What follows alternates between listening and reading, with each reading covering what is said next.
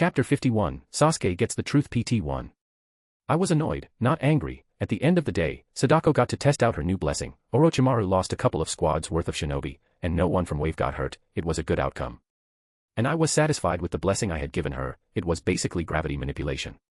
Strong enough to make her do what I want Templars to do. They are supposed to be my answer to Jonin, which was working. She had fought 4 of them at once and won without suffering any serious injuries. But Sasuke helping Orochimaru fuel his torture machine and the implication that the snake fondler had set his sights on Wave left me in a bad mood. The only reason I intervened and told Sadako to not kill him was because I felt pity for the kid. And he was a kid. He was what? 14. 15. At that age, I was wasting my life away playing League of Legends. I could hardly blame him for making poor decisions. Especially considering the whole fact that he was traumatized to hell and back because his older brother killed his whole family and clan, and then made Sasuke watch the whole thing on repeat for 3 days. But that was little consolation when it was clear Orochimaru wanted to examine some of my blessings. Whatever person he would have kidnapped would not live long. Just because Sasuke did not pull the lever, doesn't mean he is innocent when he is the one tying the noose around someone's neck. I was going to give one freebie, just because no one got hurt, except the Odo shinobi, of course. He looked like he was having trouble understanding the situation, so I guess I should start talking. I was going to say that I don't understand you, but I think I do. I sat down in front of him, ignoring his hand tightening around the kunai. He glared at me even harder. You know, Sharingan are pretty intimidating in person. But he didn't say anything. I sighed. I waved my hand, purely for show, as Sasuke's wounds visibly healed. Thank me I didn't have to worry about DP for small shit like this. The days of having to worry about a measly 82 DP were long gone. Anything below 4 digits was pocket change. I remember being excited that I got 42 DP after a full sermon. Oh, how times changed. I ignored his baffled expression. He would get used to my bullshit eventually. The worst part is the dreams, in my opinion. I started softly. Not the nightmares, you get used to those. I'm talking about the good ones, dreams where you are happy, where everything is fine. Sasuke's tight grip around his kunai relaxed slightly, but his frown deepened. And then you wake up, and for a split second, it still seems real. Everything is right with the world. I let out a bitter chuckle. Then understanding sets in, and you realize none of it was real. Your heart feels like it's being squeezed, your breath gets stuck in your throat, and for that moment, you just want to close your eyes again and go back to a better world. He looked away from me, and there was an almost unnoticeable hitch in his breathing. You get used to the nightmares, you get used to waking up covered in cold sweat and drenched in fear, but no matter how much time passes, you can never quite get used to that hint of hope being snatched away by cold reality. In some ways was glad I didn't need to sleep anymore. We sat there in silence for a while. What do you want? Sasuke finally spoke, his voice less tense, but still cold. Why heal me? Who even are you?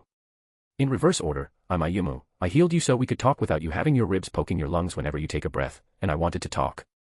My responses were straightforward and honest, and almost fully useless. Sasuke let out an annoyed huff of air. You know what I mean, either actually tell me or go away. Wow, rude. If you want better answers, ask better questions. I replied with amusement. He was clearly annoyed at that. Why did that woman spare me? He demanded. Because I asked her to, I didn't want her to kill you. I answered truthfully. Why? He questioned suspiciously.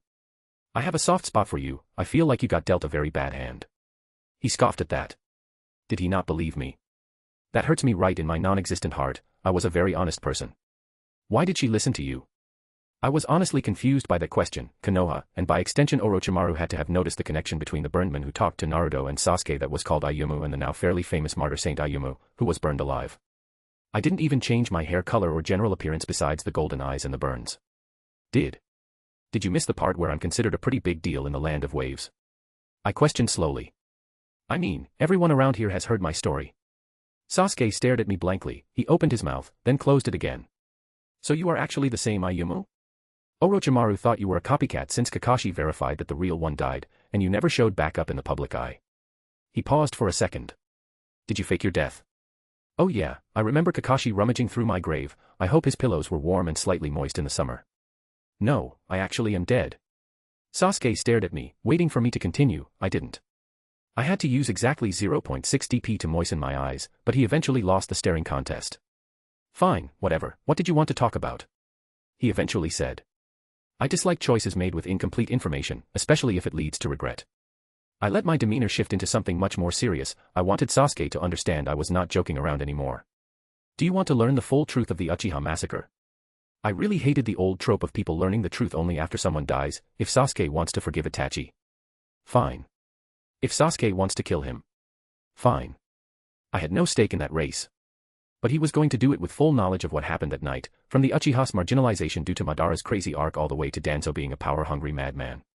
Sasuke stiffened. What truth? He questioned slowly, his voice strained. I think a part of him did not want to hear anything, too scared to learn something that might shake the hatred that kept him going for so long. But he didn't tell me to fuck off, which meant he would listen. So, I started speaking. Chapter 52, Sasuke Gets the Truth PT2. It took a few hours to explain. It wasn't a short story, and by the end, the sun was setting. Sasuke was, let's say taking it well, and by well, I mean he hasn't flown into a rage yet. Which is already better than what I expected, but I think I would prefer that to this unsettling silence. After I revealed that Itachi killed the Uchiha clan because they were planning a rebellion, he had gotten a bit despondent, and now that I finished giving him all the information I remembered, he had basically shut down. But I was content to sit there and wait. I was a very patient person these days. An hour passed in complete silence, night fully settled around us, the only light coming from the moon and stars. Why? Sasuke spoke again, his voice barely above a whisper. What a question though, why? It always boiled down to the same thing, in one way or another. Because people are flawed. I said simply. Fear, pride, envy, selfishness, selflessness, love, all of it led to a boy killing his family under orders. He stared at me in silence for a few moments before responding. That's not a satisfying answer. He responded flatly. I chuckled at that. He was right, but that didn't mean my answer wasn't true. There are no good answers when it comes to this sort of thing, Sasuke. It was a tragedy that only happened because every little detail lined up perfectly to lead to one horrible conclusion. I shrugged at him. Could it have been avoided? Definitely, but we have the benefit of hindsight and are looking at this event as a bad thing, for Danzo. Obito. Itachi himself. This was the desired solution at the time, even if all of them had different goals and reasonings. Sasuke looked away from me. What do you think? He asked, still quiet. Do you agree with what Itachi did? I hummed in thought. That was an easy one to answer. Fuck no. Sasuke twitched slightly at my vehement tone. I understand the rationale behind it, but was it too much to ask to not kill the children? Actually, how many Uchiha babies did you know about? He shuffled awkwardly before responding. A little bit of hatred reappeared on his face. I know at least 2 of my cousins were newborns. And that was all I needed to hear, but I feel like this is heading into a philosophical debate about the morality of killing potential enemies. But I wasn't here to tell Sasuke how to live his life, so before he got too attached to my opinion, I should end this. Sasuke, I think you should take a break. He looked up at me. I continued. Relax for a few months. The capital has a big shrine to my god. They give out food and shelter to anyone that asks, and if you help them, then they even pay you a little bit. Just plan and think for a bit. Don't make a choice now that could end up hurting you later. I got up from the ground, stretching a little. It was fully dark now. I think I had done what I wanted, but before I left, there was one last thing. Also, as a warning, do not go back to Orochimaru, and if you want, come to any shrine if you want that cursed mark removed. It contains a soul fragment from the snake. It will slowly corrupt you. The last thing I needed was for Orochimaru to get his wish and start running around in Sasuke's body. I vanished into thin air. There is one thing I should do before the night ends. Haruka was dreaming. It was a good dream, but the specifics were unimportant. Because she suddenly found herself standing in a forest, a starry sky stretched across the horizon as far as the eye could see. The typical detachment from dreaming faded away, leaving her fully aware. But it became clear what was happening when she spotted a familiar god high up above, looking at something far in the distance. She was in the divine realm, but why? Hey! Someone called out to her. She spun around and found Ayumu standing behind her, looking just as he did on the day of his death. The golden ringed eyes being the only difference. Ayumu. She stuttered out. The men simply smiled. Yeah, sorry for taking so long, Haruka. He apologized softly. One day later. I was sitting on top of my newly made tower, to relax a little bit. I had been renovating my divine realm a little bit, and Yatagarasu wanted to make something big, so we made a huge tower together. It would have been impossible to build in the mortal realm, but I could cheat with divine power to make it not collapse in on itself. Yatagarasu was the one who helped me design it. He was excited to build something with me, and honestly, I could never say no to my kids. We ended up making it a family thing, all 6 Star Eaters being teleported, when they had some spare time, to my divine realm to work on it. The tower was a marvel, each floor unique and filled with wonders. The first few levels housed gardens, filled with whatever crazy stuff me or the Star Eaters had come up with. The only rule I had was nothing sentient, so we had some weird shit in those floors. Higher up, we had created a grand library. Any book that existed within range of my influence was copied and stored there, including all the jutsu. Another floor was dedicated to the arts, with dioramas made by me. All the scenes I saw that, I felt, should be preserved were put in there. It was a fun project. It maybe wasn't the best use of my DP, but everyone was having fun with it, so I couldn't resist. I was contemplating a decision I was about to make, one that I knew would lead to some of my followers dying. The decision was whether or not I should raze Otogekure to the ground. Orochimaru would never leave my people alone, and he had cultivated a blight called Otogekure filled with power-hungry manics that would be very interested in my blessings. When Yatagarasu crushed the small outpost he had in Wave way back when, I was relieved about the fact that he did not react to it, but back then it was unlikely since he was in the process of setting up his invasion of Konoha. But now, he started probing. Killing a few of his squads would only pique his interest. The best solution was to strike first. Letting someone like Orochimaru have time to plan was foolish, so that meant attacking as soon as possible. But that would result in death, of my people specifically. It was almost unavoidable, but that was war. Ah, fuck it, I would do my best to minimize casualties. I had already accepted that I was not omnipotent, and letting a wound fester was not my style. Amikiri. I reached out to her with my mind. Yes, Creator. She responded immediately. Keep the land of demons safe, the Order and Wave will be going to war. I felt the burst of concern from her, followed by a sense of understanding and acceptance. I will do as you command. She vowed solemnly. Aw, how cute. It's just a precaution. The land of demons is far away and the Order's presence there is not well known. Just make sure that none of the initiates or acolytes try anything stupid like trying to rouse the people to join in. I wasn't blind to the fact that a lot of my followers could be fanatical, the danger of religions and all that. Yes, I understand. Satisfied with her response, I moved on. New. Your wish is coming true. Keep Rorin safe, and coordinate with Yatagarasu and Shun if anything happens. She was incredibly pleased to hear that. Finally. She responded excitedly. Please make sure Orochimaru dies painfully. Aw, how cute. Nu was another one of my Star Eaters, the one assigned to Rorin now that the reconstruction was done. She was the one that advocated for interference the most. If I could be said to not care about proper flow of things, then she was the embodiment of fuck it, we ball. She also did not like Orochimaru. Thought he was an edgy loser that should be fed to a stray dog. A fair opinion, but harsh on the dog. Orochimaru was probably not food grade. With that, both of them should secure my religion's secondary branches. Now to wait until the Order of the Watcher holds its next meeting, the Great Messenger would be making an announcement. Chapter 53, War Declarations. Later that night. Kazuo was feeling annoyed. Maybe he shouldn't expect anything different considering his past, but Kirigakure not sending any more ships after their hunting squad got captured gave him false hope. Fucking shinobi. Kazuo. He snapped out of his thoughts, and realized everyone was looking at him with expectation, waiting for something. Sorry. He apologized. What were we talking about? Zabuza snorted, before repeating what he said. Any of the bodies tell you something good? Kazuo shook his head. Besides some interesting implications about Otokage's enjoyment of experimentation, no. He learned a lot from examining those two squads, but very little of it would be useful, just disturbing. What does that mean? Zabuza questioned gruffly. Age correlated directly to how altered their bodies were. The older ones had more enhancements to them. Kazuo explained briefly. The enhancements were haphazardly applied, different in each person, and mostly minor things. One of them had gills for some reason. Zabuza hummed in response. Anything that we could use? Kazuo's face shifted into an expression of disgust.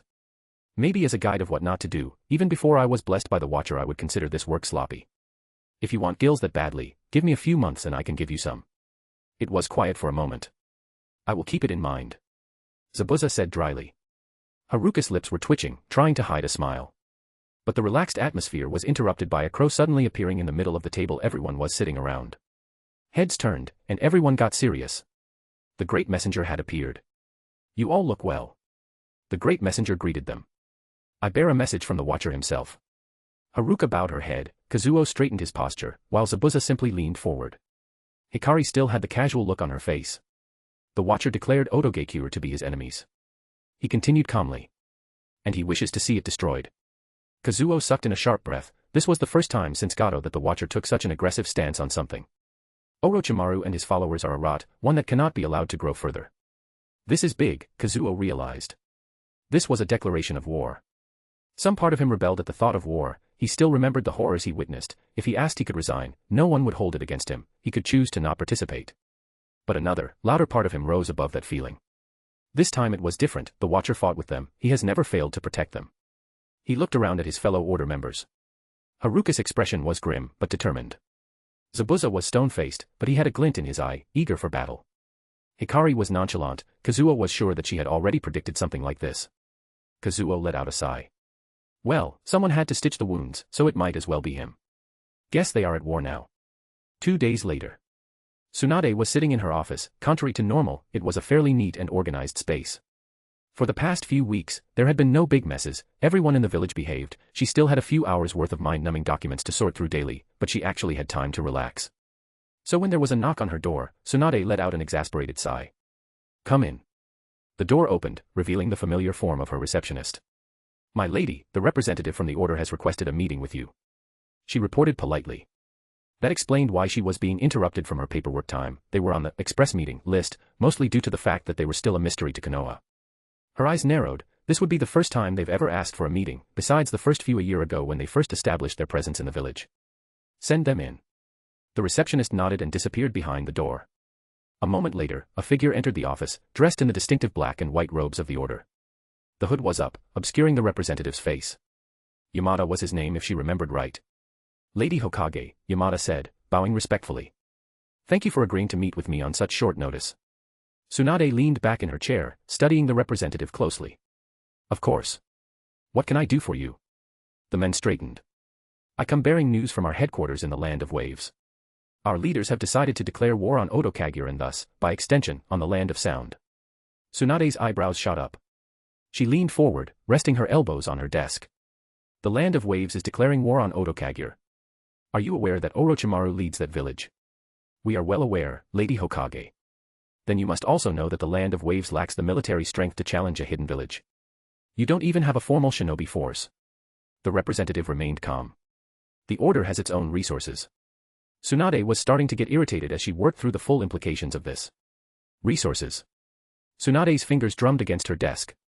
What kind of resources could match up against one of the most dangerous shinobi alive? "I'm afraid I cannot disclose the details of our capabilities. But rest assured, we have planned this carefully." Tsunade's eyes narrowed. "This seems like suicide. The Land of Waves is small. Your economy is booming, I admit, but there is a limit to strength bought by money. Starting a war now." She was annoyed at this. They have had a relative peace for so long. Two small nations unrelated to the rest of the Great Five shinobi villages might not be on the level of the previous wars, but she knew very well on how fast this could escalate. The last two wars had started with minor nations fighting and the great villages interfering. Tsunade sank back into her chair, massaging her temples. "You realize I can't officially support this. The political fallout would be catastrophic. We are not asking for support, Lady Hokage. The order stands on its own. And what makes you so confident? What gives you the audacity to challenge someone like Orochimaru?" The representative's posture straightened, and though Tsunade couldn't see their face, she sensed a shift in their demeanor. "The Watcher guides us. Through his divine wisdom, we have seen the path to victory. It will be swift, decisive, and it will free countless souls from Orochimaru's grasp." Ah. For a moment, she forgot they were religious fanatics. Tsunade scoffed. "Divine wisdom. You're betting people's lives on religious faith. Faith moves mountains, Lady Hokage. We do not enter this conflict blindly." She studied the figure before her, searching for any sign of doubt or hesitation. Finding none, she crossed her arms. "I can't stop you. But know this, if this escalates beyond your control, if it threatens the stability of the region, Konoha will have to intervene. We understand completely." The representative bowed again. "Thank you for your time, Lady Hokage." The figure turned and walked to the door, their robes rustling softly against the floor. Before leaving, they paused. "The Watcher's blessing be upon you, Lady Hokage." The door closed with a soft click, leaving Tsunade alone with her thoughts. Fucking wave. Chapter 54, The Start of the War. Zabuza was overlooking the flat grass landscape in front of him. It was covered almost entirely by tents. Hundreds of masked people were running around, preparing for war, positioning themselves and organizing squads. Around the camps, thousands of priests and volunteers were building pyres and waiting. The Order of the Watcher was mobilizing. It was a weird feeling. He remembered seeing a ragtag group storming Gato's compound, killing their way through. And now here they were, an entire army mobilizing, ready to crush a hidden village. A small one, but still. What progress, and he was at the center of it all. As he was contemplating the situation, Haruka stepped up behind him. "Hello Zabuza, how are you doing?" She greeted softly, a warm smile on her face, but he could see she was worried. Zabuza let out a grunt. "I'm fine," he reassured. "You shouldn't be so nervous. This is what the military wing exists for. We won't fail." She looked away from him, her gaze scanning over the battlefield to be. "But people will die," she said quietly. "But people will die." He agreed. "That's what war is, it can't be helped." Haruka's expression soured, but if she was looking for pretty words she could look elsewhere. Zabuza did not sugarcoat things. She was the one who was the most troubled about war. Kazuo was an old dog, one who already had his fair share of battles, and Hikari had a cold practicality that meant she did not shy away from necessary violence. Even Kenji, the goofy man that he was, would gladly cut down the Watcher's enemies, a true fanatic in his own right. Zabuza himself was a killer, deep down to his core. He lived and breathed violence in a way the others never would, but Haruka was different. She understood it, but she didn't like it. She was not a fighter by nature. "How are things going?" she asked after a few moments of silence. "We are just waiting for the crows to come back. Once the enemy positions are confirmed, we will start," he answered gruffly. "Don't worry too much, with the Watcher high above us, victory is certain." Haruka smiled at his reassurance, and they sat together quietly for a while. "Did you know Hikari filled Haku as Haku Momochi in the registry?" she suddenly asked. "What?" Zabuza responded, genuinely bewildered. "She said you were refusing to fill out the forms, so she did it instead." Haruka continued calmly, but he could hear the amusement in her voice. Zabuza grumbled under his breath. "Don't be too angry," she said that Haku smiled when she told him about it. Haruka teased gently. He snorted. "Whatever, if Haku liked it, then he could be a Momochi, who cares? Whatever, it doesn't matter anyway." Haruka didn't make a sound, but he felt like she was laughing at him anyway. A few hours later. A crow cawed loudly as it flew down from the sky, landing on top of a nearby rock. "It is I, Yami. I bring the ruinous tidings that the time is nigh," the crow said loudly. "My brethren fly from far and wide to deliver our enemy's doom." Zabuza stared blankly. It was best to let him get it out of his system. Getting any of the three brothers to stop being dramatic was an exercise in futility. Getting them to shut up would only make them twice as annoying later. Cold, bitter hatred shall descend upon them like a hungry wolf. And then, only then will their sins be cleansed in the blood they shed. His voice echoed ominously across the open plains. They could never hide their misbegotten souls from our gaze. For our eyes were forged by despair, tempered by pain and sharpened with purpose. Their futile FO dash. Zabuza grabbed the crow's beak, shutting him up. "The positions are confirmed?" he asked. Yami glared at him in annoyance, but once Zabuza started squeezing tighter, Yami relented and nodded his head quickly. He released the bird. "Good." Zabuza turned and walked over to a tent, grabbing a horn resting on a table and raising it to his lips. The sound of the horn echoed throughout the plains, causing people to scramble and get ready. A few minutes later, another horn sounded, then another, and another. Zabuza counted each one. "And that's 7. He raised the horn to his lips again and blew. This time, twice in quick succession. As the signal was given to move out, 1,000 priests and worshippers, men and women alike, began to pray together. Pyres were lit, offerings burned, and incantations recited. The military wing members watched on with silent determination as their brethren performed these sacred rites. The sky grew unnaturally dark, and soon enough, the only light visible was the glow of the pyres. A low hum filled the air, growing louder and louder until it was almost deafening. As they watched, countless stars started igniting, filling the void-like sky. Something massive moved, hidden behind the stars. A pair of arms reached out from the depths of the starry night, grabbing reality itself and slowly pulling the sky sideways, the very stars themselves moving with the motion. But the sky did not fade into the horizon, instead it poured onto the ground. Within a second, the once empty grass plains were covered in shimmering darkness. Hundreds of feet started sinking into it, disappearing beneath the surface, until finally, the last person was gone. Only then did everything snap back to its original state, leaving the priests and worshippers standing alone, under a shining sun. The prayers did not stop for hours. In the land of sound. The sky was overcast, gray clouds hung overhead. Sando was scratching at his skin, slightly blue blood leaking out from his scabs, his mood sour. He hated guard duty, and the constant itchiness wasn't helping, but this was supposed to be temporary, both the guard duty and the itch.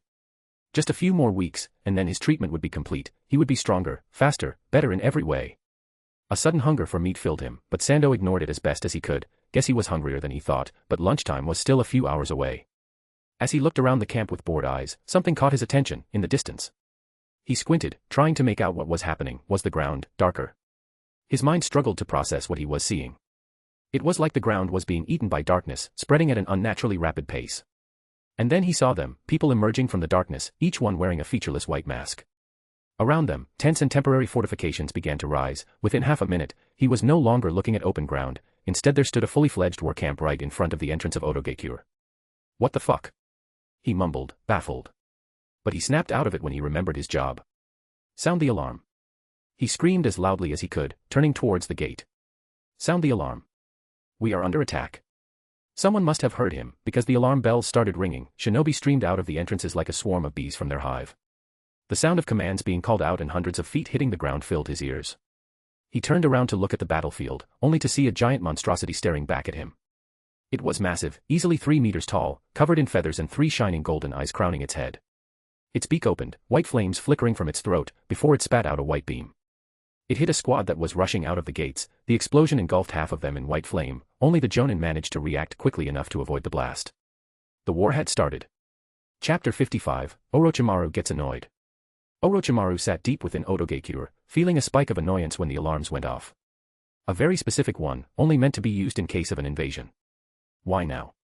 He was already irritated that Sasuke had not reported on time. He wasn't too worried. From his intelligence reports, while the Order of the Watcher was training an army, they had only started doing so less than 2 years ago. If it wasn't for the fact that one of his spies with sensor-type abilities informed him that they had abilities that did not use chakra, he would have dismissed Wave and the Order as irrelevant. And now someone had the gall to attack his base. It seemed like someone was eager to die.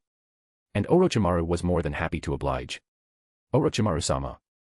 Kabuto entered his lab. We are under attack by unknown forces. He was already aware, but he refrained from saying anything, instead waiting for Kabuto to continue. It's a large force, over 100 enemy combatants with unknown abilities, none of them below Chunin level in strength, along with some giant monsters, according to our shinobi. He continued professionally. Shall we evacuate? No, the rejection has not progressed so much that I would run at the first sign of trouble. Orochimaru responded, his voice tinged with a hint of frustration. If only he was in his prime, but this body was starting to reject him, and any hand seals being unusable made it even worse. Follow. He got up from his chair and walked out of the room, Kabuto close behind him. As they moved through the compound, shinobi ran past and by them. Orochimaru was satisfied. They were not the perfected war machine he remembered from his own days as a loyal shinobi of Konoha, but for the amount of effort he put into them, they were passable. Once outside, he saw the battle taking place before him. He let out a displeased hum. This was worse than expected. He quickly analyzed the battlefield. The enemy combatants were outnumbered, but were higher quality. The weakest of them, the ones only wearing the masks, were as strong as Chunin. The ones wearing that interesting cross between a robe and light armor seemed to be stronger. In speed, they were below his average Jonin, but they were more than making up for it with their unusual jutsu. While he saw some use hand signs, most just did whatever they wanted without any obvious limiters. That piqued his interest. Was this the Order of the Watcher? It did sound similar to the reports he had gotten. He felt a spike of worry. Did Sasuke get captured or killed? He pushed those thoughts away for now. The two most threatening parts of the army were thankfully not very numerous. The first threat wore slightly altered armor, but what set them apart was the feathered cloak they wore. They were easily at the same level as his best Jonin, if not stronger, and they seemed to possess extremely powerful bloodlines. One of them was currently sending his army into the sky with simple gestures, only for them to plummet back down with lethal velocity. The last threat were the monstrous crows, wingless and three-eyed. They were fast, strong, and were shooting explosive beams all over the battlefield, wiping out entire squads. So far, his shinobi were being pushed back. The lack of experience in large-scale battles and poor cohesion meant that they were not making use of their numbers advantage, instead trying to rely on individual strength. Orochimaru clicked his tongue in annoyance. How inconvenient. Kabuto, summon the snakes, all of them. He commanded. And once you are done, get the mortars, gas, Formula 16T. Kabuto nodded and quickly bit his thumb, drawing blood before slamming it into the ground. Summoning jutsu. A cloud of smoke appeared, and when it cleared, he and Kabuto were left standing behind a massive snake. Kabuto disappeared in a body flicker, leaving Orochimaru alone. Orochimaru saw him summon another snake on the other side of the battlefield. Manda, please eat anyone with a white mask. The giant snake hissed in annoyance but complied regardless. Good, he had no time to discipline Manda. As useful as the big beast was, it was far too proud sometimes. Manda rushed forwards, slamming himself into the enemy lines. The enemy combatants quickly responded by scattering. The one with the gravity ability and one of the crow beasts moved in tandem, launching themselves towards Manda. Orochimaru ignored that fight and looked for a target, quickly finding an interesting one.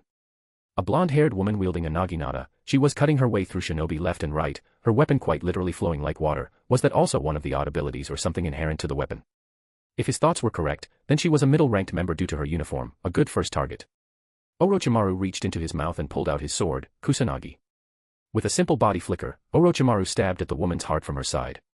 But his sword was knocked off course by a very recognizable blade being thrown into Kusanagi's path, turning a sure kill into a deep cut across the woman's ribs. He narrowly dodged a second sword, identical to the first, by jumping backwards. Hello there, Orochimaru.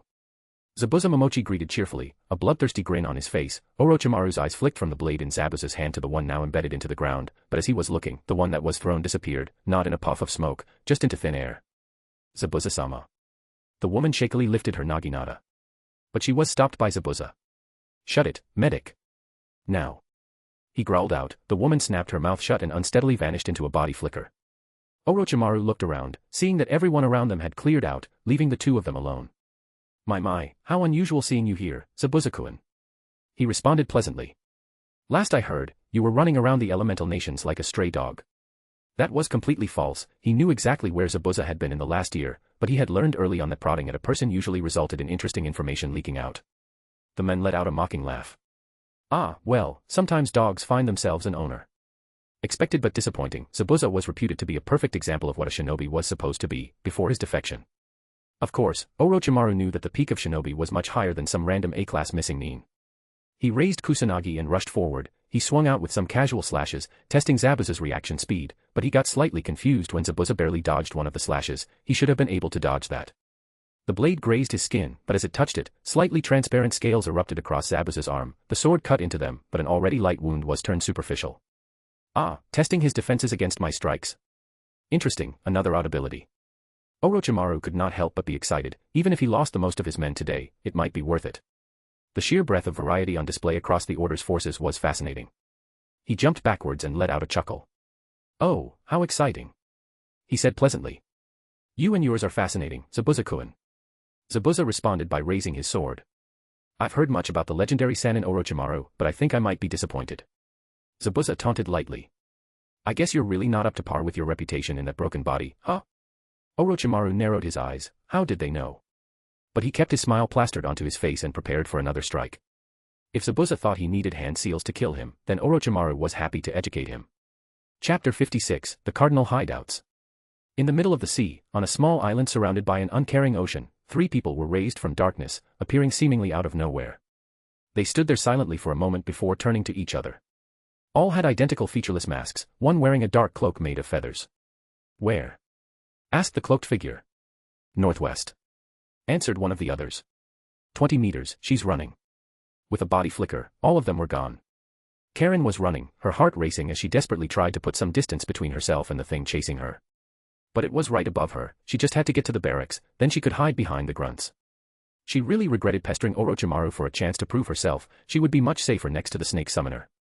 But suddenly, the thing expanded, and the 3 presences sank into what she knew was rock. From the ceiling in front of her, a black sphere emerged, landing in front of her. It shrank into a human-sized form, cloaked in feathers, 2 others next to it, these ones normal humans. Karen slid to a halt. As a Templar of the Order, I ask you to surrender. The thing said politely. Karen gulped. It sounded human, but she could see the truth with her mind's eye. Behind the facade of humanity, at the center of its chakra, there was hunger, bottomless hunger. It wasn't human. It couldn't be human. The left one stepped forward, a woman, noticing her fear. Please surrender, I promise nothing will happen to you. Karen could feel that she was being honest, but she still hesitated. What do you want with me? She asked nervously. And why should I surrender? Your sensory abilities could greatly complicate our plan to eradicate this place. The cloaked figure explained patiently. If we did not target you first, you could easily alert everyone here and cause unnecessary chaos, as well as organize some semblance of a defense. Karen cursed in her mind. She hated that he was right, and she tried very hard to ignore the fact that they knew about her ability. That meant they knew exactly who she was, where to find her, and had hunted her down immediately. This is also why you are being offered a chance to surrender, since a fight would likely also alert the rest of the base.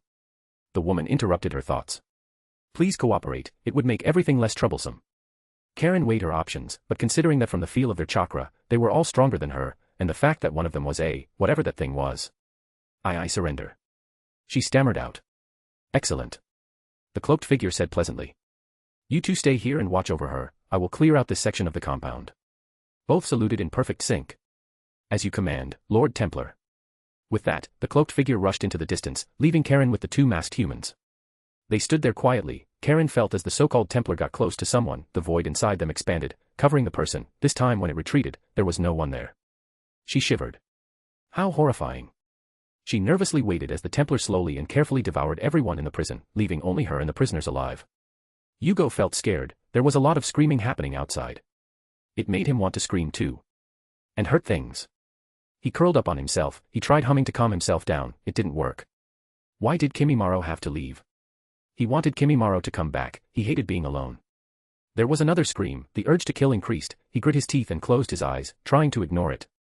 Then a door opened. His eyes snapped open. Scara turned black. Yellow pupils locked onto the thing standing outside the doorway, anger colored his face as he jumped towards the intruder. Only for a clawed hand to slam him into the ground, crushing the stone beneath him. Yugo's eyes turned back to normal, his breath was knocked out of him. "Ah, what a pitiable child," a voice said calmly. "If it wasn't for the corruption deep inside you, I would say that you are very pure." Yugo tilted his head up, looking at the thing holding him down.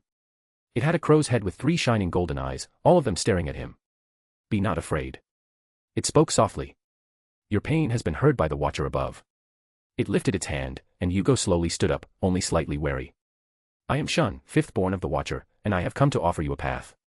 Yugo tilted his head in confusion, he didn't know what was happening, but for some reason, the bird thing didn't make him angry. "What kind of path?" he asked quietly. "A path of peace," Shun said gently. "If you would accept, I offer it to you, an escape from this torment you carry. Do you promise?" Shun nodded. "Yes, I promise."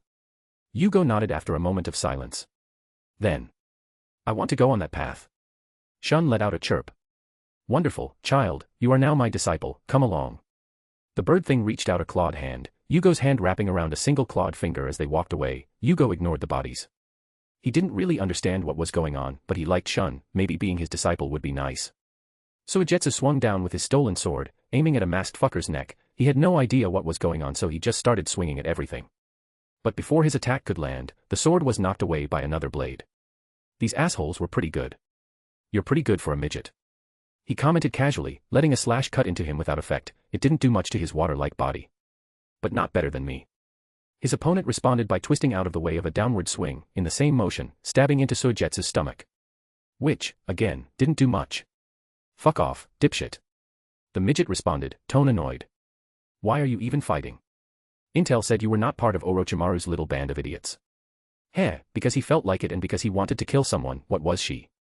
"Stupid." He grinned at the girl cockily. "I dunno, maybe because I felt like it," he asked, slightly mocking. She growled in annoyance, trying to stab him with her pointy stick some more, but all she was doing was stabbing a puddle. "You are so fucking lucky that I'm shit at lightning release," she muttered to herself. "That sounds like loser talk." He laughed, sending out a water gun jutsu from his mouth. She dodged by jumping backwards. Then they were interrupted by another masked freak appearing next to them. This one was wearing a feathered cloak. "Initiate Rin, could you explain why you haven't dealt with the Hozuki?" The new guy said. Normally Suigetsu would have made a joke. He recognized that tone. It was the, "if you had done what I said then we wouldn't be in this mess" voice. His brother used to use it all the time. But this guy was dangerous. "He just turns into water every time I hit him." The girl whined. "I can't kill someone who doesn't have solid organs." The cloaked guy sighed, before speaking again. "You were informed at least twice that learning basic jutsu of each element was highly advised. This is your own fault," he lectured. "I will inform Lord Zabuza of this if you do not manage to fix this." "Wait, Zabuza? Like, Demon of the Mist Zabuza?" His eyes widened a bit in surprise. "Oh hey, I thought I saw some familiar moves in your style. You guys work with Zabuza-senpai?" he asked curiously. "Is he here? Can I kill him?" They both turned to stare at him silently for a moment. "Boy, Zabuza would kill you in seconds." The cloaked guy finally answered after a short pause. "Are you insane?" Suigetsu scoffed and pointed a thumb towards his chest. "I'm the future master of all 7 swords of Kiri, dumbass," he introduced proudly. "I've got nothing to fear from him." Both of them were silent again, before they started talking like he wasn't even there. "I think Orochimaru's experiments have made him mad," the cloaked guy said. "I agree, don't worry, the Order has many mind healers that can help you out with whatever is happening to your brain." The girl comforted Suigetsu kindly. "Just hold on a little longer." "Wow, fuck her. Fuck off. I'm not crazy," he shouted angrily. "I'll show you." With a roar, he rushed forward, his arm swelling grotesquely as he swung it at the cloaked guy's neck. It was parried, the blade being knocked upwards by a kick. The sword flew over both of their heads and stabbed into the wall next to them. He didn't get a chance to recover. A kick slammed into his stomach, sending him skidding back until his back hit a wall. His stomach hurt. Why had that kick hit him? He examined the guy more closely, only to see one hand shaped into a horse seal, one-handed hand seal. That explained why this guy felt dangerous. But before he could start planning around this new information, 7 other arms folded out from the cloak. "Oh. Woohoo." The cloaked man started weaving one-handed seals with all 8 hands, causing Suigetsu to pale. "Fuck no." He turned tail and ran. He didn't get very far before a wall of jutsu hit him in the back, lightning and fire and wind smashing him into a wall. Chapter 57, The Snake vs. the Demon. Orochimaru dodged another swing from Zabuza's Kubikarabocho copy, annoyance building within him. He was being stalled, it was clear. He reassessed the objective of the Order's forces. They wanted to eradicate Otogekure, slowly and methodically. He did not like that. At the end of the day, while Otogekure was replaceable, it would be extremely inconvenient for him to rebuild it again. Still, Kabuto should be back soon. That should turn the tide somewhat, even if it might kill a good portion of his men. His sword flicked out, aiming for Zabuza's heart, only for the swordsman to knock it off course with a downward swing. Orochimaru's arm twisted unnaturally, making sure the tip was pointed towards Zabuza's thigh, quickly channeling chakra into Kusanagi, its blade stabbed into Zabuza's leg. He had to dodge immediately as the executioner's blade came swinging at him, this time an upward arc aiming for his neck. Water gathered around Zabuza's wound, healing it in the time it took Orochimaru to find another opening. How annoying, he noted. This fight was a complete waste of time. You are pretty annoying to fight, you know. Zabuza said casually, seemingly having fun. I wonder how human you really are beneath that pale skin of yours. Perhaps if you dash, Orochimaru was interrupted by a second Zabuza bursting out from the ground behind him, swinging his blade upwards. Orochimaru barely managed to dodge, his arm getting sliced off as he jumped backwards. A shadow clone. Snakes burst out of his stump, reforming his lost limb in half a second. His eyes narrowed dangerously as he slashed apart the shadow clone, it dispelled in a puff of smoke. As they were fighting, Kabuto must have finished summoning all the snakes, because from far away, Orochimaru heard low bangs echoing across the battlefield. Looks like your forces will soon die, Zabuza-kun. Orochimaru taunted. I wonder how many people will be able to escape on time. Zabuza looked out into the distance for a moment. High above the Order's forces, dozens of large spheres were falling towards them. The Order responded quickly. Kunai, arrows and jutsu intercepted them, but as the orbs exploded, clouds of poison covered the sky, slowly falling down. Do you think we would not have prepared for gas? Zabuza asked plainly. We have prepared for everything, Orochimaru. Dozens of Order members started weaving hand seals together, each using wind release to clear the skies, quickly blowing the poison into the general direction of Otogekure. How foolish, to think you can prepare for everything. Orochimaru said. There are many things you cannot expect. As the poison washed over the Otogekure army, the shinobi didn't scream in pain, instead they screamed with fury, their muscles bulging as their strength grew. That was Formula 16T, if you lacked the pre-injected antibodies, then it acted as a simple nerve agent, causing seizures and eventual death. But for those who had been prepared, it enhanced strength, speed, and most importantly, reaction speed by up to 40%. It will kill approximately 30% of his forces in a day or two, but that was an acceptable price, in Orochimaru's opinion. The Otokagure army retreated into the cloud of poison, taking advantage of the fact that the Order forces could not fight them inside of it without dying to it. Probably true, but this isn't one of them. Zabuza grinned beneath his mask. Look up, snake. Orochimaru glanced up, only to see clouds, nothing else. He narrowed his eyes in suspicion. He didn't have to wonder for long, as out of the clouds descended 20 ice dragons, all aimed at his shinobi. His expression turned sour, he gathered his chakra and rushed towards his men with a body flicker. A double Rashomon should be enough. Zabuza watched as Orochimaru ran. He was glad that their planning worked out. They, of course, hadn't planned for this exact scenario, but close enough. Haku had been hiding in clouds with his dragon constructs sealed inside scrolls, waiting for the enemy to gather or retreat into a single location before raining death upon them. And the possibility of poison and gas was brought up, which is why all the initiates knew wind jutsu. It was a basic requirement for being part of the main force. But Orochimaru was about to leave his range, so he should get started quickly. He smacked his hands together with a clap, he focused on the blessing deep within himself, and for the first time since he had gotten it, he activated it. To everyone else, Orochimaru and Zabuza disappeared from the world. Months earlier. Simply walk into the main chamber. Zabuza narrowed his eyes in suspicion. Why was this fucking crow always giving him headaches? Did he like doing that? That's it. He asked plainly. That's the test. Yes, as far as I have been informed, that is what you must do. Zabuza let out a huff but still followed the order, walking down the hallways of the shrine, finally stopping at a large door. He pushed it open and walked inside. It was completely dark. When he stepped inside, the door slowly closed behind him. He was left alone in pitch-black darkness for a few seconds, until suddenly, thousands of stars ignited around him. This again, he still vividly remembered the first and only meeting he had with the Watcher. The same pressure descended upon him, but maybe due to his increased strength, or his familiarity with the Watcher's power from his blessings, it wasn't as suffocating this time. The Watcher appeared in the distance, staring directly at him. The Watcher approached Zabuza at a slow pace, stopping in front of him, looming over Zabuza. And then, the Watcher shrank. His body compressed into a much smaller form, a human-sized one, standing barely taller than Zabuza himself. Zabuza Momochi. He spoke, his voice still that impossible sound, whereas before it shook reality itself, now it just shook his bones. I offer you a choice. Zabuza couldn't help but be wary. This was not what he was expecting when he was told he might be getting a promotion. What choice? He asked cautiously. You can receive a normal blessing, similar to those already bestowed upon you. That sounded pretty good. Or you can become my first Templar. His expectations were instantly shattered. He knew what a Templar was. It was the highest rank that a member of the military order could hold. None were good enough yet to ascend to that rank. So, why was the Watcher offering this to him? While he was the head of the military wing, he always expected it to be a temporary position. One day an acolyte would earn a Templar's position, and Zabuza would step down from leadership. He simply didn't worship the Watcher, he acknowledged him as a god, but never participated in the ceremonies or prayers. Why? He blurted out, without thinking. Why me? The Watcher stood silently for a moment. Follow. Without another word, the Watcher turned around and walked into the starry void. Zabuza quickly followed him as he walked. He just now noticed they were technically standing on nothing, but as they walked, from the darkness beneath him rose stone. Every step he took brought up more of it, until they were walking on a large circular platform. They continued on silently, before finally, they reached the edges of the platform. The Watcher simply sat down on the ledge, tapping the stone to his side, signaling Zabuza to sit down next to him. Zabuza hesitantly walked over and was stunned by the view before him. Below them floated the world itself, blue and green, painted with white clouds. He could recognize the elemental nations anywhere. He carefully sat down next to the Watcher, noticing they were actually on a massive tower. What do you think? The Watcher asked plainly. It took Zabuza a moment to realize that the question had asked, taken by the view in front of him. It's so very small. He wasn't talking about the planet itself, he was talking about the land of waves, the land of water, all of them, even the whole elemental nations felt tiny. Yes. The Watcher agreed. It is easy to feel big when standing in small ponds. Let me show something else.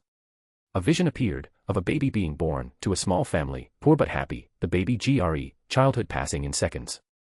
Zabuza saw him become a man and get married. He watched as he plowed a field, then again, and again and again, interspersed with scene from his life, a failed romance, a good friendship, a drunken brawl at a bar, until finally, on a sunny day, the man's heart gave out, and he died right there in the field he spent years taking care of.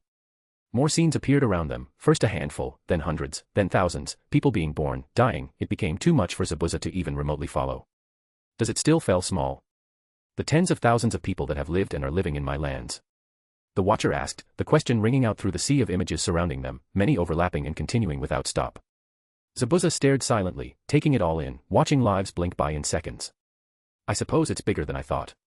He answered eventually. Yes. The Watcher agreed calmly.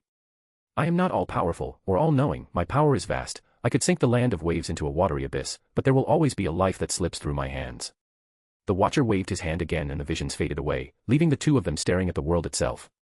If I cannot protect all of them, then I will shape a force that can. The Watcher turned to look Zabuza in the eyes. You are already part of this force, you lead it, guide it. But, you still distance yourself from it. You see yourself as separate, unwilling to put your entire self into it. Zabuza frowned. That was closer to the truth than he liked. He had pledged his loyalty to Haruka, but even now, months later, he still saw himself as separate from the true worshippers. He saw the Watcher's will as his boss, a scary boss that could pull some absolute bullshit out of thin air, but still a boss. I do not fault you for this. The Watcher interrupted his thoughts. But your lack of faith is not an issue. Faith does not determine if you are capable of protecting my people. Frown still on his face, Zabuza spoke up. I'm not a protector, I'm a killer, and you know that. Zabuza wasn't ashamed of what he was, he enjoyed it, the thrill of battle and the satisfaction of placing his life against an enemy, knowing that one of them would die. Killing was what he was doing in the earliest memory he remembered, and it would be the thing he was doing when he breathed his last. The Watcher tilted his head. You misunderstand. In a kinder world, a protector would not be a killer, but we do not live in a kind world. The Watcher stood up from where he was sitting. This world is seeped in blood. Outside my lands, violence is abundant. You know this truth well. The Watcher extended his hand to Zabuza, offering to help him stand up. I do not ask you to change yourself into something you are not. I ask you to kill, cut down those standing in our path, protect the world I am building by destroying those who would see it burn. The Watcher's tone shifted, the stars within his void flesh brightened, around them, the darkness grew deeper. If this world cannot accept my kindness, then I shall give it my wrath. I will feed it blood and bodies until it is sick of them. And you can be the one who makes it so. Zabuza had forgotten that the Watcher was not human, no matter how much he acted like it, but the being before him wasn't. The pressure that descended upon him reminded him of exactly what was looking at him. Zabuza made his decision. Chapter 58, Zabuza in the Bloody Mist PT-1. Orochimaru's body flicker was interrupted as he was surrounded by red mist. He quickly gathered the chakra and used a simple wind release, great breakthrough to clear the surrounding area. It did not work, his jutsu disappeared into the mist, the space cleared being filled in by red mist instantly, and most interestingly enough, he could not hear any of the surrounding battle taking place. There was dead silence. He instantly tried every method of dispelling genjutsu, ending in a burst of chakra that stirred the surrounding mist, but he was still within the unknown jutsu. For the first time since the fight started, Orochimaru felt genuine worry. Either this was a genjutsu on par with Itachi's, or he was actually moved somewhere different, which would make it an unknown spacetime jutsu. Did you think I would just let you leave? A voice asked from behind him. Orochimaru jumped and turned around in a split second, only to see nothing behind him. The mist lightened, and he saw Zabuza standing in the distance, sword resting on his shoulder. Around Zabuza figures emerged from the red mist, humanoid in shape, but made from the same mist they walked out of, only visible due to the mist surrounding them being lighter than their bodies. Each one raised their arms, copies of Kubikurabocho suddenly materializing within their hands. Orochimaru instantly understood the implications. Assuming Zabuza voluntarily thinned the mist to intimidate him, he could thicken it again, making these clones invisible, only detectable due to their weapons. If their swords were as sharp as the original, then this could be trouble. Every single misty reflection you see here is someone I killed in my life. Zabuza explained. We both stand on a mountain of corpses, as all good shinobi do. That was an interesting ability if Zabuza was being literal, Orochimaru thought, but still not useful for figuring out how to escape. I always wondered how big mine was. I knew I had killed a lot, but I never bothered to keep count. Zabuza mused to himself. The mist thickened again, rising from the ground. Do you know how many people I've killed? Zabuza asked casually. The bloody mist thickened even further, obscuring anything farther than a meter away. 813. Zabuza's voice echoed around him. Survive them all. A blade swung out from the red fog. Orochimaru ducked beneath it. Another swing came from behind him. He rolled forward, avoiding it. Orochimaru extended Kusanagi and slashed behind him, his blade passing through the faint humanoid outline without effect. Just like the Hozuki clan then, small attacks simply passed through them. Orochimaru analyzed the situation calmly. He breathed in and spat out a simple water bullet at another mist clone. It managed to block the attack with its sword but was pushed back a few meters. Water was effective then, or it would not have blocked it. That was good information, but he still had more elements to test. The fight descended into a dance of dodges and quick tests, each element only giving him a better understanding of the technique Zabuza was using. Orochimaru was dissecting the ability apart, piece by piece. Every wound sustained by Orochimaru was healed, every mist clone he managed to destroy was replaced with another. After a while, it was clear that he would not be winning this battle. At least, not like this. Technically any element was effective, but fire, wind and water were the most cost-efficient. The least chakra for the most range. His inability to use large-scale jutsu was severely limiting his effectiveness, but he was a Sannin, and he was the strongest out of them for a reason. He didn't need seals to fight. He needed a few seconds to prepare, so he jumped upwards. Unsurprisingly, there was more mist above him. Breathing in deeply, his lungs expanded beyond a normal human's capacity. Fire release, great fire annihilation. A massive stream of flame poured out from his mouth, instantly evaporating the mist around him. He spun around to try and burn as much of the clones away as possible. But he only heard the clatter of 7 swords hitting the ground. If he had less control over his body, he would have frowned. Was the show Zabuza put on a bluff? Or had the rest held back just in case Orochimaru used something like this? But he did not let any of his doubts show on his face, instead smiling pleasantly. That's 7 more, Zabuza-kun, only 775 left to go. He said sweetly. What does this achieve? Are you just wasting time? Zabuza was silent, another blade emerging from the mist, almost cutting Orochimaru in half vertically. He barely twisted out of the way, losing his arm instead. Orochimaru almost hissed. This was annoying. He quickly grabbed his arm out of the air and attached it to himself again.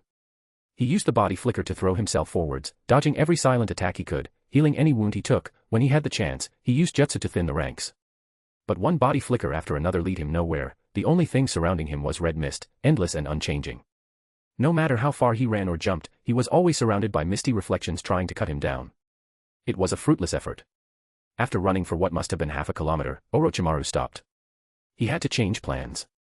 Zabuza was hiding too well, not a single clue of where he was, as expected from a master of silent killing. So he had to trust the little information he had got and kill the rest of the misty reflections as efficiently as possible. Another sword lashed out, this time from above. Orochimaru parried the strike and spat out a great fireball, as big as the attacker, evaporating him. Before the now ownerless sword hit the ground, another struck at Orochimaru's side, which he jumped over. 2 more came in from behind. He dodged one by jumping over it, but the second sliced his leg off, causing him to stumble. It took 1.2 seconds for him to regenerate his leg. Orochimaru lost himself in the fight, now a contest of who would break first, Zabuza's strange jutsu or Orochimaru's stamina and chakra. Chapter 59, Zabuza in the Bloody Mist PT2. 10. 50. 100. 150. 200. Orochimaru kept count, every clone that fell to his attacks being tallied carefully in his mind. They were weaker than him individually, but their almost undetectable attacks and sheer numbers were overwhelming. Orochimaru was getting desperate. He tried riskier tactics, using jutsu with more range, setting up a killing field with his kunai and lightning jutsu, creating traps with explosive seals. He even tried summoning, hoping to overwhelm Zabuza's army with his own, but the summoning failed immediately, confirming that this was some sort of space-time jutsu. He was getting angry. He refused to die here, killed by someone like Zabuza, surrounded by red mist so thick that he could not see anything but the blade aiming for his flesh. But he saw no way out. He could not run, he could not find Zabuza due to the mist, he could not outlast the endless horde. He was missing half his chakra and he still had 2/3 to go if Zabuza said the truth. He knew the cold calculus of survival, and this fight did not seem winnable for him. But he had one final option. Orochimaru's body bulged, his skin twisting and growing, a sword cut off his head, another cut his body in half. But it was already too late, his body exploded, 8 white snakes burst out of his back, quickly growing into massive size. They all roared at the same time, before lunging into the misty horde, each head destroying a reflection in a single bite or strike. They were bigger than even Manda. Orochimaru knew this would destabilize his body deeply, but at this moment he felt like that was a price worth paying. The now 8-headed Orochimaru was rampaging through the red mist, slaughtering reflections left and right, completely unstoppable by them, the misty blades simply too small to wound him deeply. Zabuza watched as Orochimaru's gigantic transformation raged across his battlefield. He had hoped that from all the intel that was not confirmed, the 8 branches technique would be among those that weren't true, but unfortunately, Orochimaru was able and willing to use it if pushed too far. He had hoped this would be an easy victory, just slowly draining Orochimaru of his chakra until Zabuza could cut him into pieces and burn them in a pyre. Orochimaru had impressed him, as much as it frustrated him to say. If it was the Zabuza from a year ago he would have been dismantled in seconds. Even his current self was not enough to kill him without his bloody mist. Even if he went for a mutual kill, the S-rank shinobi could just regenerate from anything besides total destruction. And this Orochimaru was crippled, lacking the ability to use hand seals, something a vast majority of shinobi considered essential for fighting. Yet he still killed the equivalent of 212 Jonin-level fighters single-handedly. How insane, how inhuman, Zabuza thought with awe. This was what the peak of the shinobi world looked like. It filled him with determination. But the respect he felt would not stop him from doing his job. He bit his thumb and drew blood before slamming it onto the ground. Summoning jutsu. A puff of white smoke later, a crow emerged from the smoke. It quickly saluted him. "Greetings, Lord Zabuza." It caught at him. "Report." Zabuza ordered bluntly. "The battle is progressing well. The enemy has retreated inside Odogekure after Lord Haku routed them. We are clearing the poisonous gas right now." The crow quickly reported. Zabuza really wished all Crow clan's members were this concise. "Tell them to clear out an area around where I was last seen, a large area, leave Odogekure open if needed, and be quick about it." The crow nodded quickly. "Understood, Lord Zabuza." And with that, it vanished in another burst of smoke. Zabuza's blessing had 2 parts. One was the one he had just used, the Army of Reflections. He was telling the truth to Orochimaru. There really were 813 of them, and you did have to kill them all to end the ability. This space was outside of the normal world. It wasn't technically that big, only a couple of kilometers wide sphere, but it was endless. Walking to one side just mean you would arrive at the same side you came from, making it impossible to run away. It also blocked summoning or any other space-time ninjutsu that he didn't allow, leaving the enemies facing his army alone. With the fact that all the reflections were as skilled as him and the mist was endless, it was a slaughtering ground for everyone that was S-rank. But it had a second part, something that would allow him to compete with tailed beasts and summoning bosses, something that closed the gap between himself and even Kaga-level fighters. The problem was that if he used it, this space would collapse, transporting everyone inside back to the real world. So now he waited. He would give the army 3 minutes to evacuate before he and Orochimaru started their final fight. He looked around the endless bloody mist around him, as well as at the towering form of Orochimaru. Even as his clone army fell one by one, he knew without his blessings he was no match, but let's see if with them, he could fight in the realm of legends. 3 minutes later. Zabuza counted down the last second. Orochimaru was still raging about, killing everything he saw with ease. He clapped his hands together, and red mist flowed into him, slow at first, but then faster and faster, like a dam breaking. It flowed into his body started growing, feeding on the bloody mist, the misty reflection fading into the flowing stream of red. The mist thinned enough that the realm collapsed, and they were now back in the real world. Orochimaru stopped, his head scanning the horizon. Near them was the entrance of Odogakure, dozens of shinobi fortifying it. In the distance and surrounding them was the order. But he wasn't done yet. The mist continued flowing into him, wrapping around him like a cocoon before finally stopping. With a rippling sound, the cocoon broke, revealing Zabuza. He stood as tall as Orochimaru, red mist wrapping around him, forming into a second skin. His face was obscured, the only thing visible being his red glowing eyes. In his hand rested a titanic kubikurabocho dripping blood. Divine technique, demon of the bloody mist. His voice shook the air. He lifted his sword, and for the final time, pointed it at Orochimaru. He was answered by 8 roars. Chapter 60, Zabuza, Demon of the Bloody Mist. Haku watched as his master, mentor, father figure fought Orochimaru. He was filled with worry. This was a fight on a scale he had never experienced before. His tactic of preparing ice dragons and then animating seemed so invincible earlier today. But now, the scale of this fight was insane. Could these men really be called shinobi anymore? Was this what the wars fought in the past looked like? He had been so happy when Hikari played her little joke and wrote him in as Zabuza's adopted son in the paperwork. And now maybe Zabuza might die. A giant sword lashed out, fast and strong enough to cut into a mountain and decapitated one head. In retaliation, two more bit down on the arm, holding it in place as the other head spit flames and wind at Zabuza's face, sending him crashing backwards. Haku clenched his fist as he watched the back and forth. He wasn't going to idly stand by. I'm going to try and help, stay safe, and don't get involved unless you are confident you make a difference.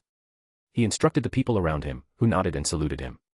He disappeared in a swirl of snow. He would need a good amount of space for his preparations. Sadako observed the battle from above, floating high in the sky. She was considering her options. Orochimaru had shown remarkable resilience. If she did not deal a great wound, then he would simply heal from it. So her best option was a full power attack. If he lived, it should give an opening to Lord Zabuza to finish him off. They did not need to kill him, just incapacitate him enough so they could attack freely until his regeneration was overwhelmed. So she extended her hands, focusing deeply on the space beneath her. She should be able to manage a good hit before she was crippled, and the chances of her dying as long as she did not push herself was negligible. She angled herself in such a way that her back was facing to the biggest concentration of order members. Space compressed as she focused on it. Compress. Gravity began to, well, compress. Compress. Air distorted as reality struggled against her will. It wanted to return to the shape it once was, but Sadako ignored its wants. Compress. She felt a trickle of blood drip down her nose, but she could still continue. Anything besides permanent damage was acceptable. Compress. The distortion was visible now. An opaque disc floated below her. Her head started hurting and her breathing was getting heavy. She took a second to examine her condition. She still could layer another one. Compress. Her vision turned red from the blood vessels in her eyes bursting. There was a limit to her blessing. It needed fuel after all, and her soul only had so much to give. It seems like this was her limit. Acceptable. She layered a clock of gravity around her shoulders and put a hand to her chest, the other pointing at Orochimaru. She made sure that she was in the correct position. If she missed, that would be unfortunate. Fall.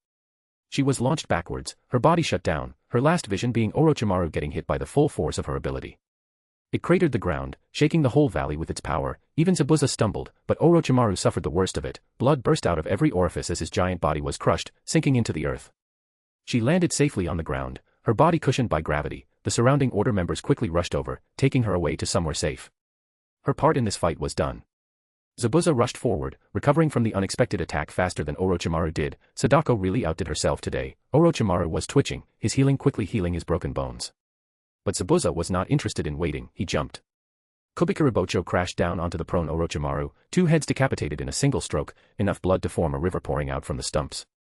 A snake shakily raised itself up and tried to bite him, but an upward swing sent it flying into the forest, disappearing into the distance. The last four heads recovered enough to strike at once, one trying to bite down on Zabuza's neck, while two others went for his arms.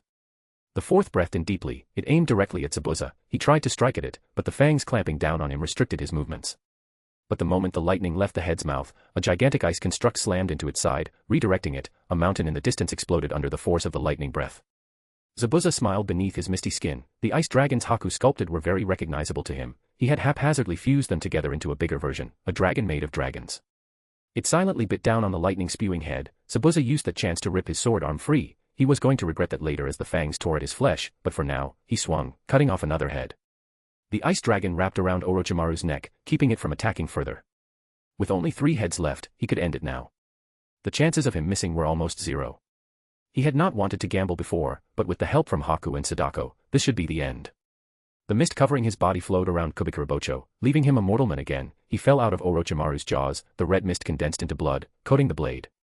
He slashed.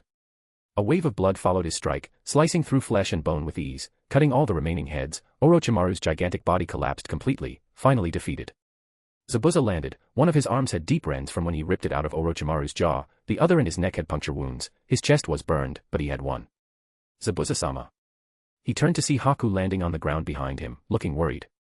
Are you okay? He grunted. He would live. Take me to the medics, and tell the army to seal everything. Set up a perimeter. Orochimaru could still be alive, so make sure not a single worm escapes. Haku quickly nodded, forming a hand seal. A single copy popped up and ran towards the order members. Haku himself gently picked up Zabuza, running towards the healers. Zabuza relaxed. The recovery was going to be a bitch and a half, but he was satisfied. Chapter 61, Orochimaru's Last Attempt.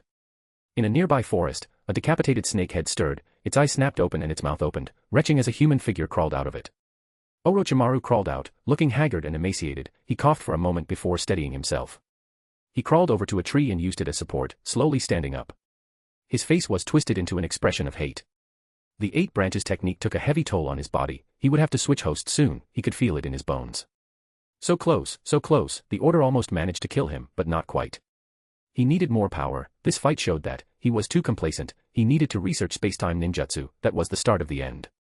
The only reason he was forced to use the 8 branches technique at all was because he couldn't escape from Zabuza's jutsu. He stumbled slowly, trying to be as quiet as possible. His mind was running through plans, plotting and scheming for his revenge.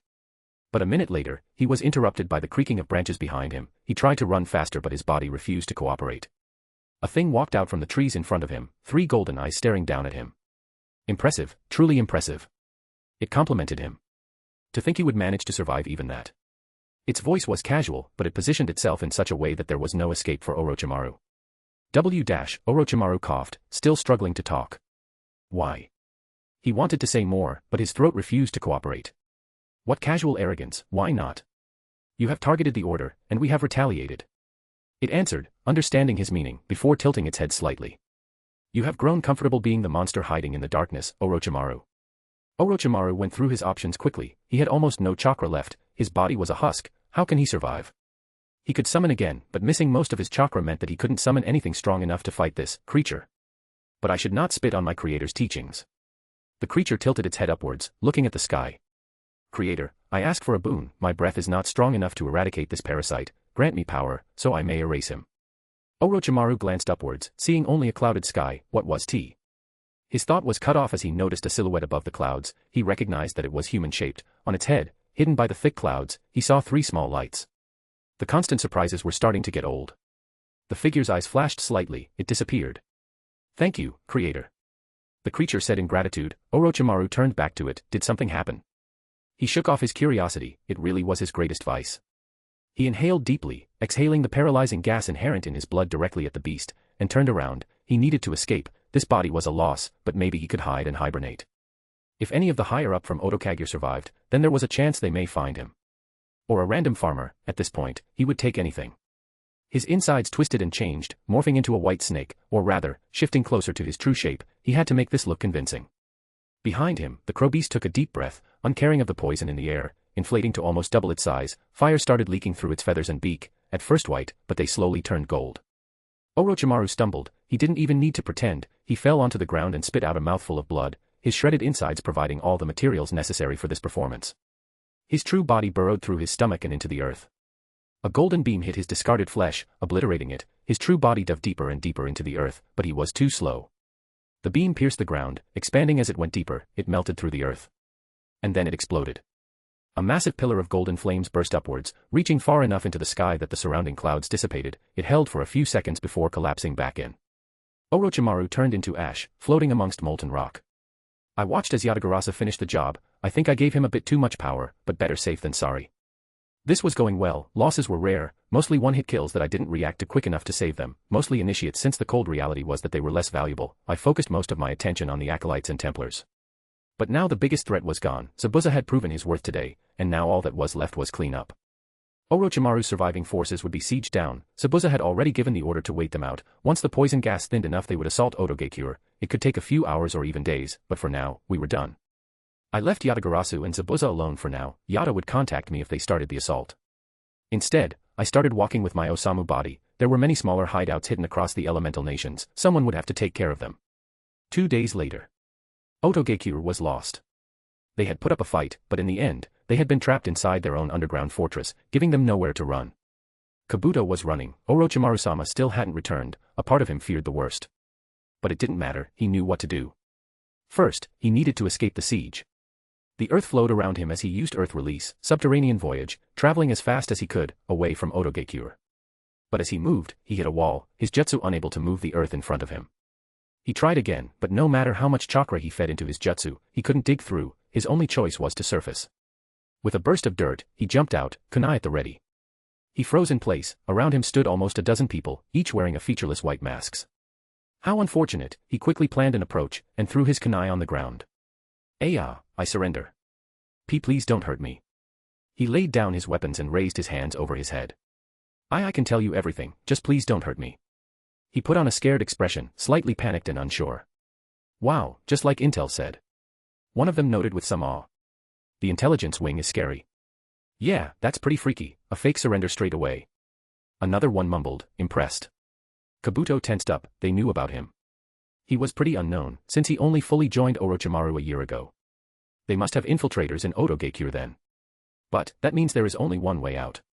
Fighting.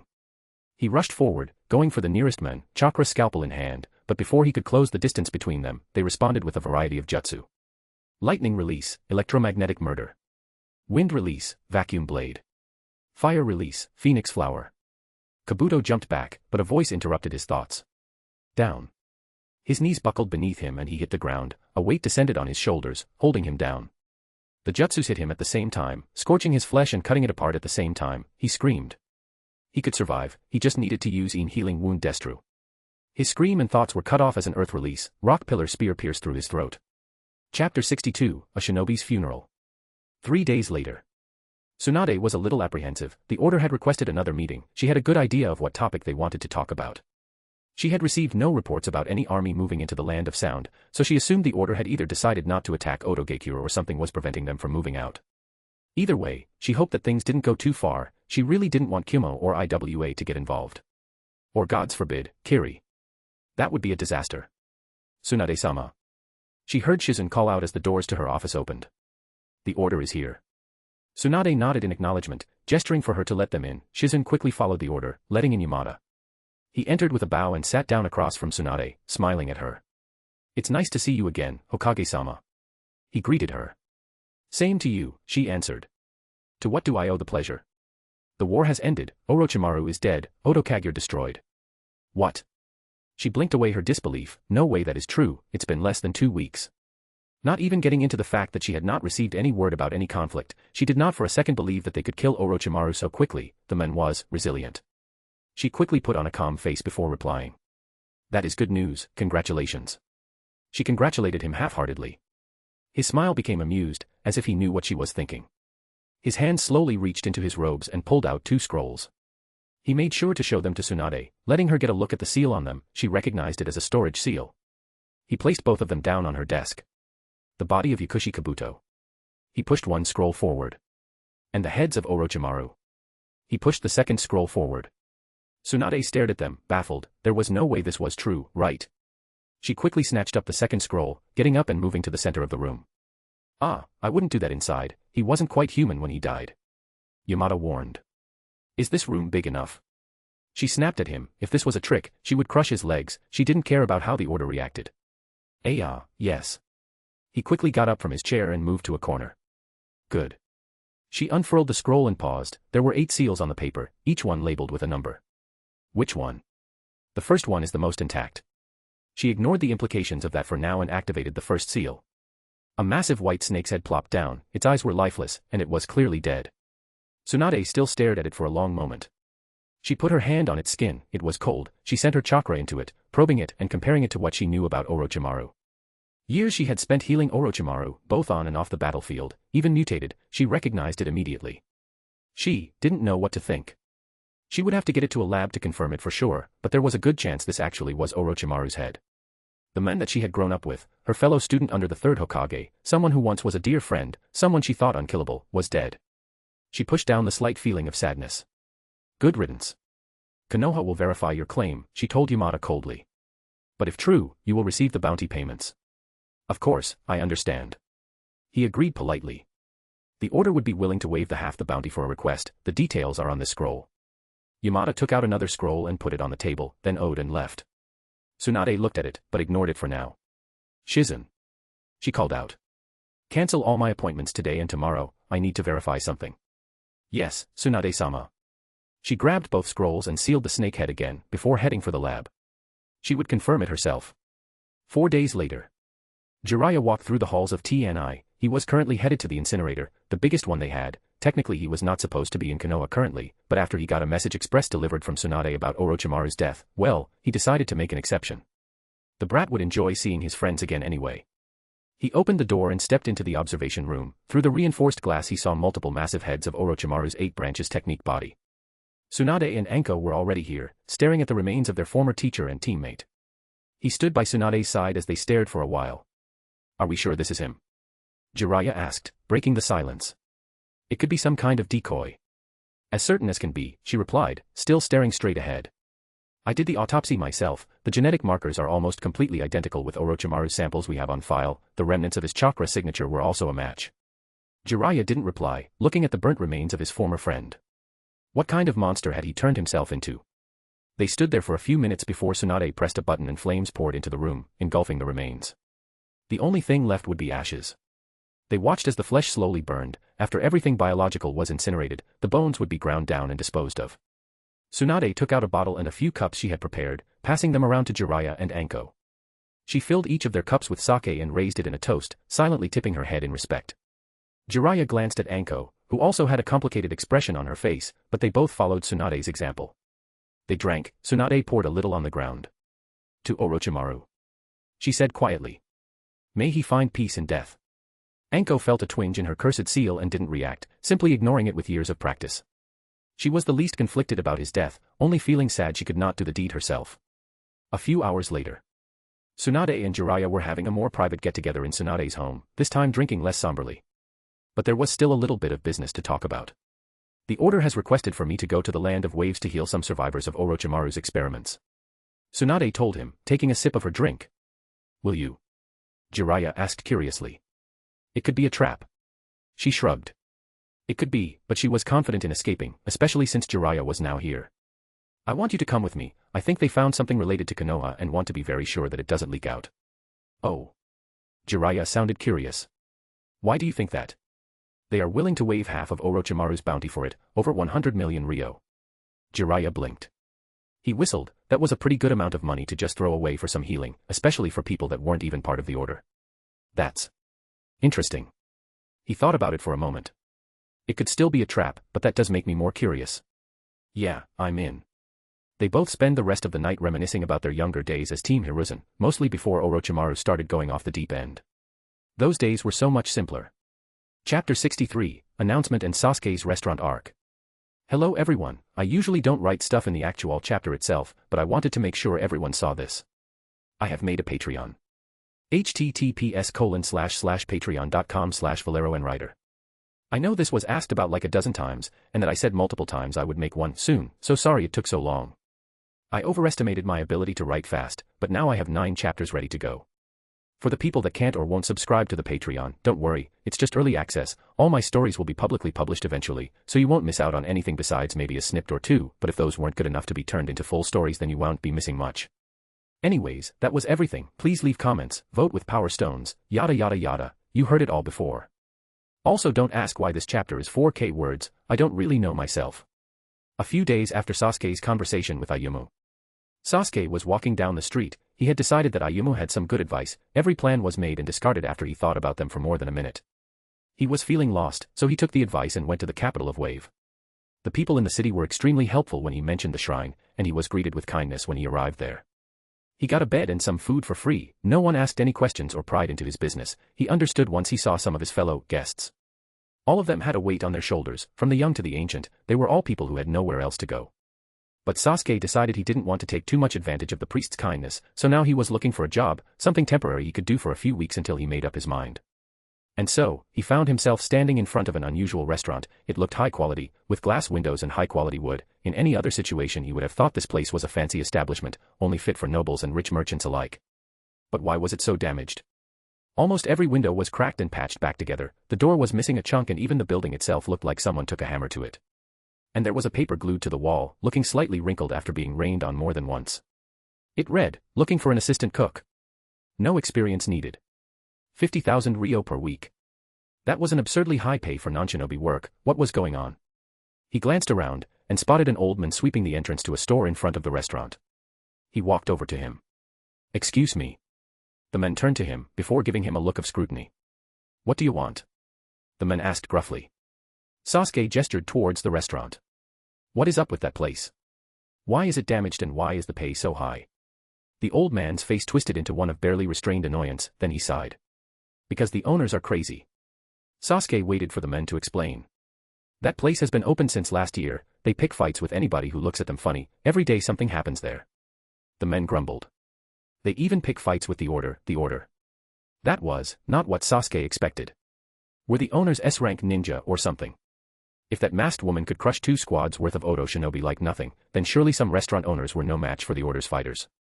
I don't believe you. He told the old man honestly. The old man sighed, before waving his hand in dismissal. I guess it's a bit more complicated than that, just know that I wouldn't work there if I were you. Sasuke still didn't understand why the quality of the building or the pay was so high if the owners were troublemakers. If they cause so much trouble, why do they have enough money to offer such high pay?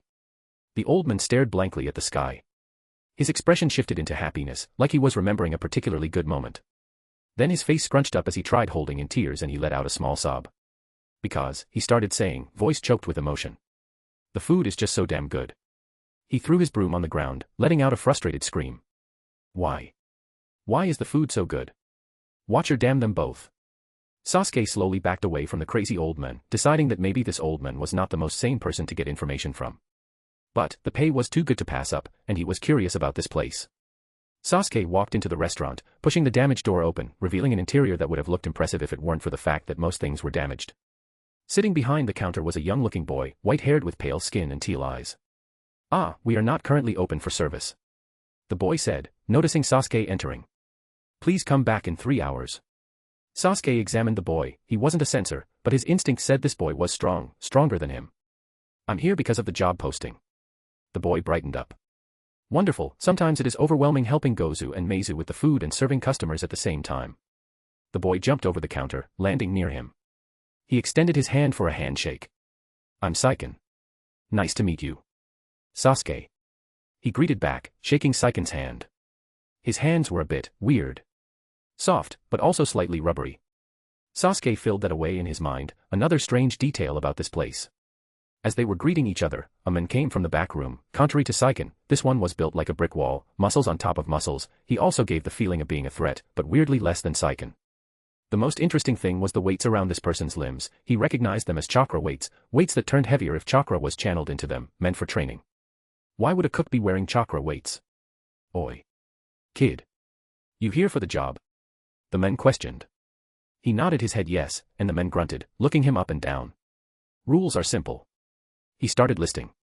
Do the boring parts of cooking that me or my brother don't feel like doing, don't ruin the food, listen to us.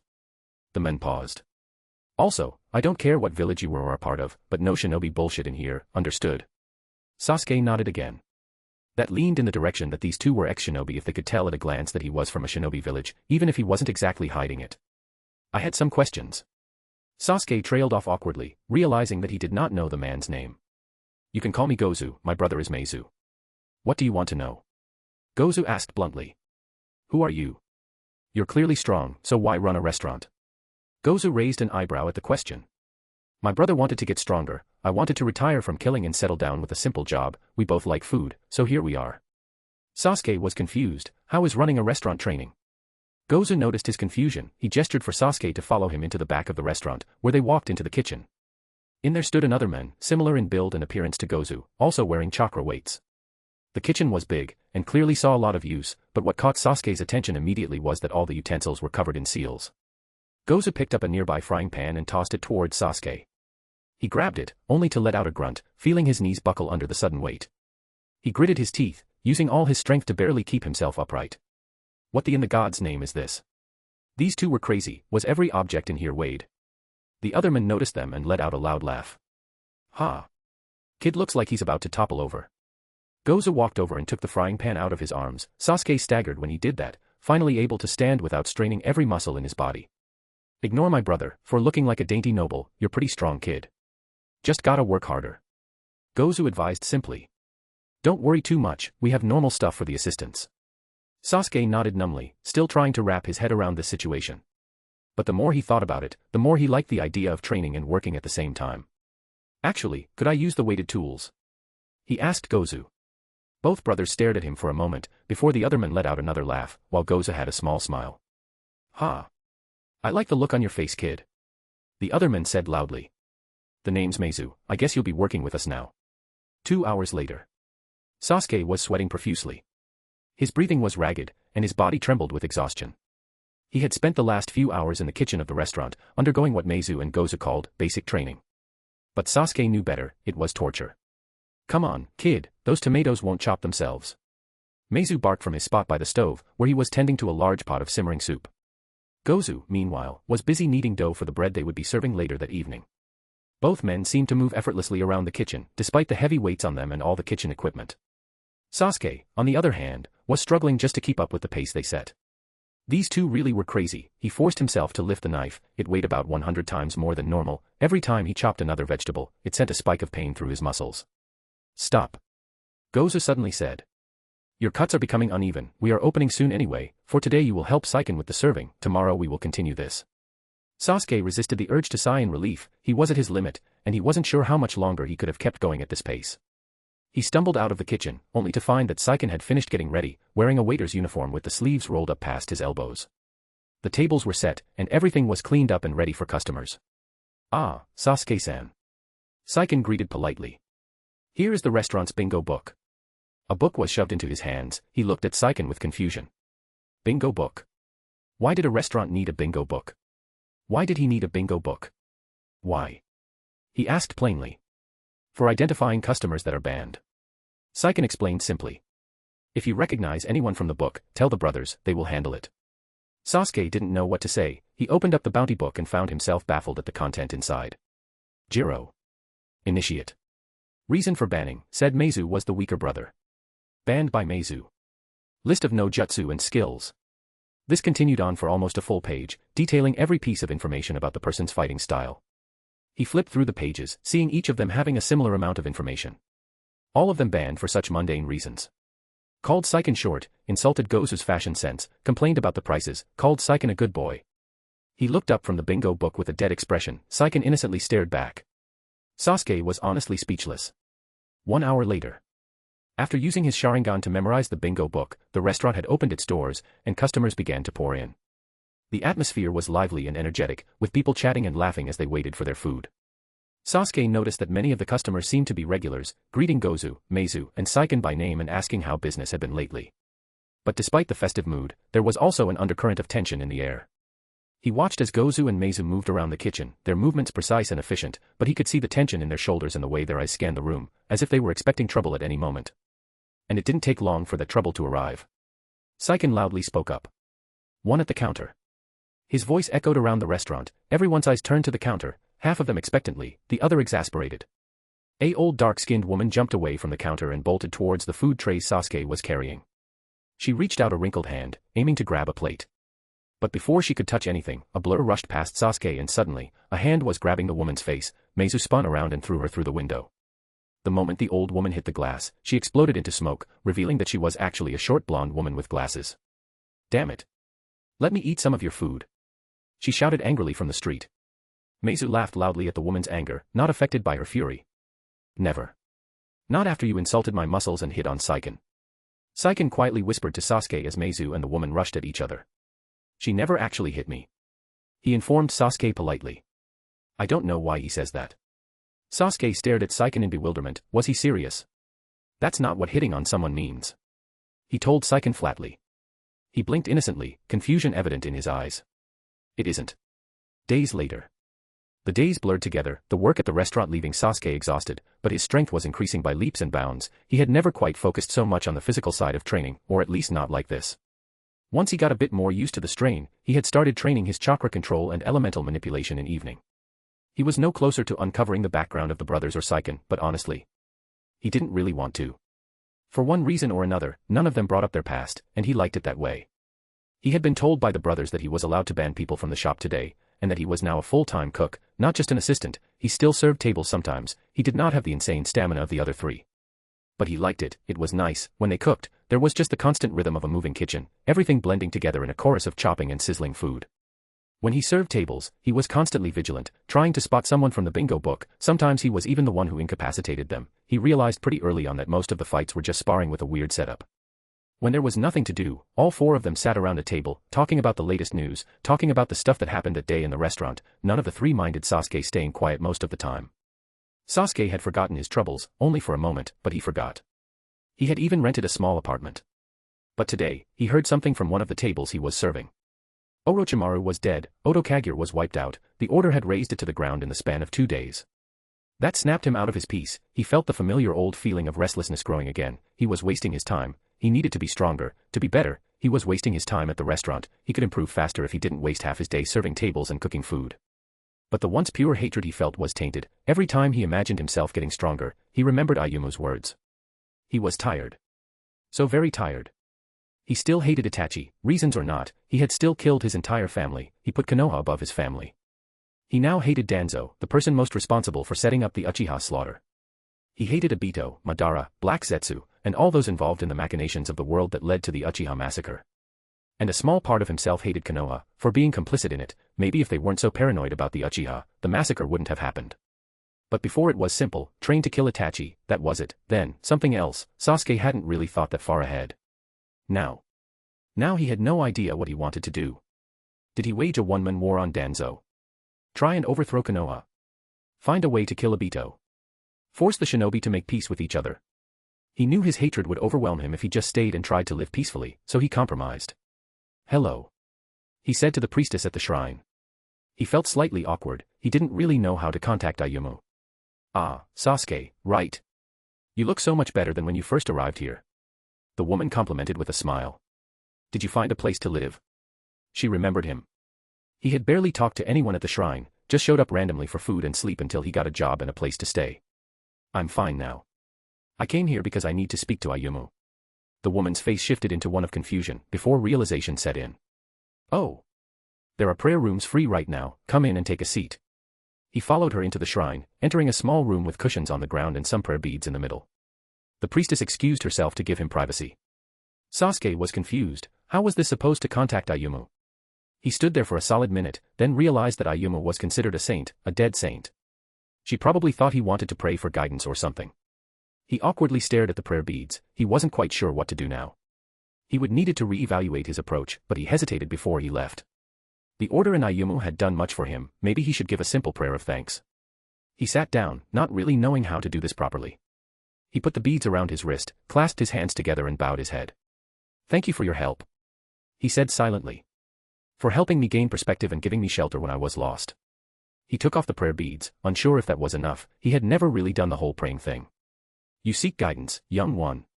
He jumped out of his skin, spinning around, hand reaching for a sword he wasn't carrying. The familiar figure of Ayumu was standing behind him, facing away, hands clasped behind his back.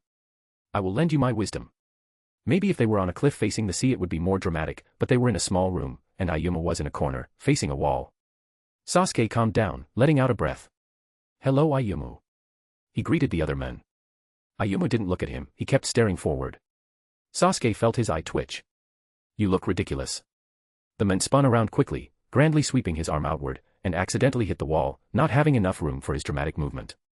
There was an awkward silence as Ayumu stared at his hand, still stuck against the wall. "Damn it," Ayumu said quietly. "Why is this room so small?"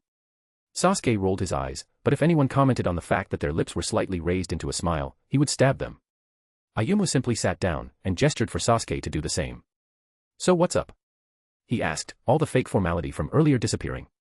Sasuke wanted to ask many questions, like how long had Ayumu been watching him, did praying to the Watcher actually work? How did Ayumu enter the room without Sasuke noticing? But he knew that he would probably get very unhelpful answers. He had only met this man twice before this and Sasuke was sure he delighted in frustrating people. "You said that the cursed seal contained a fragment of Orochimaru's soul," Sasuke stated instead. Ayumu nodded his head. "That's right." He put his hand over where the seal was placed on his neck. It pulsed slightly, it always did, he had just learned to ignore it. "Does the soul fragment have a consciousness? Can it think?" The man stared at him, cocking his head slightly in thought. "Well, first it's no longer a fragment. After Orochimaru died, his whole soul went into your seal." That was disturbing. Orochimaru's entire soul was inside his body. But it didn't change his plan much. And second, yes. It is conscious, Ayumu revealed casually. But as I said, you have the whole package now, which means that the smaller, dumber Orochimaru has been swallowed by the bigger, more cunning and intelligent Orochimaru. Sasuke felt his eye twitch again. Could Ayumu not describe it like Orochimarus were a species of wild animal? He moved on, deciding not to reward Ayumu for his antics with a response. Would that interfere with your offer of removing the seal? He questioned instead. Ayumu shook his head in denial. Nope, Orochimaru might be a legendary shinobi, but the Watcher is a god. That was a relief, so if he really wanted to, he could be free from Orochimaru in an instant. That was actually comforting to know that there was a way out if he ever wanted it. But Sasuke did want something else. Would it be possible to let Orochimaru talk without giving him control over my body? Ayumu blinked, staring at Sasuke for a moment. A vicious smile spread across Ayumu's face, his eyes dancing with amusement. His mouth opened. Sasuke. He drawled out slowly. That sounds like an absolutely wonderful idea. Sasuke rolled his eyes. He should have expected this. What do you need me to do? He asked instead. The man hummed, closing his eyes for a second before opening them again. I have a request. Ayumu stated simply. If I do this for you. There was little Ayumu could ask for that Sasuke wouldn't do, so he nodded his head yes without hesitating. Anything. He said confidently. Ayumu gave him a serious look. Be a kind person. Ayumu started saying. You should be well aware of the pain that comes from loneliness, hate, and anger. So please, leave this world a better place than when you found it. There are already so many people in this world that will seek to cause misery, do not become one of them. Sasuke stared at the men. Behind the light-hearted demeanor and slight insanity, Ayumu actually cared about people. Sasuke could see why he was considered a saint. I agree. Ayumu gave a soft smile, nodding his head in acceptance. Now then, you need to meet God. What the hell did the world around disappeared and shifted into a dark void, filled with millions of stars scattered throughout. There was no ground beneath his feet, and gravity ceased to exist in this strange place. And floating above him was a god. It was a thing of impossible size, towering over Sasuke like a colossal mountain. Its form was stars and darkness. Sasuke's body moved on his own, his arm exposing the seal beneath his shirt. A single hand moved, a single finger hovered over Sasuke. He could not move even if he wanted to, the presence before him was too great. A drop of starlight and void fell from the Watcher's finger, it landed on Orochimaru's seal. There was no pain or sensation. And then Sasuke found himself back in the prayer room, Ayumu gone. The only new addition was a note on the table. It read. Just channel chakra into the seal. If you do it normally you will transform. If you do it while thinking about talking to Orochimaru, he will appear. What the fuck? He whispered under his breath. Later that night. Sasuke was standing alone in the middle of his apartment, facing nothing but empty space. He let out a deep exhale, steeling himself for what was to come. He channeled chakra into his cursed seal, all the while making sure he didn't think about transforming, instead trying to focus on speaking to Orochimaru. Like magic, Orochimaru appeared in front of him, standing there. But almost on his face was an expression Sasuke had never seen on Orochimaru before. He was used to the hungry looks, to the sly smirk. But this man just looked sad. I suppose this is my fate. The man said quietly, looking up at the ceiling. All my years of research, only for me to be trapped within a prison I created. Sasuke didn't know what to say in response. This was not how he expected it to go. I suppose you wouldn't be willing to hand over your body, Sasuke-kun? Orochimaru asked lightly. Was Orochimaru making a joke? This day was the weirdest he had ever had. He shook off the thoughts, focusing back onto Orochimaru. Teach me all you know, no more of the games where you feed me scraps to maintain control. Sasuke said, eyes hardening. Orochimaru raised an eyebrow. That would quite literally take years. Sasuke's expression did not change. If you do so, once I've learned everything you can teach me, I will find a new body for you. Orochimaru laughed loudly, not the creepy chuckle he did so often, but a true laugh. Sure. Why not? He said easily. Not like I have anything else to lose. And you aren't allowed to take revenge on the order for killing you. The snake Sannin rolled his eyes. Yes, yes. He drawled out slowly. Anything else? Sasuke thought about it, but in the end shook his head no. Not yet, we'll see how long this lasts. Orochimaru smiled again. Yes. We shall see indeed. Chapter 64, The Return of the Meddler. In the land of grass.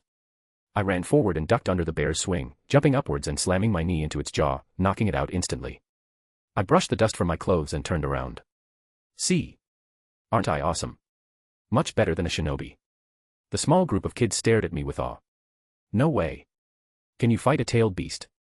One of them asked. A grin stretched across my face. Hell yeah, I can. I found these kids in one of the outposts, guess they were material for one of the many human experiments Otogekyou did. Thankfully, I arrived early enough that none of them suffered any more than some cuts and bruises from when they were first kidnapped. I didn't ask how they got kidnapped, I had a pretty good idea. They used to be part of a small village, the village was now ashes. I could see that most of them were barely holding it together after their ordeal, so I decided to distract them by showing off and boasting until they relaxed. Alright, everyone, gather up. I ordered cheerfully. I'm sending you somewhere where you can become as strong as me. Most of the kids cheered, but some of them were less enthused. Will mommy be there? A kid with a dirty green jacket asked quietly. The question killed the mood hard. Damn, I was trying to avoid something like that. But I guess this was needed. No, she is having her own adventures right now. I explained softly. You'll see her again someday, but for now, I need you to stay strong. The kids quieted down even more. Fuck. Listen. My tone went a little more cheerful again. Just hold on a bit longer, okay? Things will look up soon. They nodded reluctantly. Then let's go on our own adventure. I announced cheerfully. Who wants to see a giant tower? The mood lifted slightly, and I grinned. That was better. A few hours later. I watched as Naruto talked to the children. The orphanage was a far cry from the simple one they had when I arrived in Wave. It was bigger now, every kid got their own room if they wanted, food was abundant, and they had teachers come around 4 days per week to teach them to read and count. The order was probably going to investigate this whole thing. A bit more than a dozen children showing up from the land of grass would raise some questions, but I trusted them to not bother the kids too much. This whole thing has firmly shown me that my decision to destroy Otogekyou was completely right. But enough about my indecision. I used some of my divine power to teleport back to grass country, specifically the base I had found. Later. I ran forward and ducked under the shinobi's swing, jumping upwards and slamming my knee into his jaw, knocking him out instantly. A hail of arrows came raining down on me from behind, forcing me to slap my hands against the ground and raise an earth-style wall to block them, taking cover behind it. This was pretty easy. I expected Osamu to be strong, but at this point I had already killed like 13 shinobi from the biggest base in Kusagakyou. They were weak to be honest, 1 jonin, a handful of chunin, and the rest being genin or worse. But I think that was all of them. The base was pretty small compared to the cardinal hideout or the main base. And since I already killed the stronger ones, I shouldn't expect them to show me anything good. Otogekyou shinobi were a mixed bag. Sometimes they pulled out some weird ability that impressed me, other times it was just, look at how much I can harden my skin. I gathered chakra in my lungs, my latest attempt at recreating bloodlines with pure chakra manipulation. Snake. Tiger. Ram. Ox. 1 lung was full of wind nature chakra, the other fire. Combination release, hellfire breakthrough. A stream of bright blue flames burst out of my mouth, wide and fast enough that the remaining fighters had no time to dodge, incinerating them instantly. It also set fire to the base itself, but honestly, I was fine with it burning down. I stopped my jutsu and got up, stretching for a moment. That was pretty good. It was basically fire release but better in every way. If I hadn't burned my lungs and throat far too many times when practicing it, I would have added it to the Order's jutsu archive. But as of right now, if someone didn't have some sort of regeneration or access to very good healing, then they would just choke on their own burned flesh after trying to use it. Speaking of which, I examined my body, seeing how much damage it did this time, and I was pleasantly surprised that while the inside of my mouth felt uncomfortably hot and itchy, there wasn't any damage besides that. Almost good enough to use constantly, that's pretty good. A crystal formed around my feet. I raised an eyebrow as it expanded, engulfing my lower body. Crystal release, Jade Crystal Prison. So, she finally shows up. I knew she was in the land of grass, but since I was going to destroy every base I found, I didn't bother wasting DP to find her exact location. Guren walked out from one of the base's buildings. She looked frustrated and depressed, dark bags around her eyes. You must be the one called Osamu. She said coldly, glaring at me. You will pay for your interference. Orochimaru is dead. I told her plainly. She paused, her face morphed through a variety of emotions, disbelief, denial, anger, before returning to cold fury. Liar. I examined her closely. She was the strongest Otogekyou shinobi left alive. Once she was dealt with, all that would remain are stragglers and remnants and maybe an odd scientist here and there, nothing even close to an actual organization. But looking at her, I felt pity. What a sad person, tying their entire identity to a single man like Orochimaru. That was just depressing. I guess, like always, I'd give her one chance. He was killed a bit more than a week ago, alongside about 1,000 others in Kabuto. I clarified for her. I'm sure you noticed the lack of communication from the main base by now, no? Her hand twitched, and I felt the crystal start spreading further. You could leave, or join another village, there's still a choice to be made here. I continued, staring into her eyes. You can try to build something instead of trying to stand on the corpse of Orochimaru's dead ambitions. She snarled at me. Enough. She clenched her fist and the crystal prison around me grew further upwards, completely engulfing me. I hummed as I felt the chakra try and flow into my skin. What an interesting ability. If someone didn't know how to stop it, they would be dead in seconds. Sadly for her, I knew that to counter it, you just had to form a layer of my own chakra to prevent hers from crystallizing my body. Crystal release, giant hexagonal shuriken. A giant hexagon made out of crystal manifested on top of her hand. What an appropriate technique name, incredibly creative.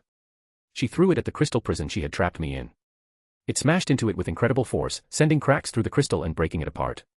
But instead of me disintegrating like I should have from her crystal prison jutsu, I stood there unharmed, only wearing a bored expression. You. She looked surprised for a moment before quickly forming more seals. Crystal release, shuriken wild dance.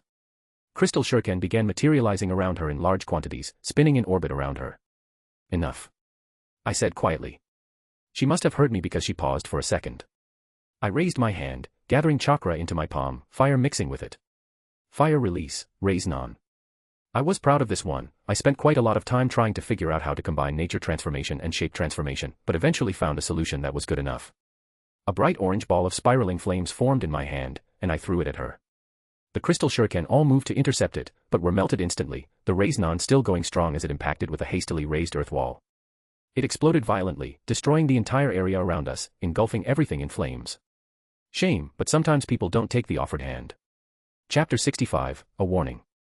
1 week later. Tsunade walked through the halls of the Order of the Watcher's main building in wave. Next to her, Jiraiya followed along silently, not making any trouble for once. They were escorted by a pair of ANBU. They had insisted on coming along for her protection, despite how pointless they would be if an attack happened. Still, she had already visited the hospital, run by a man named Kazuo. He was a skilled doctor, almost certainly equal to the level of Konoha's Jonin medics, and the hospital itself was also very impressive, rivaling Konoha's own hospitals. He showed her over 80 people that suffered from varying levels of experimentation. Both her and Jiraiya got to work. Seals being responsible was not uncommon since Orochimaru loved his seal experiments. They healed them to the best of their ability, which sadly wasn't enough for most of them. Many would never fully recover. But it was the best they could do, and now they were going to the main event, a personal meeting with the head priestess of the order. They reached the door to her office and their escort stopped. Tsunade turned towards them. "We'll be fine." The ANBU didn't look happy but relented, stepping aside and letting Tsunade and Jiraiya into the office. Inside sat Haruka, who rose to meet them. "Welcome, Hokage-sama and Jiraiya-sama." She greeted with a small bow. "It's good to finally meet you in person." "Likewise." Tsunade replied. The two of them sat down in front of Haruka. "I would like to thank you for your help in healing the poor souls that we rescued from Orochimaru's clutches." Haruka started with. "Our own doctors are skilled but sometimes they just weren't enough." Tsunade waved her off. "It was no problem. Konoha is technically being paid for this, so consider it as an exchange of services. No need to thank us." She dismissed politely. She wanted to get to the part that was making her curious. "But why exactly did you want me to come here? I doubt you did it just for the healing." Haruka chuckled. As sharp as expected, she agreed. "Yes, that was not the only reason I wanted you here. There were discoveries made by our people that require your attention." Her smile faded away, and her expression turned serious. "What do you know about Root and its leader, Danzo Shimura?" Tsunade got a bad feeling in her bones. She knew of Danzo, her sensei's rival and former teammate. He had mostly disappeared since his organization had been disbanded for reasons she did not know. "What about him?" she asked cautiously. "Well." Haruka reached into her desk and pulled out a folder. "We managed to recover quite a few interesting things from Otoge-cure. Among them was this. It seems Orochimaru had dealings with Danzo, quite a few of them." Tsunade grabbed the folder, Jiraiya reading over her shoulder. Both of their expressions turned serious. Seems like Konoha had a traitor, and he needed to be dealt with. Suigetsu was bored. He didn't really have much to do, besides sitting in his cell, reading one of the many books that the order provided him with. They weren't exactly entertaining to him, but they passed the time. He had to give it to the people here. They were surprisingly nice considering he attacked them and was going to kill them. It took days for him to heal fully from being electrocuted, and burned, and crushed. He had woken up in this cell. A few times per day some guards came in to check up on him, make sure he ate, drank, stuff like that. It was honestly kind of surreal compared to his previous captivity, but he wasn't going to complain. Although no matter how nice the accommodations were, he was getting tired of just sitting in his cell. He had restrained himself as thanks to these masked fuckers healing him up, but now he wanted out. He didn't really know how to start though. He would bet that the guards were not pushovers, and if they had a single person as strong as the cloaked fucker then his escape would be a bust. His thought process was interrupted by someone approaching his cell, and for once, without a tray of food. He stood up from his cot, curious as to what was happening. The figure opened the door and stepped inside. "Hello." She greeted politely. My name is Hikari, you are Suigetsu Hozuki, correct? Yeah. He answered bluntly, examining her closely. His instincts warned him that this person was dangerous, but at the same time, she felt weak. Like barely better than a civilian. Great. She smiled at him and approached even closer. Sorry for just leaving you here, but the other prisoners took priority for processing. Suigetsu frowned. That was a bit insulting. Was he really so low on the list of priorities? You are being held for the interference in our operations. You also attempted to kill 2 members of the order, although they have both opted to dismiss charges. She explained. The midget and the 8-armed fucker. Suigetsu thought with slight irritation. He didn't want to owe anything to them. But, well, beggars can't be choosers. What does that mean? He asked suspiciously. Am I getting let out? Hikari hummed as she considered. 1 year of community service. Suigetsu blinked. What? You will work for the order, under supervision, for a year, completing whatever jobs are given to you, and after that year has passed you are free to go. Hikari clarified. There is still the matter of you interfering with our operation, which normally would result in at least a couple of years of imprisonment. He was tempted to just break out of this cell, a year of doing chores. Sounded fucking awful. He glanced at the door. I wouldn't recommend it. Hikari advised him casually. Suigetsu's hand jerked upwards, outside his control. He quickly tried to force it down but it wouldn't budge. He tried to speak, but he found that he couldn't open his mouth. He tried using his hydrification jutsu, but his chakra wouldn't obey. His fingers slowly dug into his eye socket, not deep enough for it to actually feel pain, just discomfort, but he knew that if they went further it would really start to hurt. I advocated for a much harsher sentence, but luckily for you, others changed my mind, but do not mistake their mercy as your shield. If you become a threat, you will die. Her voice was cold. Suigetsu couldn't help but shiver slightly. Now, I have, very generously, taken time out of my day to help process all the prisoners. Are you going to accept my very kind offer? Suigetsu collapsed into his cot. His body was finally back under his control. He shakily sat up and stared at Hikari. She was smiling at him calmly. Why yeah. Her smile widened. Perfect. She got up, and cheerfully walked away, only stopping to give him one last piece of information. You will be escorted tomorrow. We have some new clothes prepared for you. Welcome to the Order of the Watcher, Suigetsu-san. Chapter 66, A Checkup on Everyone. Karen followed after her handler. She had gotten a choice of 1 year of community service or imprisonment. Obviously, she took the first option. After hearing that Otogakure and Orochimaru were now gone, it's not like she had much else to go back to.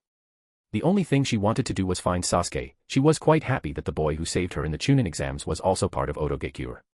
She barely met him there. He was almost always training, but what few times they did meet, she found his chakra to be so alluring.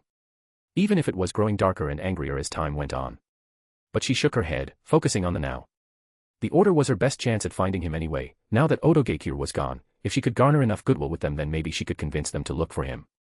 But until then, she would work, making sure she didn't waste this opportunity. Her handler reached their destination, a room labeled Emergency Surgery 3. He pushed open the door without hesitation, Karen following behind him. Inside was a man laying down on an operation table. Next to him stood a few nurses. Report. One of the nurses turned to him and gave a short bow. He's still unconscious. We performed what immediate measures we can, but he will require surgery soon. She informed him. It seems that he has bone fragments in his lungs and stomach. All right, Karen, give me my scalpels. He ordered, holding out his hand. Karen dutifully reached into the pack she was carrying, pulling out 2 sealed packs of medical equipment. She handed them both to him. He opened both of them and began setting up. Karen stood a bit further away, watching closely as he took his scalpel and cut into the man's skin. This was her job for the foreseeable future. When they had said she was going to be working at the hospitals, she had thought it would be just like Kusagakure, being forced to heal people over and over again.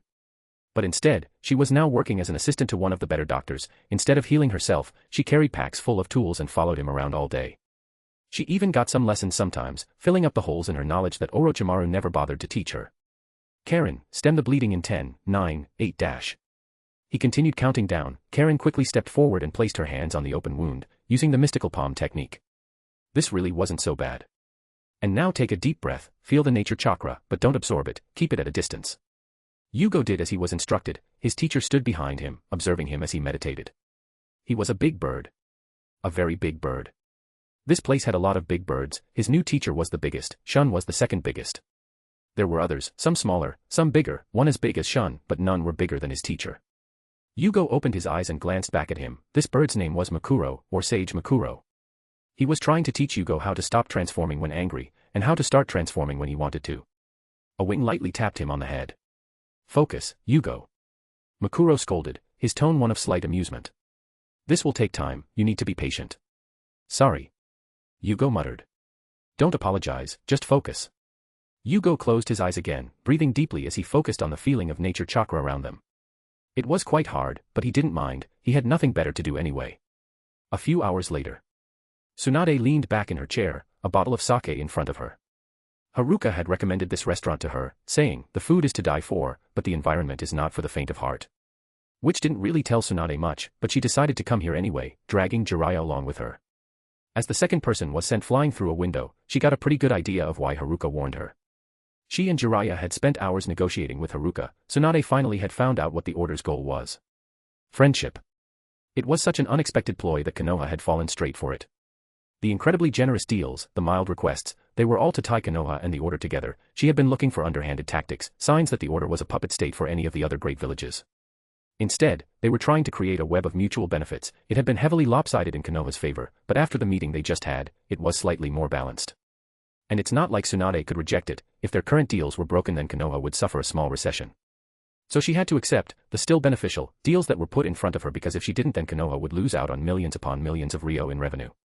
And the detailed information the order had recovered from Otogekure, turns out the first folder just included a part of what they had. In Haruka's words, we can't just share sensitive intel with people who are not our allies. Fucking bitch. Most back in Konoha would praise her for signing such beneficial agreements, most also supporting the alliance, since it wasn't often that a new power rose in the elemental nations. But since she had been basically forced into it, it left her feeling a bit bitter, which was a very weird feeling. Here you go, 1 plate of grilled steak and a bowl of tomato soup. Their waiter. Tsunade exchanged glances with Jiraiya. They both looked back at their waiter, who placed their dishes down in front of them. Why was Sasuke Uchiha their waiter? Anything else I can help you with? He asked politely. Did he not recognize them? Or did he simply not care? Both of them were staring a bit too long, and Sasuke raised an eyebrow. No, Tsunade replied upon noticing the awkward silence. That will be all. Sasuke nodded, bowed slightly, and walked away. Tsunade looked back at her drink, and decided that drinking it right now was a very good idea. Jiraiya snatched it from her hands before she could. We can't drink all of our problems away, Tsunade. Jiraiya said firmly, picking up his chopsticks and digging into his food, willfully ignoring the mess that was about to happen. Besides, this looks great. Easy for you to say. Tsunade snapped. You're just going to go gallivanting around again after we finish here. Jiraiya laughed a bit awkwardly, guess he couldn't just ignore this. Look, I'll handle this, you can just focus on the stuff in Konoha, alright? He offered placatingly. Besides, Naruto would kill me if I didn't try to bring his best friend back. Tsunade sighed but relented. Once she got back to Konoha, she was totally taking a break, fuck Hokage duties for a day or two, she had more than earned it. Chapter 67, Jiraiya fucks around. Sasuke took off his shirt and threw it in the laundry basket, stretching slightly. He went to his training room and sat down. It wasn't really much of a training room, but since he got his fill of physical training with the restaurant, it was mostly used for chakra control exercises. He put his hands close together, slowly gathering lightning nature chakra between them, shaping it into a string. The goal of this exercise was simple, tie a knot with the lightning without it merging with itself or breaking. He summoned Orochimaru, the man overlooking his training and offering corrections when necessary. But it being simple does mean it was easy. Lightning nature chakra liked following the path of least resistance, which meant having it touch itself without it all trying to flow into a single path was hard. Very hard. The first time he tried to do it, he couldn't even make a loop, much less a knot. But now he could manage 2 knots and almost complete a third one before his control slipped too far. Behind you, Sasuke-kun, a pervert followed you home. Orochimaru said, tone amused. Yet, it seems that training won't be happening today. What do you want? Sasuke asked the room at large. I'm busy. The wall behind him rippled slightly, revealing Jiraiya. Ah. Pretty good senses. The old pervert praised with amusement. Seems like you haven't been slacking off after leaving us, eh? Sasuke scoffed, finally looking at him. Jiraiya of the Sannin, why did you follow me home? He asked coldly. Come to drag me back to Konoha. Sasuke had recognized both of the guests that came in today. He didn't particularly care that they were here. If they wanted to speak with him, they would come to him directly, and it seemed like his guess was right. And considering that he heard that Konoha was allying with the order, the chances of them causing trouble was low. Are you willing to go? Jiraiya asked, sounding a little hopeful. Sasuke's eyes flashed red, his Sharingan activating. His expression was harsh. Jiraiya raised his hands in a placating gesture. Come on kid, what's so bad about it? He asked calmly. Orochimaru is gone. Even if you only want strength, there are plenty of powerful shinobi in Konoha to teach you. He didn't expect much. He knew the Uchiha had some problems, and even if he didn't know why Sasuke was working at a random restaurant, there was a chance he would listen. But instead, Sasuke's glare morphed into something that seemed like pure hatred for a split second before returning to just harsh. "No," he said firmly. Jiraiya sighed internally. He really didn't want to make this a fight, but at this point, it might be his only option. Jiraiya prepared a body flicker, ready to knock him out with a sneak attack, but paused as an arm wrapped around his shoulder. "Hey Sasuke, how you doing?" A casual greeting came from beside him. Jiraiya slowly turned his head, looking at a burned face. Golden eyes stared back at him with amusement. "I'm doing fine, Ayumu," Sasuke replied dryly. "I assume you're here to see him out." Yup, he answered cheerfully. "Can't have random people running around harassing the fine citizens of Wave." Jiraiya felt the hairs on the back of his neck rise up. He tried to pull away, but found himself stuck in place. "Ah, I didn't know I was considered a citizen of this fine country," Sasuke commented, sarcasm clear in his voice. "You live here, work here, and hold no loyalties to any other land, so yes. You are a citizen of Wave." Ayumu chirped in answer. "Now, don't mind me, just continue whatever you were doing, this creepy old man will be gone soon enough." Orochimaru let out an amused huff. Sasuke would never have thought that dying and being relegated to an occasional spectator and teacher would improve someone's disposition this much, but Orochimaru was a much more pleasant person ever since he died. He still didn't trust him, and the occasional disturbing comments didn't help, but it was an improvement. He actually acted like a person. But Sasuke simply rolled his eyes at Ayumu's words, but didn't comment, turning around and returning to his exercises. "Now then," Ayumu said. A drop of dark liquid fell onto Jiraiya's shoulder, and then two more, before finally it turned into a constant flow of darkness, obscuring his vision. When he could see again, they stood on a hill overlooking the city, the full moon hanging overhead. The men released him. Jiraiya quickly jumped away, adopting a combat stance. "Hello there Jiraiya, pleasure to meet you," Ayumu greeted, seemingly completely at ease. Jiraiya remembered a burned man called Ayumu from the reports of what happened in Wave during Gato's fall. His sensei had been very disturbed to realize that someone outside of Konoha almost certainly knew of Naruto's heritage, but Jiraiya had, at the time, been distracted by the invasion and couldn't look into it. Now it seems like he was meeting that same person. The description matched at least, the name was also the same, and Sasuke clearly recognized him. "You are the one who told Naruto about." He trailed off, leaving the rest unsaid. Ayumu smiled brightly. "About Konoha's most talented seal masters, Minato Namikaze and Kushina Uzumaki." "Yeah," he confirmed. It was such a tragedy that someone from the Uzumaki clan didn't know about them. Jiraiya could smell the bullshit coming off of him from a mile away. This man wasn't even trying to sound honest. Why? He simply asked. He could get to the whole Sasuke stuff later. His godson's safety took priority, and if this man had plans for him, well. Because I was annoyed at Kakashi, and I thought it would be funny if he had to deal with it. Ayumu sounded honest. There was nothing indicating that he was lying, but Jiraiya didn't believe him for a second. "I don't believe you," he declared coldly. "Tell me the truth." The burned man tilted his head slightly before he started chuckling, but it quickly died down. "Wow, that hurts me deep in my soul. I am a very honest person." The amusement left his voice. "But we aren't here to talk about my motivations, we are here to talk about something else." The pair of gold-ringed eyes bore into Jiraiya's own dark ones. "This whole allying with Konoha is Haruka's brainchild, you know," Ayumu pointed out casually. "She wants peace, cooperation, all that good stuff. She does seem to have a thing for diplomacy." Jiraiya allowed cautiously. What was he getting at? Ayumu's expression was still relaxed, but he didn't blink once as he continued speaking. "Don't get me wrong, she isn't naive or foolish, she has seen plenty of suffering and evil, and understands quite well that the world isn't as pretty as some would like it to be." Ayumu continued. "But even so, she still seeks for a better future." "What do dash?" "Shush, I'm monologuing." Jiraiya closed his mouth again, deciding that he might as well listen to what the men had to say. It was surprising how much information he had uncovered over his life by people just ranting. "But then I see people like you," she extended her hand in friendship, basically having to trick you into accepting it, and the moment it's slightly inconvenient to talk things out, you go straight for the aggressive option. Ayumu's tone turned from its casual one to something far sharper. "It's kinda irritating. How do you think she would have felt if she woke up tomorrow to a report of two shinobi having a fight in the middle of a residential area? One of which being one of her guests and the other being someone who is trying to live peacefully." Jiraiya couldn't help but frown slightly. That would have been bad for relations, but he stood by his choice. It would have been better for both Sasuke and Konoha if he was brought back, even if some feelings were hurt. "What did you expect?" Jiraiya asked finally. "The Order is harboring a missing nin from Konoha." But he knew at this point he was just being argumentative. The Order was never informed of Sasuke or his defection. Why would they? Advertising to the world that there was an Uchiha running around that wasn't under the protection of a great village and wasn't called Itachi would just invite people to try and snatch him up. Ayumu simply stared at him, clearly not impressed. I expected for someone so obsessed with peace, that you would stop shoving it on other people and start practicing it yourself. He said bluntly. You despise the cycle of hatred but are unwilling to do anything about it beyond hoping that the next generation will somehow magically get rid of it.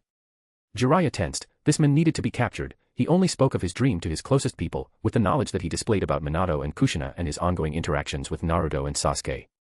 Well, that meant Ayumu had some way of getting information that he shouldn't have access to. He knew this was probably going to be a pain in the ass, but they were isolated. There was a good chance that he could capture this man if he figured out his ability. Please surrender peacefully. I promise on my honor as the Toad Sage that you will be unharmed. Jiraiya's tone was firm. He hated being the bad guy, but the safety of Naruto and Konoha came first. Chapter 68, Jiraiya finds out. I'm not really a fighter, so please handle any physical disagreements with my good friend. Ayumu bowed in fake respect. A puddle of black liquid formed beside him. It rose upwards, and then collapsed, revealing another man. He wore simple clothes, black hair tied back in a ponytail. He looked rather young, but Jiraiya was experienced enough to know that he was no pushover. Yo, Osamu. Ayumu greeted cheerfully. Please beat up this pervert for me. Jiraiya blinked. That was offensive to him. He wasn't a pervert, he was a super pervert. Also, less importantly, he didn't even mention who he was. Did this Osamu already know? Was Ayumu an idiot? Or simply just overconfident? The men turned to Ayumu and raised an arm. Ayumu responded by raising his own. They high-fived each other before Osamu turned back towards Jiraiya. My friend, I would love to. The men agreed cheerfully, a grin on his face. These two were clearly good friends, huh? He wondered what their relationship actually was. He had never heard of an Osamu in any capacity, while Ayumu was a mystery, but not unknown. You don't even know what's going on, Jiraiya commented dryly. You should at least ask. Osamu blinked, looking at Jiraiya like he had said something very stupid. Do you not know who I am? If my good friend asks me to beat someone up, I will beat that person up. Osamu asked, offended. He pointed at himself. After all, I am the future strongest man in the world. My fists are as hard as my abs.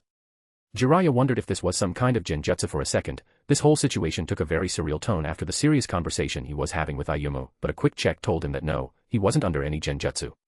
From the east to the west, north to south, all across the lands, people will call out my name. Below the heavens, there is none greater than me. My name is Osamu. Osamu. He did a front flip in the air before he landed into an exaggerated bow, one hand stretched out in front of him and the other behind his back. Jiraiya felt deeply offended by this display. He obviously was copying his amazing introduction. This could not stand. All right, you bastard, that's not how you introduce yourself. Jiraiya interrupted coldly. You have to do it like this. Jiraiya jumped onto one foot, raising an arm above his head and pointing at Osamu. People far and wide cry out for my name. Crying babies are soothed with my introduction. Criminals shudder when they hear my coming. The great Toad Sage is me, Jiraiya. The most dash. Talking isn't a free action. A swirling ball of fire came flying towards him. Jiraiya barely managed to dodge the attack, which crashed into the ground where he had just stood, exploding violently, sending him tumbling through the air. He managed to get himself under control, landing on his feet. He was going to kill this punk. A fist flew toward his face. He ducked under it, bringing up his own fist, slamming it into Osamu's stomach and forcing him backwards. Jiraiya followed with a fire release, dragon fire technique. A torrent of flames was released from his mouth, enveloping Osamu. As the flames abated, a dome of rock was revealed, covering the entire area around Osamu, blackened by the heat. Jiraiya charged forward, a big ball raised non-forming in his hand. He slammed it into the top of the dome, crushing it down. It was empty. Jiraiya jumped. He was more than familiar with this trick. It was common for Earth Release users to tunnel into the ground after forming walls or domes. And as predicted, Osamu popped out of the ground behind him, spinning in the air to kick at Jiraiya's head, but the Sannin was prepared. He slapped the leg, chakra gathering at his fingertips. Dark lines spread across Osamu's leg. Osamu cursed loudly, leaping away, clutching his now weighted limb. Sealing Jutsu, heavy step. It wouldn't last more than a few minutes when applied without an anchor, but that was more than enough time in a fight. Jiraiya raised his hands, weaving a few hand seals and pointed one hand at Osamu. Water gathered in his palm. Water release, water whip. He slashed. The whip-like stream of water followed, crashing into Osamu, cutting him in half. Red liquid splashed on the ground and surrounding area. Jiraiya blinked, but a split second later he realized that there was too much blood. He pulsed his chakra, realizing what happened. The genjutsu dispelled, revealing that it was a water clone. But a split second was all Osamu needed. A water dragon erupted from behind a nearby hill, charging forward towards Jiraiya, jaws opened wide. Osamu was riding on top of its head, a grin on his face. His hands flew through seals. Combination jutsu, Hellfire Hurricane. A bright blue inferno spewed out from his mouth, swirling around the water dragon in a hurricane of flames. Jiraiya grit his teeth and after a series of hand seals slammed his palms into the ground, forming a barrier of earth to protect himself. And then another, and another, raising a series of walls between him and the attack. It still wasn't enough to stop it completely, but it did its job, diverting the force around him. He gathered chakra in his palm, rays non-forming. He had an inkling of what Osamu was trying to do here. As expected, a kick flew towards his head from inside the stream of fire above him. Jiraiya dodged, and slammed the rays non upwards, directly into Osamu's stomach. The other man was blown away, flying out of sight, landing with a loud thud, sending up a plume of dust. Jiraiya watched as Osamu struggled to get back onto his feet, blood leaking from his mouth. This man was weird. His chakra capacity and jutsu were impressive. Layering that Hellfire Hurricane onto the water dragon required incredible amounts of control and pure chakra capacity. His physical abilities were also extremely high, only surpassed by actual taijutsu experts, but he was inexperienced. Too easily he was goaded into certain responses. His tactics weren't bad, but they were on the level of a new jonin, clever, but not tempered by countless battles where clever wasn't enough. Osamu staggered upright, breathing heavily, blood running down his chin, but he was smiling. That's pretty good, old man. He started, wiping the blood off of his mouth. You're definitely worthy of your reputation. How long have you been fighting, kid? Jiraiya asked curiously, watching him as he closed his eyes. Osamu hummed, and was interrupted by a cough, more blood splattering onto the ground, but none of that seemed to bother him. Like a year. But this was my first fight with someone who actually challenged me. He said honestly. Jiraiya saw the truth in his words. That was frightening, and also explained quite a lot. His natural talent with ninjutsu and taijutsu was clear. Any normal shinobi would be overwhelmed by sheer power. Technique didn't matter much when their opponent was this strong, it would simply get beaten down with raw strength. But now Osamu faced someone who could take that power head on, leaving his weakness exposed. Surrender. Jiraiya offered kindly. Your friend already left, and while you are good, you aren't good enough to beat me. Jiraiya had noticed Ayumu had disappeared at some point during the fight, likely using that black liquid teleportation ability he had used to kidnap Jiraiya and summon Osamu in the first place. Osamu's only response was to stretch out his arms, a grin on his face. Fuck no. He denied cheerfully. You know how hard it is for me to find people to actually test my abilities against. No way am I missing this chance. Jiraiya frowned. He understood Osamu's desire to test himself, but he wasn't playing around. If Ayumu was gone, then Osamu was his best lead on finding him, and there was no way he was letting him get away. If you don't surrender, I will not hold back, Jiraiya warned, trying one last time. Good. Osamu responded easily. That would be boring otherwise. Jiraiya sighed. It seemed like he really had to do this the hard way. Jiraiya was not lying. If he held back, then there was a chance Osamu could wound him, and even if Jiraiya was confident in winning, he was not confident in winning without risking Osamu's death. Non-lethal takedown were always a pain. Looks like it was time to go all out then, best to just crush him in a couple moves. He bit his thumb, blood dripping into his palm. Summoning Jutsu. Chapter 69, Crow Backstory. He was enveloped in smoke. When it cleared, two figures stood on his shoulders. Jiraiya. Fukasaku greeted calmly, studying Osamu closely. Another fight? You really should summon us more for other things, Jiraiya. Shima complained loudly. We miss you. Jiraiya laughed awkwardly at that, ignoring the judging look from his partners. Hey, now's not the time, this guy is annoying. He reminded them. Oh. The great toad sages. Osamu exclaimed with excitement, entirely ignoring how much danger he was in. Awesome. He bit his thumb. I can do that too, you know. Osamu informed them cheerfully. Let me show you. Osamu slammed his palm into the ground. Summoning Jutsu. A massive plume of smoke exploded outwards, engulfing Osamu, quickly filling up the entire battlefield. When it cleared, Osamu stood on the head of a massive crow, white-feathered and sharp-eyed. Shima and Fukasaku tensed. If it was just a normal summon then there wouldn't be much to worry about, but they clearly recognized this one. The crow looked around, slight confusion in his eyes as he examined the three figures on the hillside. Osamu tapped him on the side of the head. Ah, great one, do you require my assistance? The crow asked politely. Osamu frowned, and the two toads tensed even more. It's just Osamu, don't call me great one, it's awkward. He ordered bluntly. Oh, my apologies. The crow apologized immediately. I sometimes forget. Osamu sighed, muttering something under his breath. Jiraiya was feeling quite worried at this point, for more than one reason, but mostly because he had a very bad feeling about the summon that Osamu brought out. He was not expecting summons, which he now realized was something he really should have considered, since the order very openly worked with crows. He whispered quietly to Shima and Fukasaku. You know this summon, Pa? He asked hopefully. Fukasaku slowly nodded. We should run. That was not good. Run. Yes, run. Not good at all. The crow noticed their conversation and spoke up again.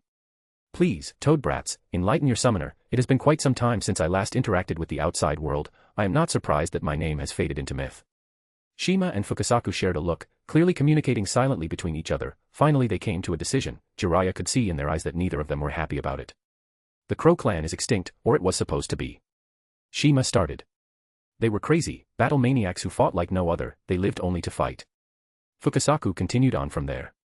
The constant fighting meant that they were always a second-rate clan. Their arrogance and bloodlust meant they wasted every opportunity by fighting more, and that meant all were their enemies. They fought with the toads, with the snakes, even with Lady Katsuyu. Any clan that even slightly bothered them became their target.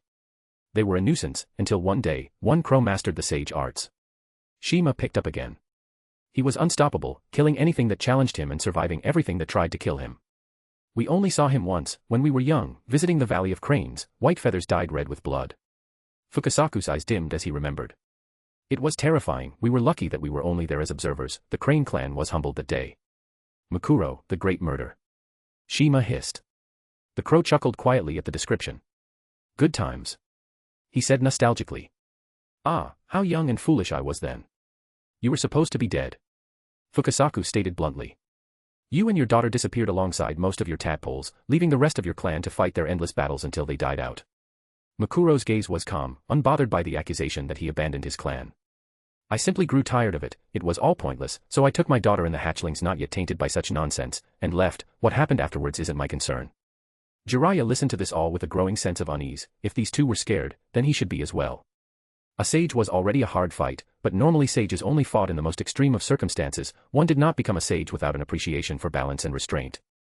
The crow looked unburdened by age, and if Shima and Fukasaku were speaking true, then this crow was experienced in battle. But, even if the odds weren't good, he was not one for running or backing down, at least without giving it a good try first. Pa. Jiraiya whispered quietly. Let's go, sage mode. The pair nodded, reluctant but unsurprised. Jiraiya breathed deeply, feeling the chakra from both nature and his partners fill him. Opening his eyes, they were yellow with black vertical pupils. Osamu leaned down and whispered in Mukuro's ear. Do you actually want to fight? I just summoned you because it would be funny. Mukuro ignored Osamu's baffling reasoning to summon him. Truly, God could not be understood. I do not mind. It has been centuries since I have fought. Let me test these old bones one more time. The crow responded. Although if you wish for me to not fight, I will, of course, obey your command. Osamu smiled widely at that, patting the crow on the head. Nah, it's fine. He waved off Mukuro's concern. We can have some fun. Jiraiya leapt forward, spinning in the air, slamming his leg into Mukuro's side. His enhanced strength sent the massive bird flying backwards, but he recovered quickly, flapping his wings to regain balance. Osamu anchored himself with chakra, making sure that he didn't fall off. That would be embarrassing. His hands flew through seals. Water release, great waterfall. A massive wave of water was sent flying towards Jiraiya, but he simply ran through his own series of hand seals. Earth release, rock pillar prison. Massive pillars of stone shot out of the ground, half of them shooting upwards into the makeshift waterfall's path and the other half forming a makeshift cage around Mukuro. But Jiraiya knew it wouldn't hold him for long. He stepped back and started running through hand seals again. Sage art, Gomen. Jiraiya spewed a small tidal wave of oil from his mouth. Fukasaku matched it with a blast of wind, and Shima lit it up with a stream of fire. But before it crashed into Mukuro, he simply opened his beak. Mimicry, wind release. He muttered quietly, and a hurricane of wind exploded outwards. It ripped apart the flames and oil, throwing Jiraiya backwards in the air, unharmed but extremely irritated. Mimicry, lightning release. Another mutter from Mukuro. This time a spear of lightning came shooting towards Jiraiya, who barely managed to twist out of its path, feeling the hairs on his arms stand up as it passed by him. Pa, what the hell is that? Jiraiya asked slightly incredulously. Mimicry, the reason Mukuro was so feared, Fukasaku answered.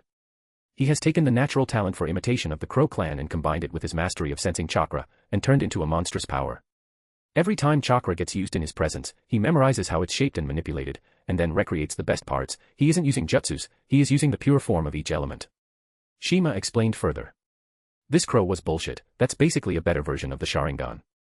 Jiraiya ran through more hand seals, spinning quickly before jumping at Mukuro once again. Sage art, hair needle senbon. Thousands of needles flew out from his hair, propelled by chakra, sharp enough to pierce rock, strong enough to punch through steel. Mimicry, earth release. They would have shredded Mukuro if he didn't simply use his wings as a shield, his feathers seemingly becoming iron-like, knocking away each needle with ease. Another series of seals from Jiraiya.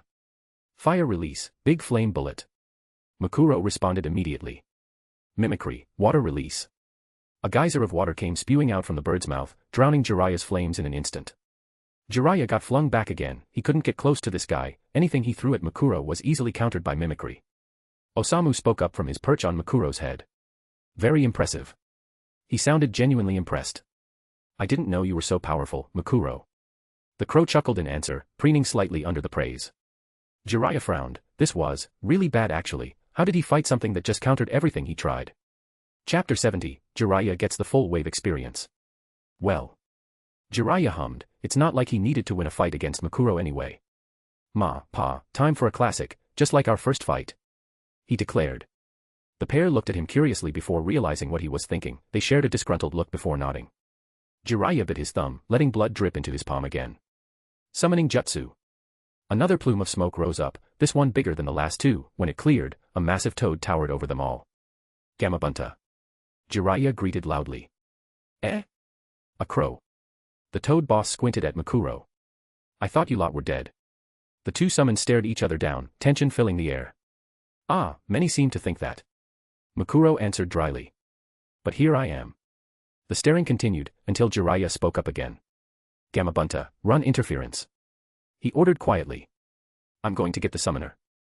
Oi, don't order me around, brat. Gamabunta grumbled, but he still unsheathed his tanto, leaping forward with a leap. Makuro responded by diving forward as well, the two titans clashing in the middle of the field. Jiraiya ignored their fight. Instead, he ran through hand seals and fell into the ground. The earth flowed like water around him, and he traveled below the battlefield, sometimes leaving a shadow clone. He needed Osamu distracted. But soon enough he was below the fighting pair, waiting for his moment to strike. The memories of the shadow clones appeared in his mind. The first and second failed, but the third succeeded. He ran through another series of hand deals, this time propelling him upwards. He broke through the ground and saw what he wanted. Osamu was currently midair, having been flung off of Makuro by his shadow clones. Pa. He yelled out, as Fukasaku and Shima leapt towards Osamu, hands glowing with chakra. They grabbed onto Osamu's arms, pinning them to his sides. Demonic illusion, sleeping croak. Osamu's eyes dropped as the two toads sang into his ears, before they both puffed into smoke, taking Osamu along with them. Long ago, when he was more inexperienced, he had run out of chakra while using Sage Mode, sending both toads back to Mount Mayaboku, but at the time they were grabbing an enemy with their tongues, and he had been taken with them. They of course had knocked him out, but he had been heavily berated for his recklessness. The plan was simple. His goal wasn't beating Makuro, just capturing Osamu, so the two Sage Toads would knock him out with a genjutsu, and then reverse summon Osamu with them. Jiraiya landed back on the ground, Sage Mode falling away, and looked at the ongoing fight between Makuro and Gamabunta, which was not going well for Gamabunta. Makuro had him pinned down by his head, talons digging into his face, unwounded besides a small line of blood on one of his wings. Jiraiya grimaced. He cut off the connection of chakra between them, banishing Gamabunta back to Mount Mayaboku. Good match, Makuro commented politely. Your summon is quite skilled. I would ask that you tell him my respects. Jiraiya stared at him, now for the part of the plan that he didn't think of. So, are we just gonna leave it at this? He asked awkwardly. I kinda kidnapped your summoner. The crow tilted his head curiously, considering the question. You have disrespected me. He stated calmly. Treating me as an obstacle and not a fighter, it is only a slight disrespect. I understand not many can match me, so if you survive, we shall call it even. Survive what dash? Makuro's feathers grew, lengthening until they resembled a flowing mantle. Jiraiya could feel the nature chakra always present in the air being drawn towards Makuro. Makuro's pupils shifted, changing from round to a four-pointed star. Jiraiya ran like his life depended on it, which it did, as he felt a shiver run down his spine, the air becoming charged with power. Sage Mimicry, Tailed Beast Bomb. Jiraiya looked back just for a second to see something terrifying. Small orbs of red and blue combining into a purple sphere. Every shinobi that has ever seen a Jinchuriki go all out would recognize this attack. Jiraiya ran faster, running through hand signs, desperately running through his options. He decided that putting as much earth between him and Makuro was his best bet, so he used earth release. He dove down into the earth, pushing his chakra to its limits to get as deep as possible.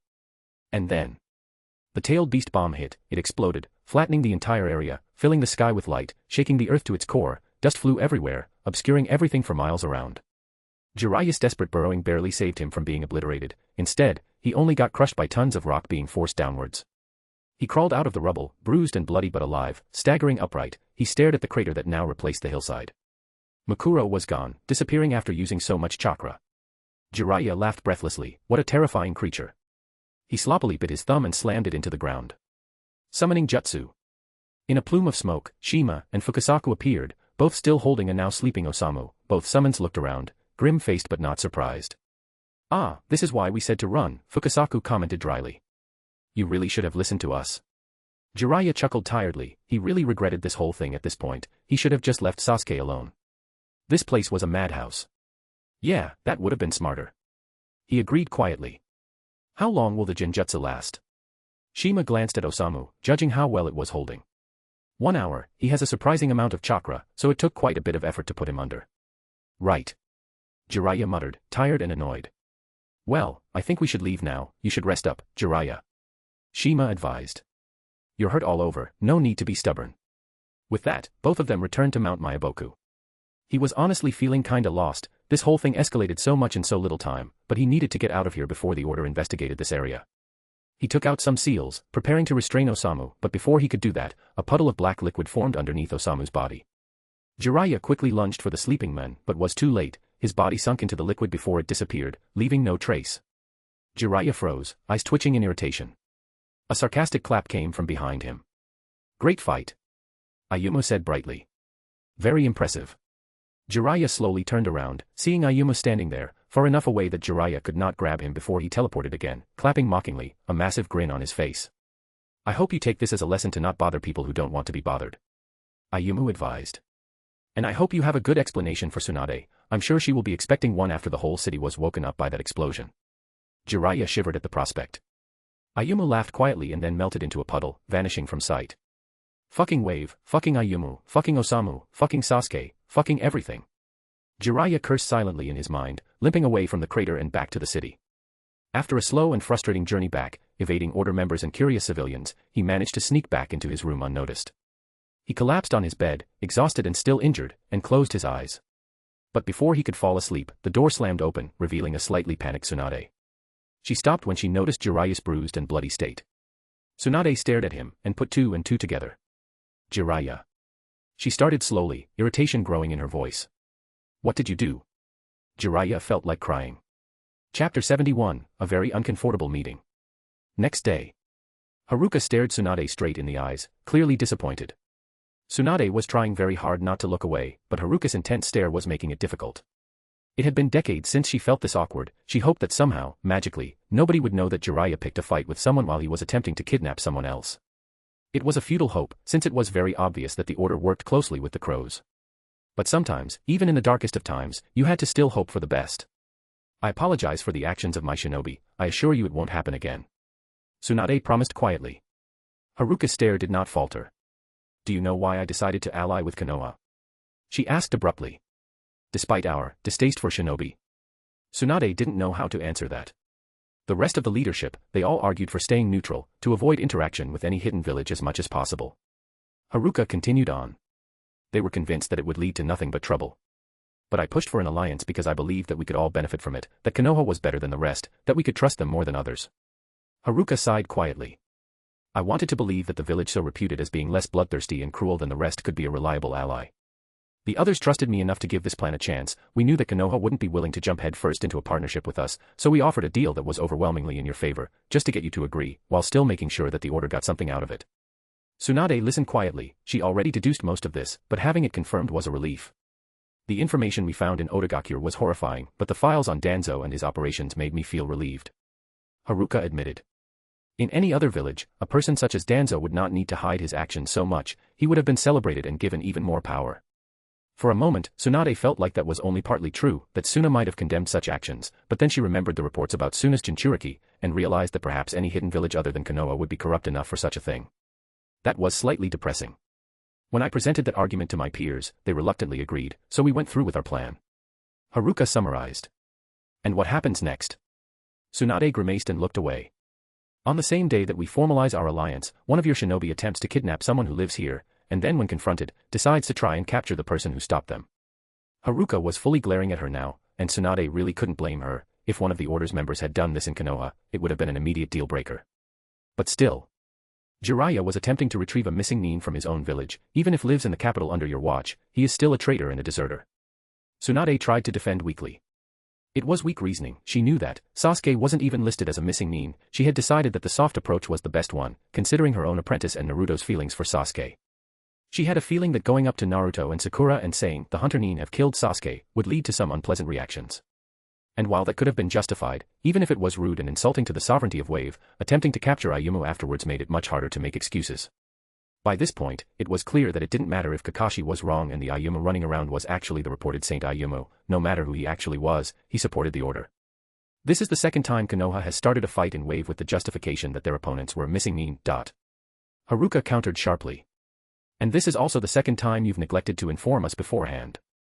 Tsunade really hated it when people used logic and reason against her.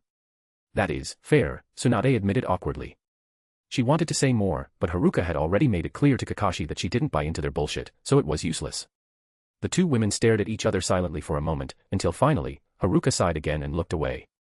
Konoha will be paying compensation, both for the damage caused by the fighting and as an apology for the panic caused. And just to make it official, as of this moment, Sasuke Uchiha is a recognized citizen of Wave, under the protection of the order. Haruka decided. Tsunade nodded slowly. That was better than expected. They could ask for millions of Ryo in damage costs and Konoha would still be making a profit, not to mention the information on Danzo and Orochimaru's spies and operations in Konoha, that in a way was almost worth more than any money they made from the trade agreements. "I will accept your terms," Tsunade agreed. "I apologize once again for causing you trouble." Haruka sighed in irritation but waved off the apology. "Just make sure that Jiraiya apologizes to Sasuke personally. I think he deserves at least that much." Tsunade smiled wryly. That sounded like something Jiraiya would complain about, but considering the trouble he had caused, she was fully willing to force him. "I can do that," Tsunade promised. "But before we leave, I wanted to ask, would it be possible to talk with Ayumu? He has shown some knowledge that is sensitive." That was an understatement. Jiraiya said Ayumu knew about his dream of peace, using very specific wording that only a few people knew. She, of course, also knew of the meeting between Ayumu, Naruto, and Sasuke, but she had chosen to ignore it, since at the time there was nothing tying him to the order directly. Now thought, it was basically confirmed, considering his words and actions during Jiraiya's little kidnapping attempt. She didn't care much about Osamu, apart from a good relationship with Ayumu and, from what Jiraiya said, incredible talent for combat, he didn't seem to know anything. Haruka's expression shifted into something slightly sad. "Ayumu is dead," Haruka stated quietly. "He died on a pyre, burned alive." Tsunade blinked in confusion. That made no sense. He had literally been seen yesterday. What was Haruka talking about? Haruka spoke again before Tsunade could ask. "He died on that pyre. Through the mercy of our God, he can return, but only for a short time. It is quite likely that once he rescued his friend yesterday, he went back to rest by the Watcher's side." That was an extremely strange explanation. Tsunade would have called bullshit, but she thought that she had a good read on Haruka. Unless she was skilled in deception on the level of a master spy, she believed what she was saying. She decided to leave it at that. Pushing would likely lead to nothing. She was starting to dislike dealing with religious people. This whole thing was a confusing mess. Shikaku and the analysts would be having a fun time trying to decipher what was actually happening here. "I understand." She nodded politely. "Thank you for telling me." Haruka accepted the thanks with a nod of her own, clearly distracted by something else. "In any case, I think we're done here." Tsunade checked. When Haruka nodded again, she bowed slightly and turned away. "Then I will take my leave." Haruka returned to staring at her desk as Tsunade walked out of the room. Well, that was a mess, but less bad than expected. There was a chance Jiraiya and her would have to fight their way out if the order decided they had broken the agreement beyond repair. Her ANBU fell into line behind her, ready to defend her against any threat. But it was looking like it wasn't needed. The only trouble that happened was caused by her side. They walked past the main street. It was filled with stands and stores selling various foods and items, from weapons to food to various knickknacks. She really wanted to buy a few bottles of sake right now, but she resisted the urge. The last thing she needed was the order seeing her stumbling down the street drunk out of her mind. But then she had a thought. If Sasuke was staying here, then the moment Naruto and Sakura heard about it. She turned around to head to a liquor store she had spotted earlier. Once inside, she slapped down a few thousand Ryo on the table. "Give me 10 bottles of your best." Chapter 72, The Great Village's Plot and Plan. Inoki was annoyed. He had been waiting for almost half an hour. His patience was starting to wear thin. His back hurt from this uncomfortable chair. Why did those Kumo idiots always have to be late? His two guards, Akatsuchi and Kongo, were standing by the door, guarding it carefully. It opened with a click. "You're late," Inoki said without preamble, turning around to look at the person who entered.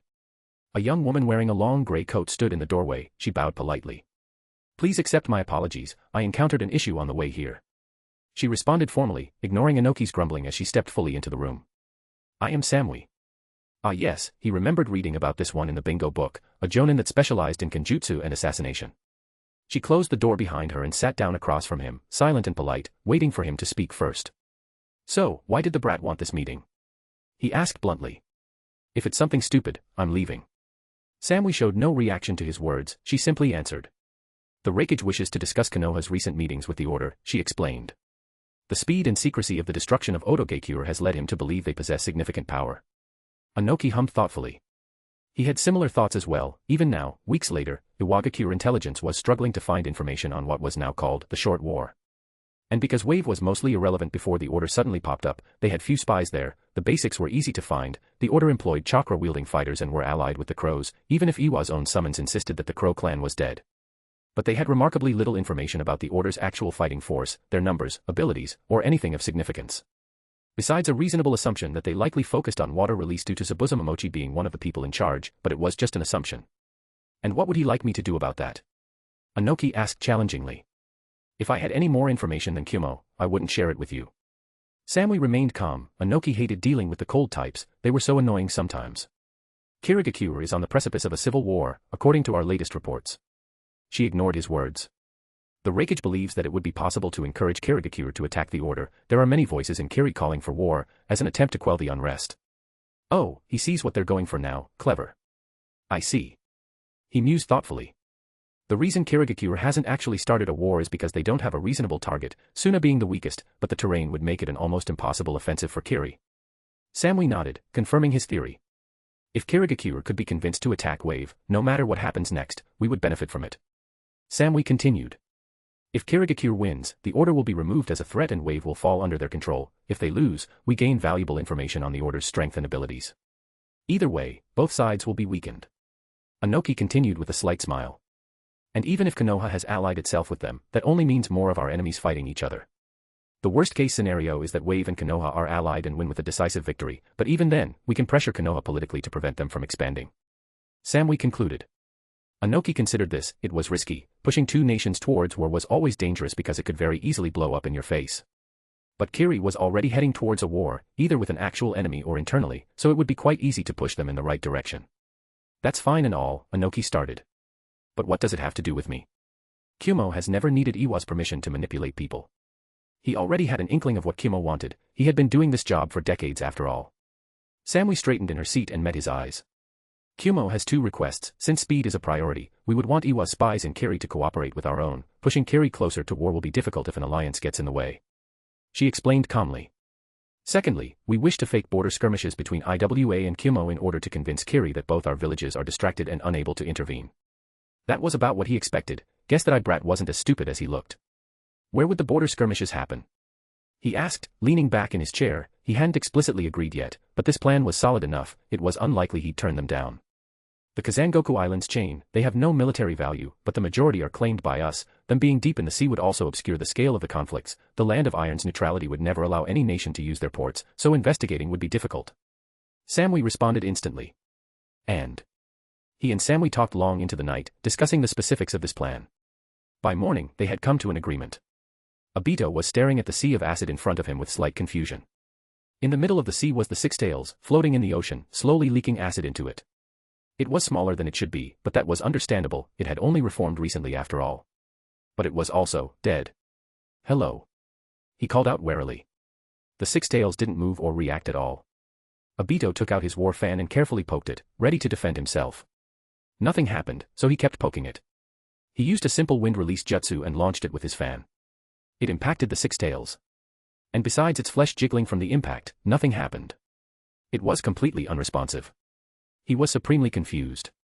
This wasn't how he expected this to go. When he had received reports of a fishing town having trouble with acid slowly but surely killing all the fish nearby, he figured that the Six Tails was starting to reform, and after killing the shinobi sent to investigate, he came over to capture it. But it was just lying there, not reacting at all.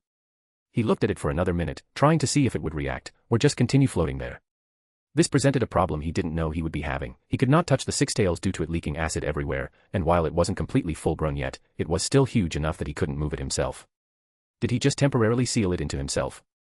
That would be unpleasant, both sealing a tailed beast inside himself and then unsealing it later. He had already received a taste of how painful it is to absorb the corrosive chakra of tailed beasts. Does he use his animal path to summon it back to the base? That would mean he would have to go back to the white Zetsu imbued with that path and take it back, which would be annoying. He was faced by a problem he had not considered before. The logistics of transporting a giant acid slug. Classic mistake. Chapter 73, The Great Village's Plot and Plan, the sequel. A day later. Daigo was looking over the council chamber. Well, Daigo wasn't his real name for 23 years. 23 years ago, a Kirigakure shinobi named Daigo had been assassinated by IWA shinobi. After months of investigation, Iwagakure had decided that he was the best candidate.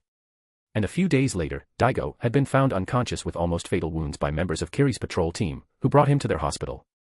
Daigo's old team died a month later. All but Daigo were killed by Iwagakure. And thus, Daigo started his mission to rise as high as possible in the ranks of Kirigakure.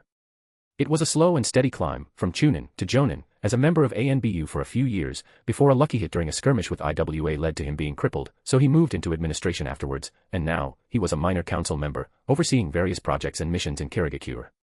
His infiltration was long and slow, and until now, too valuable to use. But now, finally, after years of minor reports and orders back and forth between him and IWA, he was receiving a serious mission. 1. Push Kiri into external war, target order Konoha wave. 2. Kumo will assist, discover Kumo agents/informers. 3. Encourage view that neither Kumo nor IWA will intervene due to border conflicts. He memorized the message, burned the paper, and then walked out of the room, mind filled with plans. And now, he was finally fulfilling his duty to Iwagakure. Wave belongs to the land of water. Konoha trying to fool people that the order isn't just a puppet for their expansion into our territory is an insult to our strength. Kirigakure must intervene, or we will be next. Ridiculous, all this talk of war when you only want to increase your own standing. Wave doesn't belong to anyone, and they have already allied with Konoha. Going to war with them would be foolishness. Letting Konoha expand further into our territory is the true foolishness. We must push back before it's too late. We cannot act in haste. If we make a mistake here, it could lead to Kumo attacking us while our guard is down. Daigo quickly took the opportunity, standing up and interrupting both of them. We have received reports of Kumo clashing with IWA. He announced.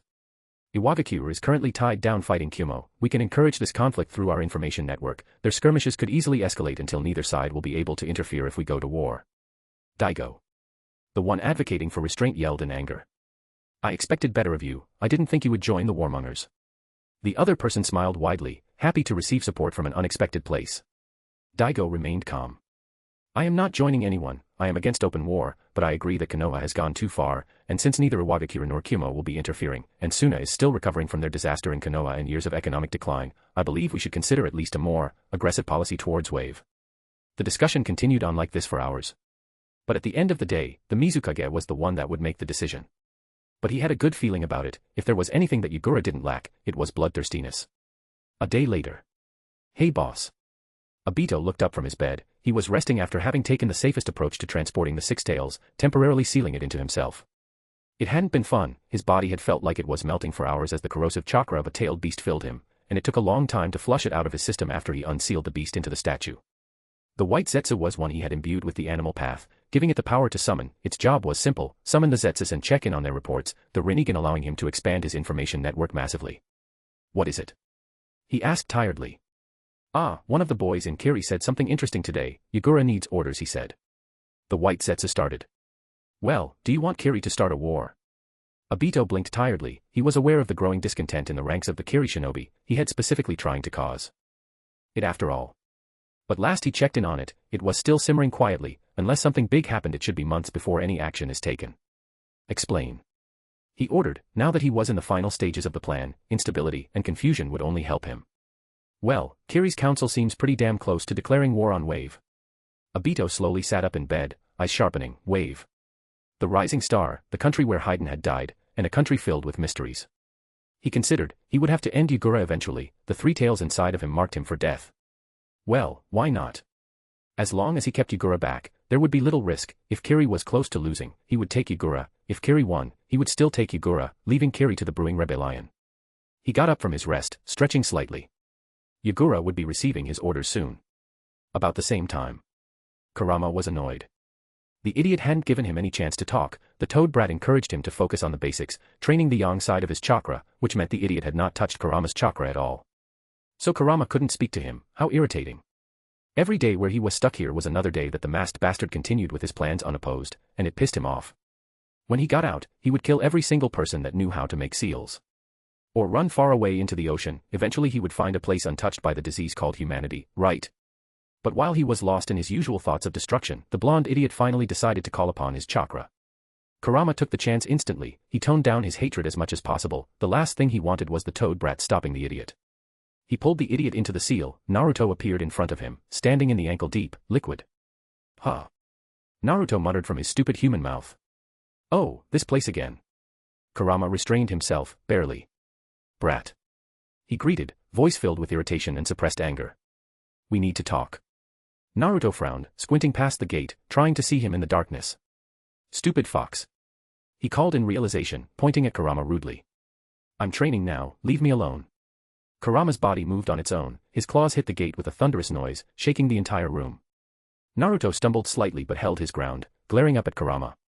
But Kurama took a deep breath, just a few years, maybe decades, just so he could deal with the masked bastard, and then. Brat. He growled slowly. I said we need to talk, it's important. No way, Naruto yelled back. Tenzo said not to listen to you, go away. The urge to bite this brat in half was getting stronger by the second, and it was already pretty damn strong. Shut up and listen. He ordered darkly. Or do you not want to hear about the person who is responsible for your parents' death? Naruto's expression darkened instantly. What? He demanded quietly. What the hell are you talking about? Good, he had the brat's attention now. Do you know how you became a Jinchuriki? He asked slowly. Dad sealed you inside of me, right? Naruto answered uncertainly. After you escaped. Naruto was glaring at him now, which would almost be satisfying, but he needed the brat to work with him for now. True enough. He admitted. But do you know why I escaped? Who released me? Why it happened the same day you were born. Naruto looked at him warily, clearly considering if he should listen or not. Every time they had spoken before, Kurama had been trying to overwhelm Naruto into losing control. A masked Uchiha broke into the village and attacked your parents, releasing me from your mother's seal. Kurama started explaining. Your father fought him off, and resealed me into you, sacrificing his own life to do so. Naruto was quiet, listening carefully now. That masked man had the power to control me, which is why I attacked Konoha instead of running away. Kurama continued. And he is alive, planning something. He knew this idiot had the brain power of a particularly smart dog, so he wasn't going to explain the Rinnegan just yet. You're saying that you didn't kill my parents? Naruto questioned suspiciously. That it was really this masked guy? No. He denied immediately. He wasn't going to lie about that. He wasn't a human after all. The control broke eventually, and I was left standing in front of you and your parents. I realized what your father wanted to do, so I tried to kill you. He and your mother gave their lives to stop me. Naruto's face became conflicted. Kurama kept going. I will not apologize for that. I had spent almost 80 years in a seal at that point, chained to a rock impaled by spikes, unable to move or even see the outside world. There was no room for mercy in my heart. He admitted freely. I tried to kill you without regret or hesitation. It was quiet now, Naruto clearly thinking over his words. But eventually, he spoke again. Why were you sealed inside Mom? And inside someone else before her? Kurama felt like he was being judged, but he shook it off. If this idiot wanted to know the depths humanity sunk to, then Kurama would tell him. 8,000 years ago. Chapter 74, Wave stress level goes up. An hour later. Naruto opened his eyes and immediately yelped in fear. Tenzo's wooden face was closely staring down at him. Damn it. Don't scare me like that. He complained loudly. Tenzo stared at him for another second, before backing away slightly. I was merely making sure that you haven't been overtaken by the Kyuubi. Tenzo explained. Considering how long you took. Naruto had been pretty happy at seeing Yamato, although it was a bit confusing how he insisted being called Tenzo for some reason. It didn't matter to him much. But Naruto really wished he would stop looking so scary sometimes, like a ghost, a creepy wooden ghost. Oh. I guess I did take a while. Naruto admitted quietly, then his expression darkened. I have to train more. Yamato stared at him with a raised eyebrow. He did have to train more. The Kyuubi had said a lot of things, about Shinobi, and Sage Grandpa and Biju, too many things for him to think about right now. But. That masked guy, he needed to find him and kick his ass. He jumped up, making Tenzo lean back in surprise. Tenzo. Let's spar. He demanded loudly, pointing at his new sensei dramatically. Yamato blinked silently, looking mildly confused. We aren't here to spar, we are here so you can learn how to control the Kyuubi's chakra, so you can use it safely. He reminded the boy slowly. Naruto responded by drawing on a bit of the Kyuubi's chakra, and just like he and Kyuubi agreed, it flowed into him smoothly instead of overwhelming him. 1 tail. 2 tails. 3 tails. It still hurt, he still felt a bit angry, but he just pushed it back like he always did. He pointed his fist at Tenzo, whose eyes widened slightly at the sight of his tailed chakra cloak. I'm pretty amazing, you know. He claimed arrogantly. So we're going to fight now. Brat, I'm pretty amazing. Really? Kyuubi's voice came from inside his head. Do you want me to stop helping you, so we can see how amazing you are? Naruto mentally let out a sheepish laugh. He still remembered when he got overwhelmed in older Naruto's time, and Pervy Sage had to help him. Hey, I meant we are both amazing. Naruto still felt conflicted about Kyuubi. Why couldn't the bastard fox be more sorry about killing his parents, or trying to kill him? But he understood, that's why he didn't hate the fox, not really, not after hearing everything else he went through. Kyuubi hated humanity, with an intense burning passion that made Naruto feel sick, but it wasn't without reason. For over 900 years, Kyuubi had been disappointed, he was hated and feared, he was hunted by shinobi because they wanted his power, and when he finally hid away from the world, Madara came and used him as a weapon. So, Naruto couldn't blame him for hating humans, but Naruto would prove that humanity deserved a chance. Like Pervy Sage said, hatred was a cycle. If he hated Kyuubi, then Kyuubi would hate him back, and when he died, Kyuubi would hate the next Jinchuriki. Actually, thinking about this made Naruto wonder, did Kyuubi have a real name? Because calling him Kyuubi was a bit weird, like calling Naruto 2 legs. Hey, do you have a name? He asked curiously. There was silence in his mind for a moment. Leave me alone, brat. Naruto would have retaliated, but the Kyuubi's voice had sounded off. Are you sure you are fine? Tenzo questioned seriously. Naruto realized he was still holding out his fist, and looking to the side slightly with a conflicted expression. Ah. Naruto trailed off, rubbing the back of his head awkwardly. Sorry. Tenzo continued looking at him carefully, before leaping away. I suppose if you are relaxed enough to get distracted, then it shouldn't be a problem. He took out a kunai and got into a battle stance. Let us spar, then. Naruto grinned widely, showing off his now sharp canine teeth. Yeah. He got down in a crouch, before leaping forwards, his body blurring as he moved much faster than he usually could. 1 week later. I was working on my newest project, building a teleportation network for the Order. Teleporting people with DP was costly, maybe not as a one-off considering my current income, but I couldn't keep teleporting everyone around constantly. That Otogekure stunt cost me a pretty penny, even with the cost being offset by the massive ritual conducted by the non-combatants, it still cost a lot. So mass teleportation was not something I could do freely, so my idea was simple. Teleportation gates. I would never be able to completely negate the cost of teleporting unless some actually invented a way to do it reliably. There were ways, but they were either very complicated and hard to learn, like the Flying Thunder God, or restricted to a bloodline like Kamui, and as far as I knew, there was no way to teleport massive amounts of people or goods reliably. But what I could do was supplement the cost. Instead of using DP to teleport something, I would use DP to create something that can teleport people at the cost of something else. This principle was how most of my blessings worked. It would be hell on my income if I had to spend DP every time some used them, so they used the user's soul power and chakra as fuel. The strongest ones even had a cost to the user physically or mentally, if they pushed it. I wanted these gates to be usable by pretty much anyone, not just the ones strong in chakra or soul. So that meant experimenting, lots and lots of experimenting. Nature chakra, normal chakra, stamina, even DP directly by requiring prayers and offerings before the gate was used. I was going to be as cheap as possible with these gates. They would, ideally, be usable even if I suddenly disappeared. But that meant a mind-numbing amount of work, figuring out which sacrifices would be both easy enough for common people to use, and potent enough to actually fuel the gates. And as I was testing the viability of just making a gate that accepted all inputs, I felt an influx of souls entering my divine realm.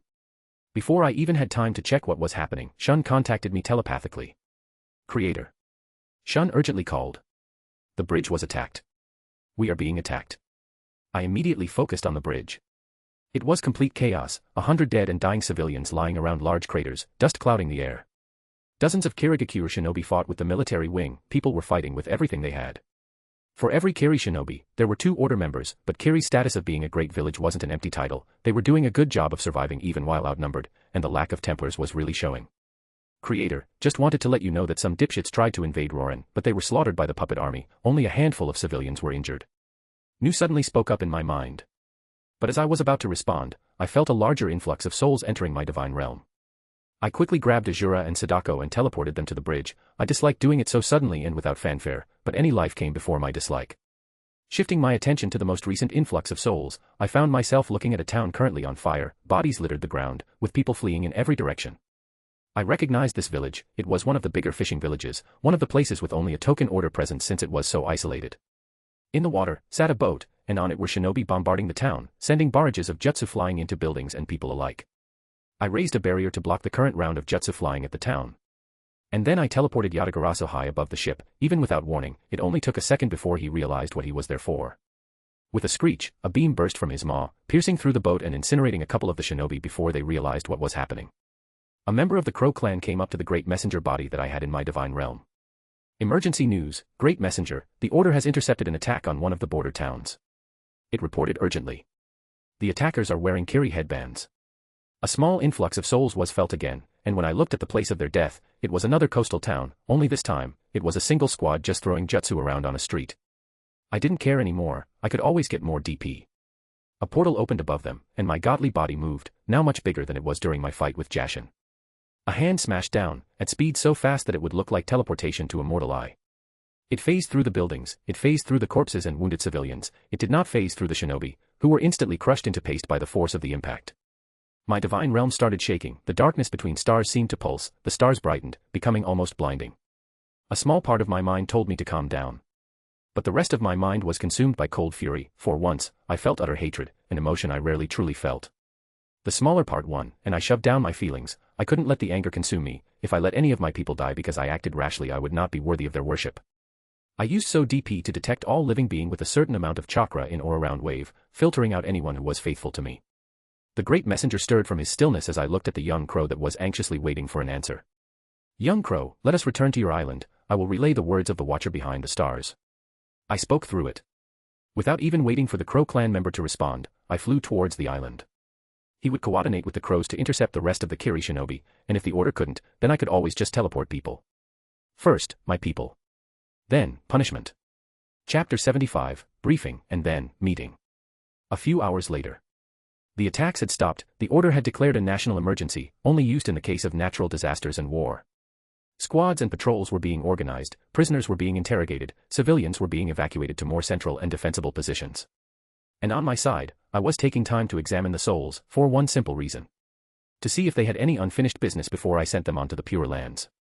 All 373 of them, almost triple that died in the attacks, but the other ones were not my worshippers. While most in Wave liked the order, my religion was still very new, so 30% conversion rate was pretty good, I think. Things like people depending on them, or young children in their family, or anything else that required intervention from someone else. The great messenger would deliver the list of those with such issues when I was done. But from the preliminary interrogations we did, I knew we only had a short time before the main Kiri force arrived, a couple of days at most. The plan they had was simple, try to cause as much chaos as possible to divert the order's resources. Once they are spread out, then launch a two-pronged attack, one by sea and the other via the bridge. The fact that they would be trespassing in the Land of Fire was seemingly not a consideration. I assumed that they were just planning on pushing into Wave quickly enough to stop any retaliation from Konoha.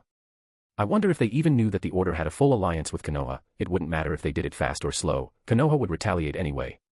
Their plan wasn't effective anyway. With me overlooking these lands, most of the order was still gathered in the capital. I dealt with all the groups by just teleporting someone close to them, mostly Star Eaters, sometimes Templars.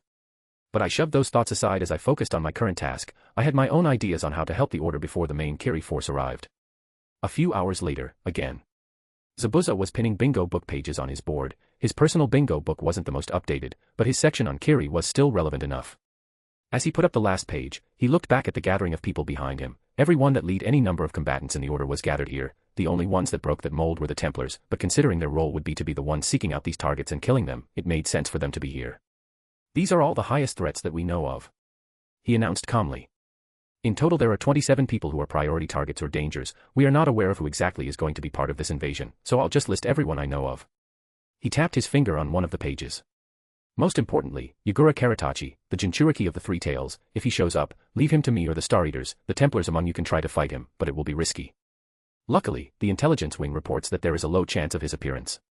The Mizukage was, simply put, too strong for most of the people in this room. Jinchuriki were no joke. Even the most untalented among that group could always just release their tailed beast if they got tired of living, and even Zabuza wasn't sure he would defeat the Three Tails. He was confident in surviving, but winning. Unlikely. But he wasn't against a rematch. He had many regrets about his failed rebellion. Taking Yagura's head would lighten many of those. The second highest priority is this man, Fumio. While not particularly dangerous in direct combat, he is a seal master, descendant of the smith that made a good chunk of the Seven Blades. He continued, moving his finger down to a page below Yagura. He will likely be the commander of one of the forces. He specializes in large-scale seals and traps. He is also an excellent strategist, so if you get a chance to kill him, do it immediately. Not only will it deny them a dangerous jonin, but there's a good chance that if we take him out early, many of their strategies will fail due to his absence. Fumio was an arrogant bastard. If he wasn't one of the Mizukage's most loyal dogs, and actually effective at his job, he would have been killed years ago. Next on the list is Mei Terumi, bog-standard jonin in genjutsu, talented in taijutsu, but her true specialty is her mastery of both lava and boil release, and by extension, water, fire, and earth.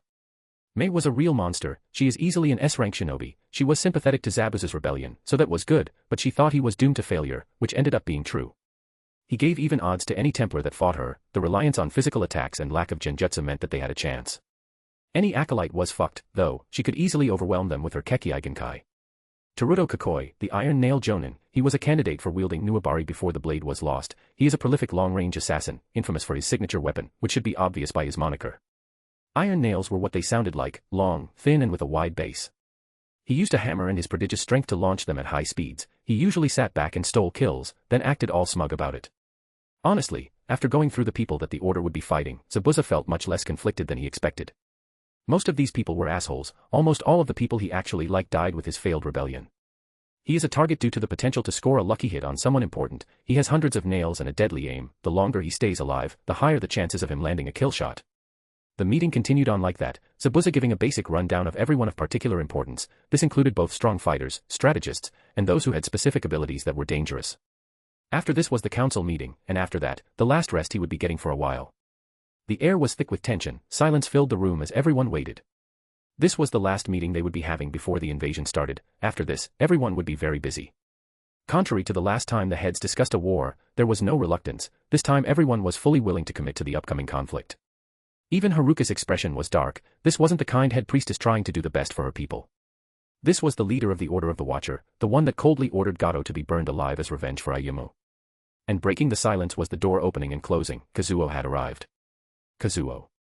Haruka greeted shortly, nodding at him. Everything is in place. Kazuo took his seat calmly. Yes, medics and doctors are heading out to the probable battle lines, and all the wounded from the attacks are being transported or treated. Haruka nodded, everyone else following her lead. That is good, Zabuza. How did the meetings go? She asked next. Everyone knows what to do. He responded gruffly. I will be taking my leave to lead the sea defense. Yatagarasu will lead the bridge defense. Sadly, Zabuza didn't have anyone who was experienced in large-scale combat, but the Star Eater would do fine. As long as Fumio was killed early on, then it should be an easy victory. If Fumio wasn't there, then it was an even easier fight. They wanted Kiri to try and fight them head-on. That was where they had the best chance. He would be taking the people that did not participate in the Otogekure War and blooding them in the sea battle. The lack of actual fighting was really starting to annoy him. How was he supposed to train an effective fighting force when most of the battles they had were against drunkards? So he would use the smaller battle to make sure they at least got some experience. If it turned sour, he could always use his bloody mist. Haku would assist him with the naval defense. His ice release would come in handy to keep the ships away from the shore. Hikari. Haruka turned to Hikari. Any news? The intelligence wing head shook her head. Nothing new from the newest batch, some information that will be useful enough after the war, but nothing we can use in the coming days. She reported. Shinobi are paranoid enough that none of them were important or particularly well informed. That was expected for those in the room with experience in shinobi matters. Sending disposable and unimportant people on an aggressive first strike was just basic common sense. The room lapsed back into silence, until Zabuza spoke up again. Haruka, you are the most connected with the Watcher out of all of us. He trailed off awkwardly, trying to phrase this right. What is he going to do? Everyone in the room understood his question, and it was a thought that had crossed everyone's mind at one point or another during their preparations. Considering the rather intense reaction the Watcher had during Ayuma's death, how would he react to hundreds of innocents being slaughtered? Haruka's expression turned conflicted as she considered. I don't know. She admitted quietly. I asked Shun when I briefly saw him, but he didn't have an answer for me. She hesitated, before continuing. But I asked a crow, and it said that he was angry, that the divine realm shook in response to his emotions. Well, Zabuza thought to himself, Kiri's future was looking bleak. He remembered the power displayed by the Watcher, and just like he told himself when he had been chosen as one of his Templars, the Watcher wasn't human. He had a feeling that a god's anger wasn't easy to quell, or quick to fade. Chapter 76, The Final Offer of Mercy. Mei was waiting. For once, the disdain she received from Fumio was a good thing. If he liked her, then she would be in the main army, and not scouting. She really didn't like this whole war business. It was clear it was just some attempt by the Mizukage to prevent rebellion from breaking out. It wasn't going to work, of course. The moment this whole thing was finished, she was going to go back and continue pushing for Yugura to step down.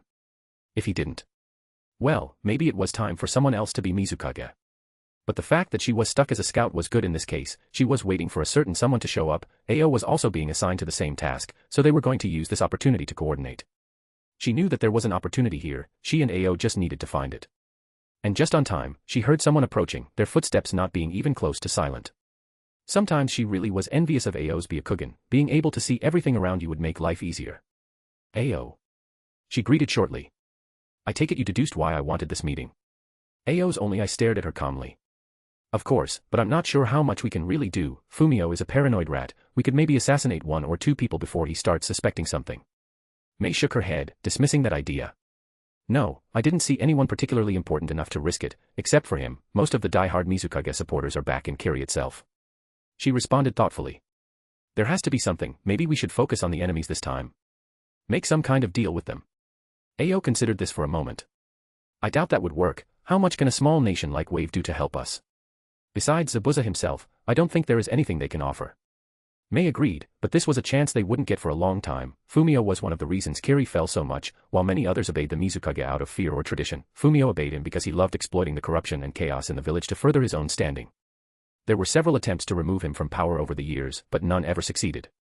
Mei turned back to her thoughts. Killing Fumio would be easy, but doing it such a way that didn't lead back to them was very difficult. And then, an idea started forming in her mind. Ao. She murmured slowly. What if we could make something happen that would damage Fumio's position, without actually killing him?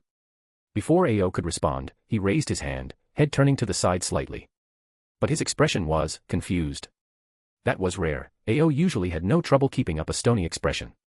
Someone is approaching, he informed her. But they lacked chakra. Mei was also taken aback by that. Chakra was necessary for life, the sky was blue, blood was red. That meant they had a way to hide chakra from even the Byakugan. That was something she wasn't aware was possible. He is coming straight towards us. Ao continued, still looking in the direction of this unknown person. Mei considered hiding, but if they were headed straight towards them, that meant they knew Mei and Ao were here, and since Ao only spotted them now, they must have known beforehand. So it was best to just stay. And soon enough, a figure stepped out of the forest. He was wearing a simple robe, the most prominent features being the burns covering most of him, only the face not being scarred. And of course, the eyes, rings of gold surrounding his iris. His face was set into a placid expression, and he stopped about 15 meters away from them, hands tucked inside his sleeves calmly. Good evening, I am here to deliver a message. The stranger said in a polite tone. Mei was confused, this man didn't even introduce himself, just stating that he had a message. And who are you? She asked sharply, letting some of her chakra leak into the air. It wasn't quite killing intent, but it certainly gave off the right impression. The stranger looked at her for an uncomfortable amount of time. Mei started gathering her chakra, preparing to fight or run as needed. But after almost a full minute of tense silence, he spoke again. I didn't realize how angry I am. He said calmly, still keeping up the placid expression. I suppose the land of water is quite lucky. Was he mad? That did not make a single bit of sense to her. Angry. Ao spoke up, mirroring Mei's feelings perfectly. Why would you be angry? Ah. The stranger let out a huff of air, his head tilting back slightly. Why wouldn't I be angry? How else am I supposed to feel after my people were massacred in such numbers? Mei pulled out a kunai. She didn't expect to see someone from Wave to just walk straight towards them. She looked at Ao, seeing him still staring at the men, but she knew the Byakugan would see her, so she blinked twice in rapid succession, and then clenched the hand wrapped around the kunai twice, the agreed-upon signal to prepare for combat. She leapt towards him, molding chakra in her lungs, a feint into a boil-release jutsu, not enough to seriously injure, but enough that it would give him trouble breathing and leave him in pain, good enough for information gathering. But by the time her kunai sank into his flesh, she was confused. He did not react. She would assume that he simply couldn't react fast enough, but his eyes never left her face, his expression remaining placid and calm. Her kunai sank deep between his ribs. And Mei found herself with a hand wrapped around her throat. There was no movement she could see. One moment she was stabbing him, the next he was gripping her throat. The air changed, the wind didn't pick up, she didn't feel any chakra, but her lungs wouldn't move as much as they should have. Every breath seemed like it was being weighed down. And the pressure kept increasing. Trees creaked as they bowed to an unseen presence. The world got darker, but the night sky was filled with light as the stars burned. I didn't want to be pulled down to the same level that is standard for this world. The stranger admitted. But I am finding myself, considering it. There was a loud thump, no, 2 loud thumps, like a giant rock had been smashed into the ground. The shaking traveled through the forest. Both Mei and Ao flinched at the noise. She felt something staring at her from above, something that she didn't want to acknowledge, so she forced herself not to look up. But she would a terrible shinobi if she ignored something like this, and with every bit of willpower in her body, she slowly looked up. Three eyes stared down at her, burning with starlight. It was massive, the arms fading behind the tree line, its body crouched down until its hands were resting on the ground. Ah. Apologies, I shouldn't be allowing myself to get distracted. The stranger spoke up again, his tone still polite and calm, even with a kunai still stuck in his lung, but now layered with something else entirely. As I said earlier, I have a message. Mei's gaze was torn away from the being in front of them, now focused back on the men. Go back to the land of water, every person that does not is a walking corpse. He said simply, words being stated as though they were fact. If Kirigakure does not end the reign of Yugura and punish the people who advocated for this war, then it will not exist for much longer. A small part of Mei was angry. She had spent years trying to carefully sway Kiri away from a self-destructive path, and now this unknown being just walked in and ordered them to openly rebel. He dropped her, leaving her gasping on the ground. She shakily got up, running through the options in her head. It isn't tea that EAS dash, she tried to speak, to buy time, but before she could finish, the pressure intensified again. She was smashed into the ground, the trees surrounding them broke as they too bowed against the ground until they broke under the force, dust flew up from the shaking earth. I do not care. The stranger denied softly. If the people who are responsible for my people's death still walk this earth, then I will burn Kirigakure to the ground, and see if something better can grow from the ashes. He bowed slightly towards them.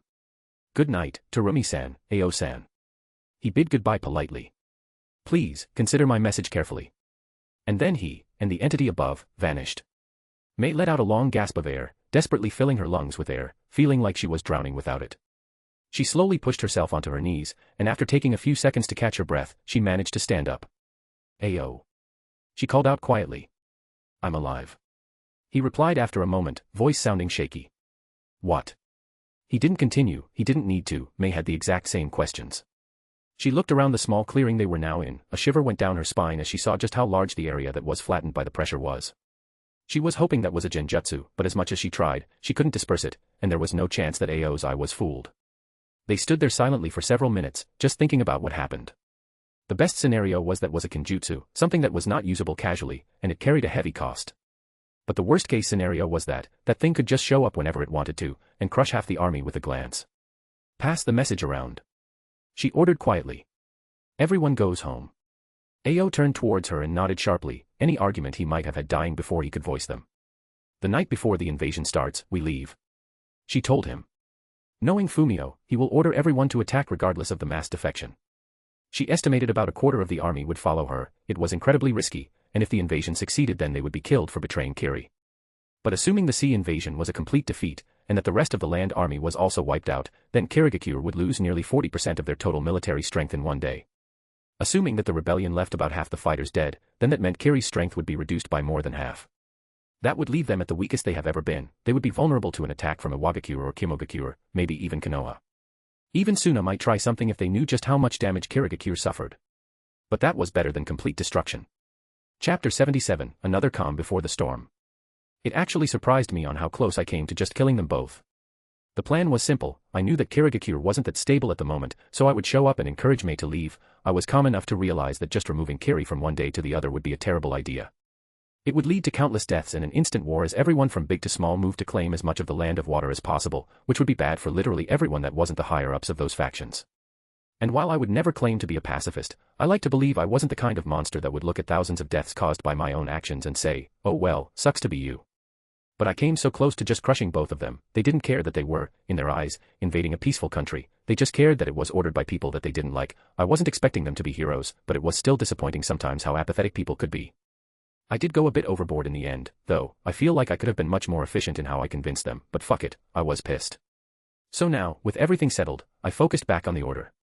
Everyone was doing so well. The Otogekure war was, honestly, pretty easy. It wasn't really even a war. We did lose a few people, but I knew that Orochimaru was neglecting his village. It was just a side project to help him, not a proper shinobi village. His people were weak. Not to mention, we had the element of surprise and that it was pretty easy to plan around his plans. Once I was confident in taking out Orochimaru, the rest was cleanup. But this fight with Kiri was a whole other game. This was an established power fighting a newborn faction. Even if Kiri competing with the spot of weakest village with Suna due to Obito holding a grudge, it was still a great village. I was expecting casualties to be higher, especially since I was thinking of letting the order handle it without much interference, but I would decide once I saw how strong the Kiri army was. Fucking Obito, I was tempted to just go up to Zetsu and strike a deal, just so I could kill the bastard sooner, but no, it was unfair to all the people in Kiri that agreed with the war. They would not be spared because I had bigger fish to fry.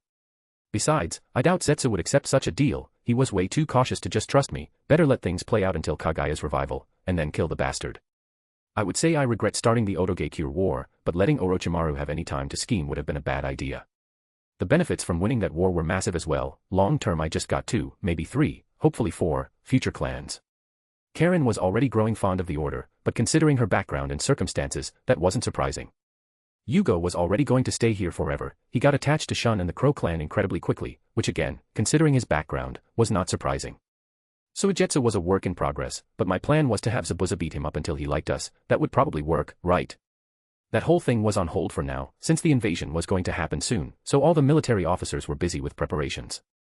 And lastly, Sasuke was a definite maybe. I could see him staying. He was having fun with that weirdness singularity that is Gozu and Mizo's restaurant. That place even confused me half the time. But, he could also go back to Konoha. I would not underestimate Naruto's dog-like charisma. So Karen was a yes, Suigetsu was a likely yes, and Yugo was a definite yes. I just didn't know if Yugo was actually capable or willing to start his own clan. The idea of him getting together with someone was something my mind did not want to imagine. Actually, he did have the gentle giant thing going on. I should stop thinking about this because this thought process was starting to lead to places I didn't want to visit. I refused to become the annoying matchmaker, absolutely not. That was reserved for annoying aunts and uncles. To avoid the evil places my mind was wandering to, I focused back on the order and everything that needed doing. Sasuke was walking down the street, almost running. He wasn't the only one rushing about either. Everyone around him was busy as well. This entire city reminded him of a hornet's nest that had been hit with a stick, which was not an unfair comparison. Kiri had certainly stirred up the metaphorical hive. He was angry about it. He was happy here. Just as he started truly getting into the rhythm of his new life, someone had to come and threaten it. So he was going to help defend Wave. He spotted the restaurant in the distance. It was closed and empty, but Sasuke didn't care about that. With barely restrained frustration, he pushed open the door, ringing the bell at the top. But instead of seeing the usual sight of Saiken manning the counter and Gozu and Mizo cooking up some random food for today's menu, he found himself staring at 3 people sitting down at one of the tables. Gozu and Meizu looked serious, but they were still calm, while Saiken seemed more resigned than anything else. "You're late," the latter said bluntly, gesturing to the seat in front of them. "Sit." Sasuke raised an eyebrow but did as he was asked, slowly sitting down and glancing between the 3. Sasuke was coming here to tell them that he was going to be leaving the restaurant to help with the defense, but it seemed like they already had an idea of that. "What's going on?" he asked bluntly. Gozu leaned back in his chair, tapping his finger on the table lightly. "The restaurant is closing for now, at least until this war is over," he said calmly. "Me and Mizo decided we are volunteering, which will probably end with us fighting." That was not what Sasuke wanted to hear. He had hoped all 3 of them stayed well away from the fighting. "Couldn't you stay back? You don't have to fight." Sasuke tried to argue, but even as he spoke, he already knew it was pointless. If anything, these 2 were stubborn and slightly insane. "Nah, kid," Mizo said, his usual loudness absent from his voice. "There are 2 outcomes here. If Kiri wins, then it's over for us. We haven't exactly been hiding it, but we are missing Nin from there, so it's either sit back and hope the order wins or do something about it."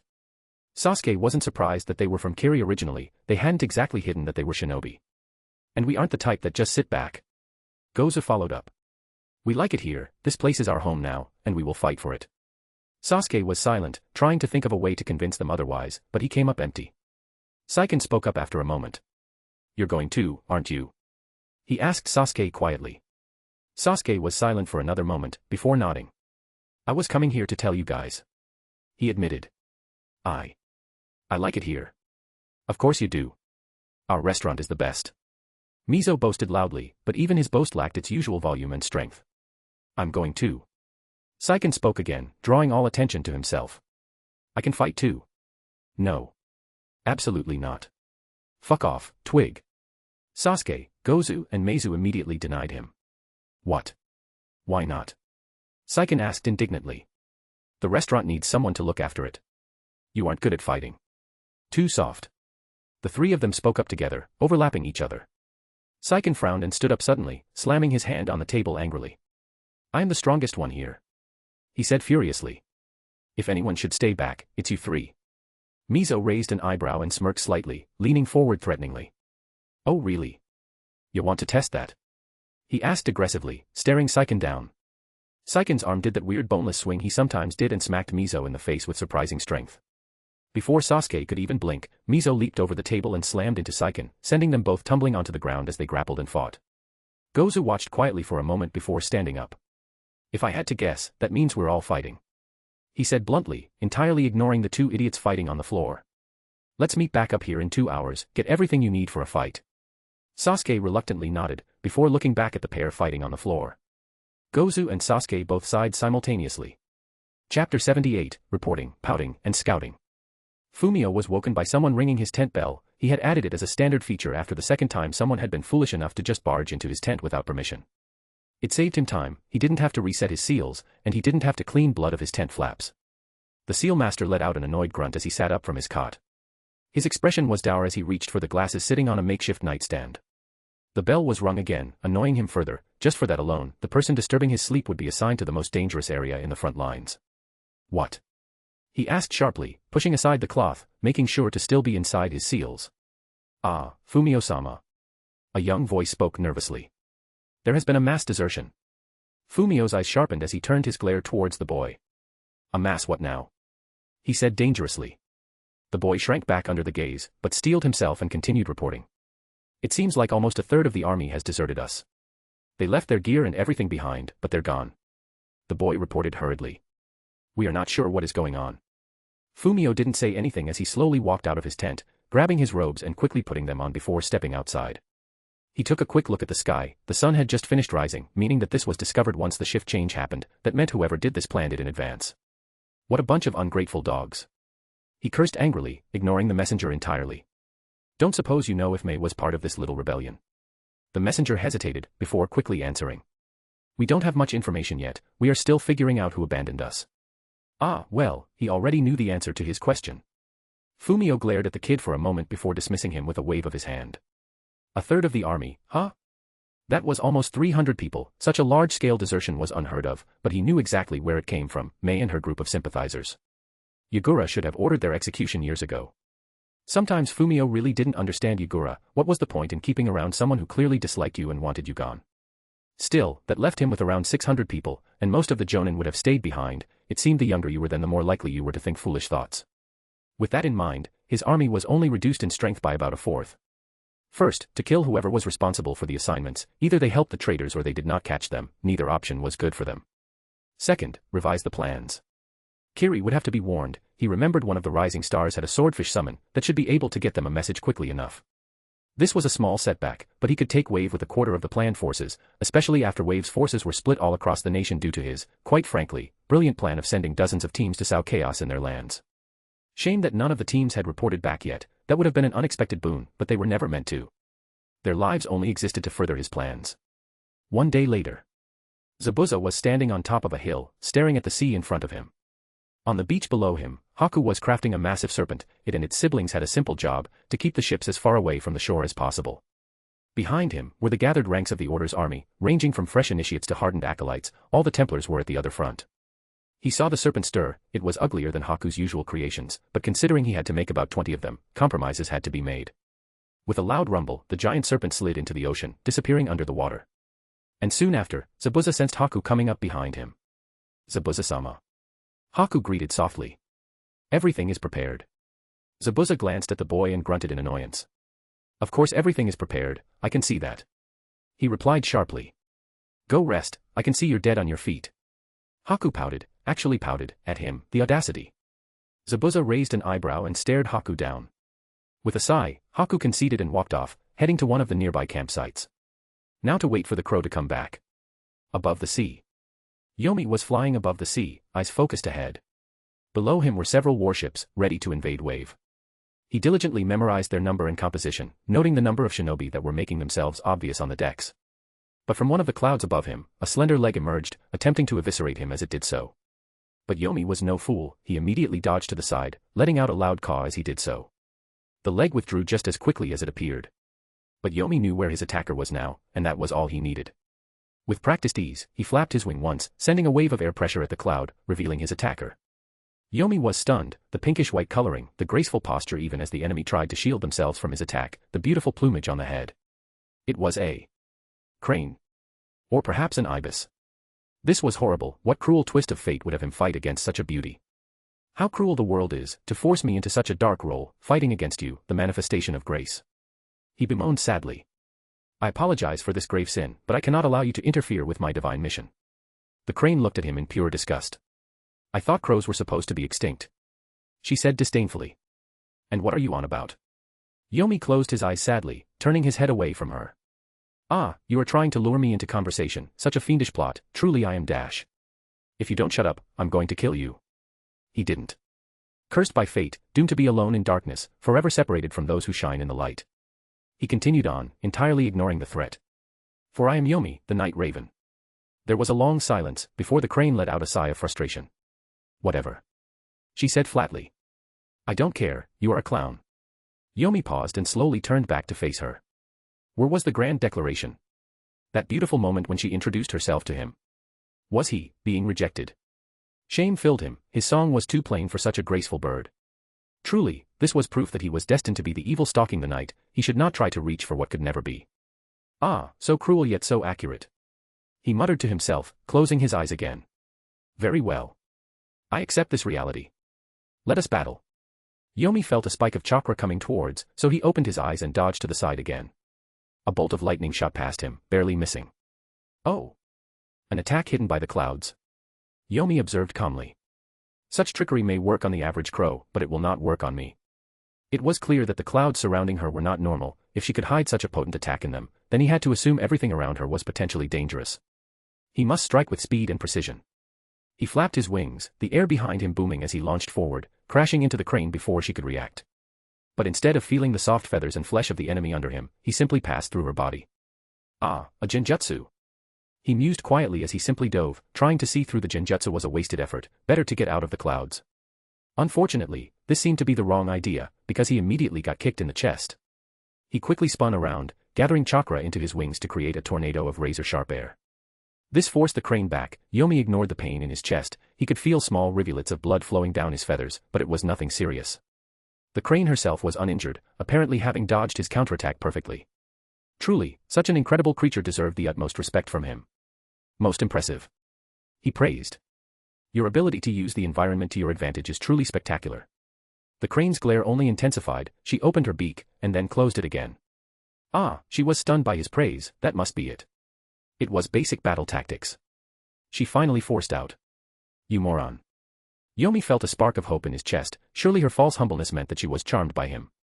If she was truly as brilliant as she appeared, then he would have no choice but to go all out, just this once. He gathered his chakra, just like Sage Makuro taught him so long ago. Mimicry, wind.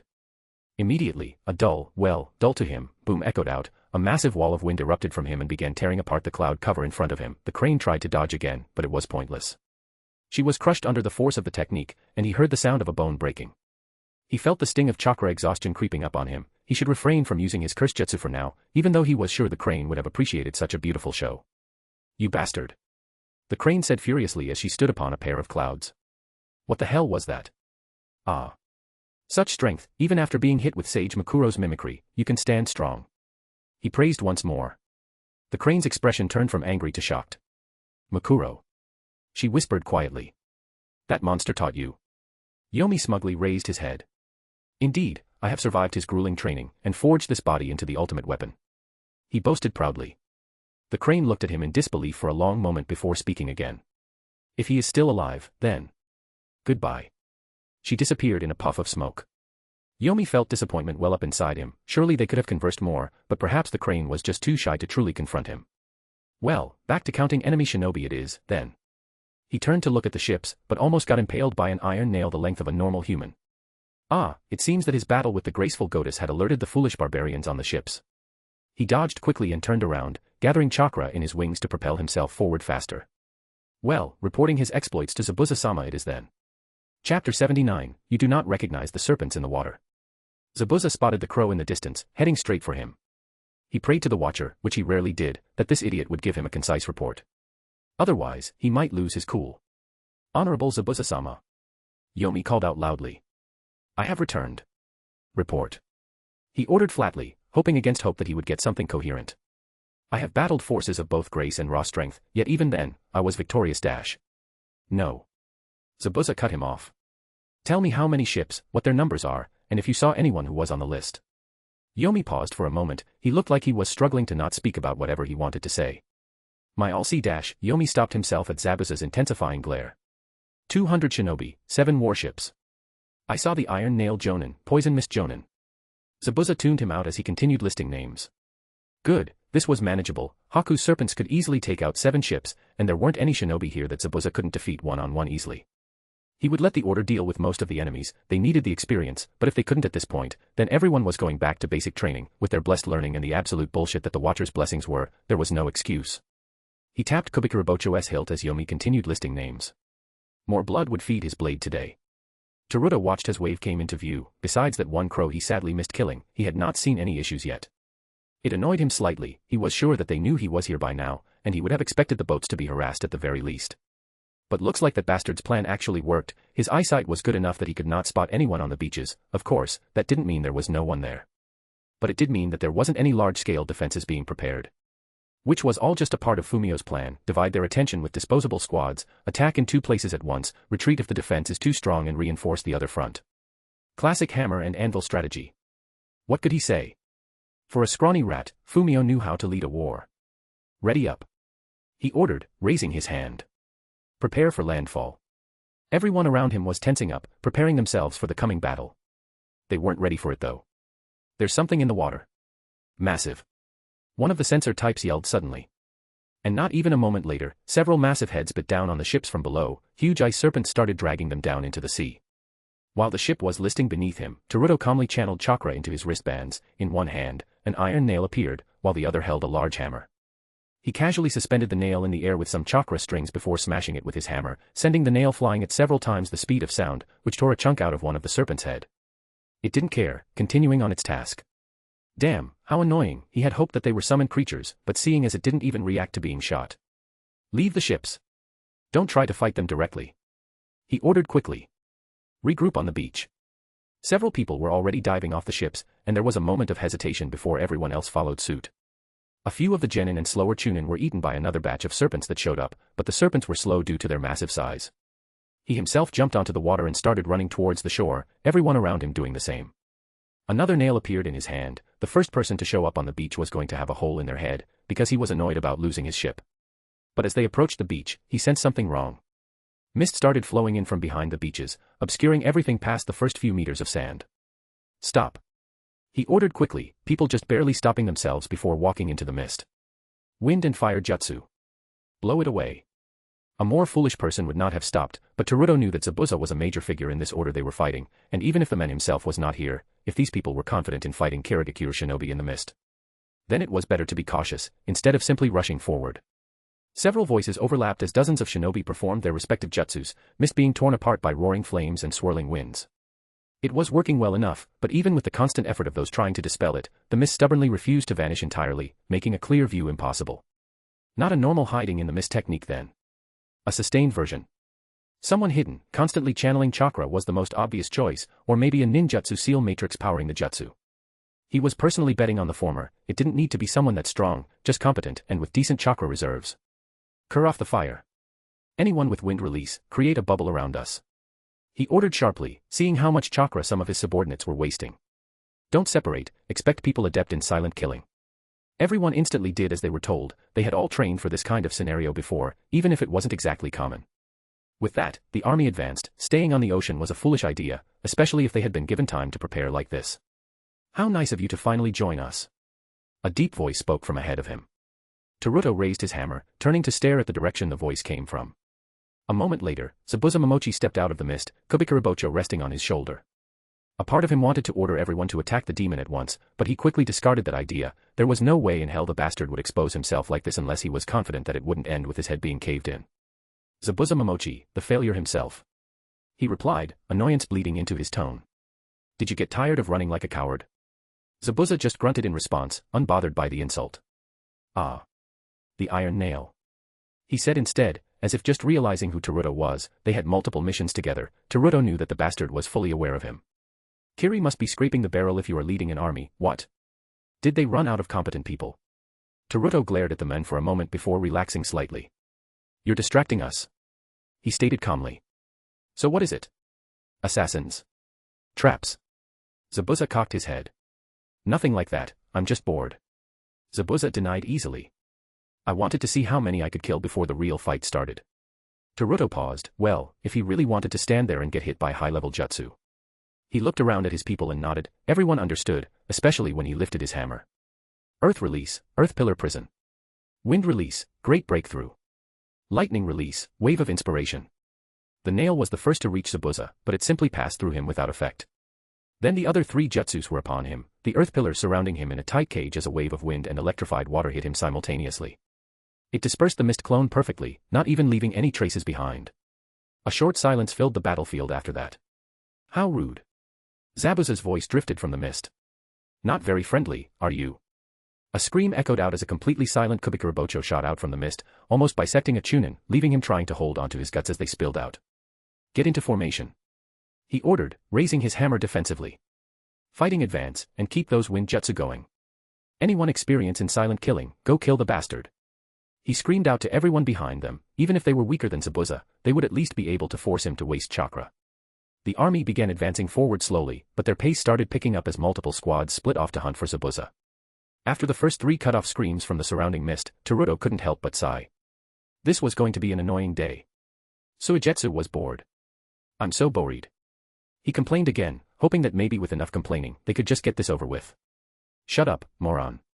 The midget hissed. You've been saying the same thing every minute since we got here. Because it's been boring every minute since we got here, isn't a war supposed to be exciting?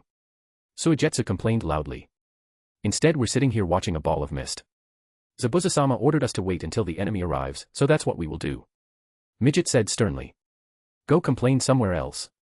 But Suigetsu didn't care, so he complained more. If he knew this is what his begging would get him, he would have happily stayed at the capital helping with moving boxes around or whatever. Aren't you bored, midget? My name is Rin. That didn't sound right to Suigetsu's ears, so he ignored it completely. Do you think if I kill enough enemies, Zabuza will finally fight me? He wondered out loud, maybe if he defeated some Kiri Jonin, the men would finally consider him worth fighting. Rin looked at him, he felt a judging stare coming from behind her mask. You really don't have any loyalty, huh? She said disdainfully. Not even a little bit of reluctance in fighting your old comrades. Suigetsu's mood worsened slightly. What was there to be reluctant about? I guess you don't really get it. He said dismissively, turning his gaze back to the sea of mist below them.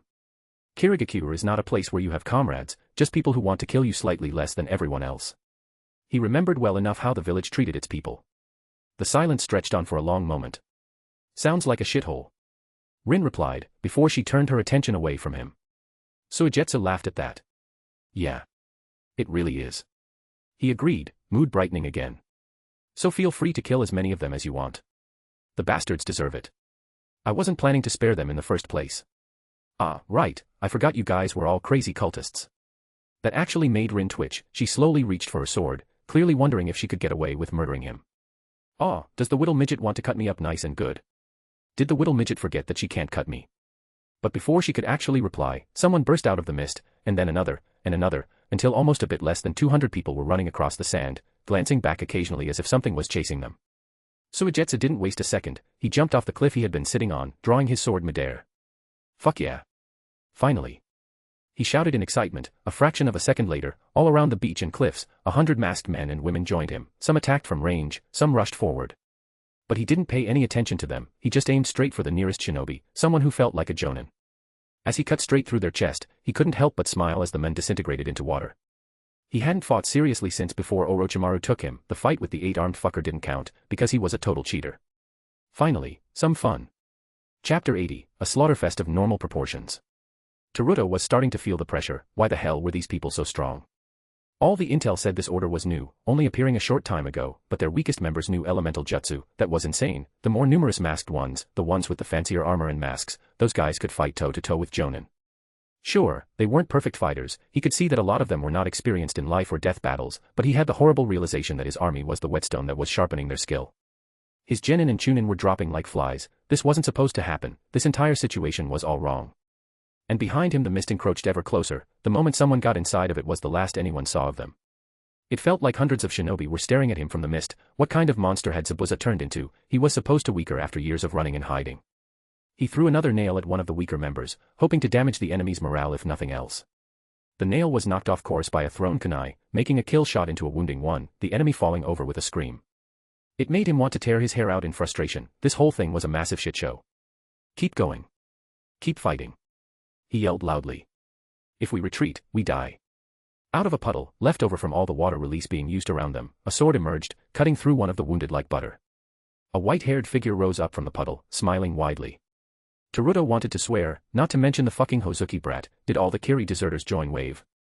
Why the hell was Soijetsu here? He thought that brat had jumped off a cliff after his brother died. He would have to go all out, fuck conserving ammunition. This battle was already a disaster. He might actually die if he played around here. A special nail appeared in his hand, already smoking from the explosive seals placed on it. With a well-practiced movement, he launched it at a small squad of 5 enemies. Before they even reacted, the nail exploded midair, sending shrapnel everywhere. Another popped into his hand, and again he threw it. But before it could reach the enemy army, it was intercepted by a flying corpse. Wait, was that one of the assassins? It pierced him, and slowed the nail down enough that it exploded far away from any enemies. The silent killing user was turned into red mist. He looked towards where the corpse came from, and spotted Zabuza holding up another body. Zabuza tauntingly wiggled the corpse slightly. Naruto responded by launching another nail at the man, who simply threw the corpse at it, creating the same result. Fucking asshole. Zabuza held back a laugh. This was actually pretty fun. It had been a while since he was able to taunt his opponent like this. But it was time to end this, and he could feel 20 massive shapes moving through his mist. The timing would have to be perfect here. He did not want to waste time hunting down the remnants if they fucked this up. So with a quick whistle, the order's formation shifted. The earth users who were being held back now surged to the front lines, quickly raising walls, and then more walls, and then bigger walls. The long-ranged fighters being raised up by their comrades as the ground beneath them grew into a towering barricade, all of them sending down deadly attacks. He could even spot Haku among them, Ice Senbon sniping down enemy shinobi left and right. And with an almighty rumble, 20 giant serpents burst from his mist. The enemy was now trapped between the serpents and the order's new defensive line. Zabuza himself used a body flicker, appearing above the enemy, only a few spotting him as he used his sword's ability and started raining death upon them. But he saw something that made his veins pop out in anger. He landed on the ground and body flickered again, intercepting a sword attack that would have cut through a certain dumbass. Water brat. What are you doing?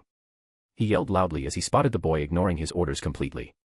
He was very clear that all fighters should retreat on his signal and encircle the enemy, not try and fight the fucking army on their own. The idea of leaving him to his fate was tempting. If 3 Jonin jumped him then he would die before anyone got to him, but Hikari would tan his hide if he let the Hozuki die. She had this whole idea of, if he joins us, Wave will have a bloodline clan in a century or two. Ah, Zabuza-senpai. The brat replied happily. I killed a Jonin. And 3 Chunin. That was not what Zabuza meant when he asked what he was doing. I'm going to beat you into a coma later. He said instead, already weaving hand seals to counter a water dragon jutsu heading right for them. And then I will beat you back out of it. You promise? The boy replied excitedly. Zabuza was starting to think this kid was mentally broken. Actually no, he was from Kiri, of course he was. The 2 water dragons collided with each other, Zabuza's easily overpowering the enemy. A giant ice snake crashed into the caster before Zabuza could think of a way to kill them. He silently thanked Haku. What a considerate apprentice he had. Stay near me, or I'm going to feed you to a Star Eater. He ordered seriously as he duplicated his sword again. Take this. He threw the copy towards Soijetsu. He remembered that this brat and his brother both had gotten training to wield Kubikurabocho. A high-pitched squeal came from the child, like nails on a chalkboard. Zabuza's eye twitched in annoyance, but he was ignored it and focused on the slaughter instead. He wanted to get at least 50 kills here. Naruto screamed in rage. He was stuck. He was desperately trying to dodge the attacks coming from above him while trying to find a way to break through the earth walls that surrounded him and his remaining forces. But even the strongest jutsu they had couldn't carve through the wall. One of his Jonin used lightning release, false darkness, and while it pierced deep into the wall, they could not see the other side. How?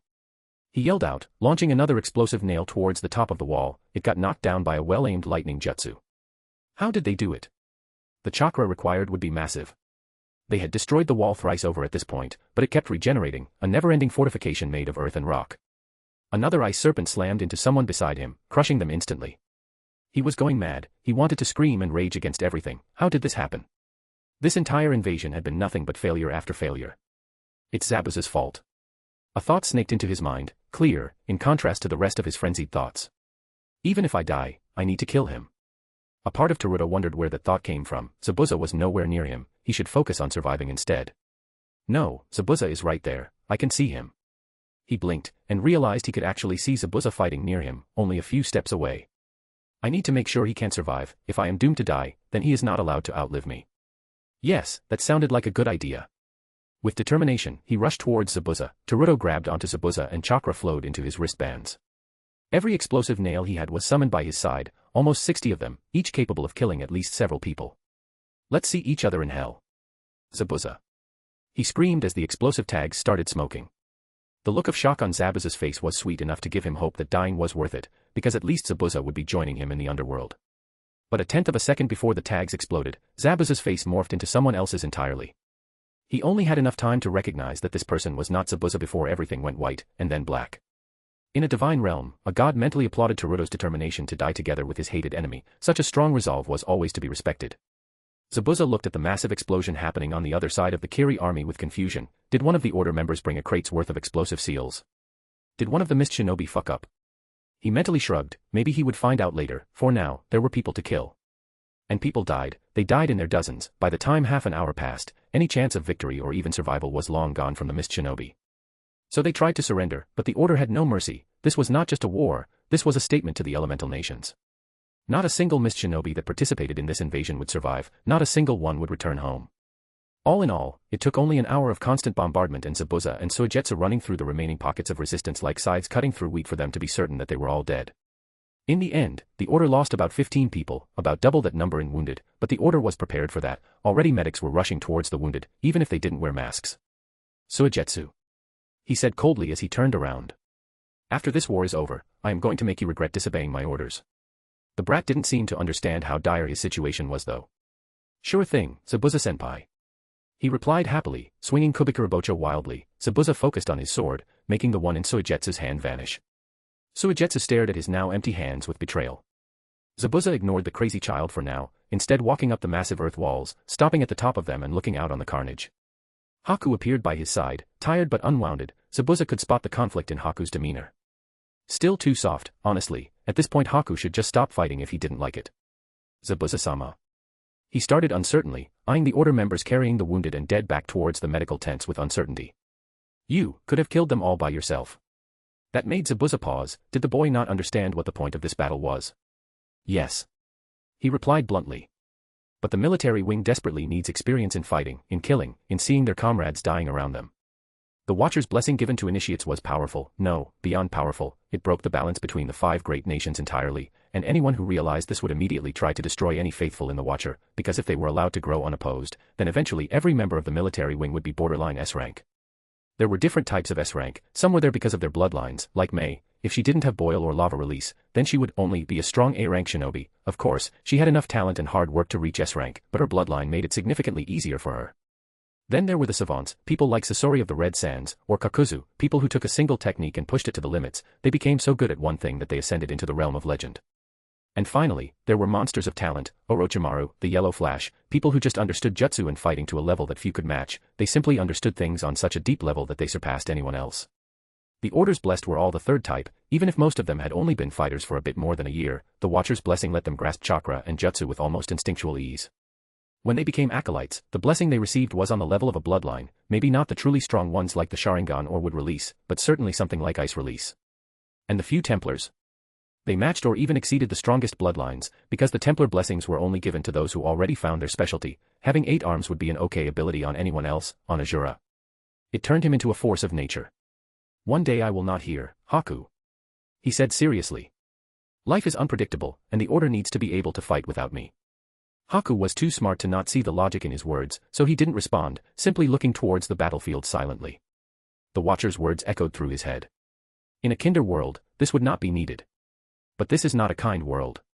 He muttered under his breath, words barely loud enough for Haku to hear them. Maybe one day, that phrase would ring empty to everyone that heard it. Chapter 81, Tsunade gets no vacation. A day before the sea battle. Tsunade was taking a break. Yesterday she had called all the trustworthy people into her office, which included most of the clan heads since they would be very displeased with Danzo and his actions. The Abirame and Yamanaka clans were especially interested in seeing Danzo punished, considering he had taken some of their members as rude agents. And after a long talk about the things Danzo did, or rather, the things Danzo did that Orochimaru was aware of, every clan was willing to declare him a traitor to Kanagakura and help prepare for a confrontation with the men. Now it was the most boring and stressful part, waiting. They couldn't just march in on his headquarters and attack him. So the long job of cataloging potential root members, assessing loyalties, finding root bases and Danzo's sympathizers was being done. Meanwhile, Tsunade was doing what she should be doing, acting like her normal self. She was most likely the one most watched by Danzo, so no point in helping with the groundwork. And her normal self was currently taking a break, relaxing in her home, catching up on the last 2 decades of medical developments. She had expected that most of it would be stuff she already knew, but while there was no equal to her, it seemed people collaborating and focusing on a single issue could make quite a lot of progress. But even though her attention was focused on the book she was reading, she picked up the sound of someone landing on her balcony quietly. She sighed and quickly drained the rest of her sake bottle. A day and a half of vacation was better than nothing. "Come in," she called out, standing up to greet whoever decided to visit her. The door opened quietly, and Bor walked in. If she remembered right, he was currently stationed as a guard at the Hokage Tower, which meant bad things for her relaxation. "Hokage-sama." The men greeted politely as he kneeled. "An emergency meeting has been declared. Shizen-sama has asked me to inform you." That made all the annoyance and exasperation leave Tsunade immediately.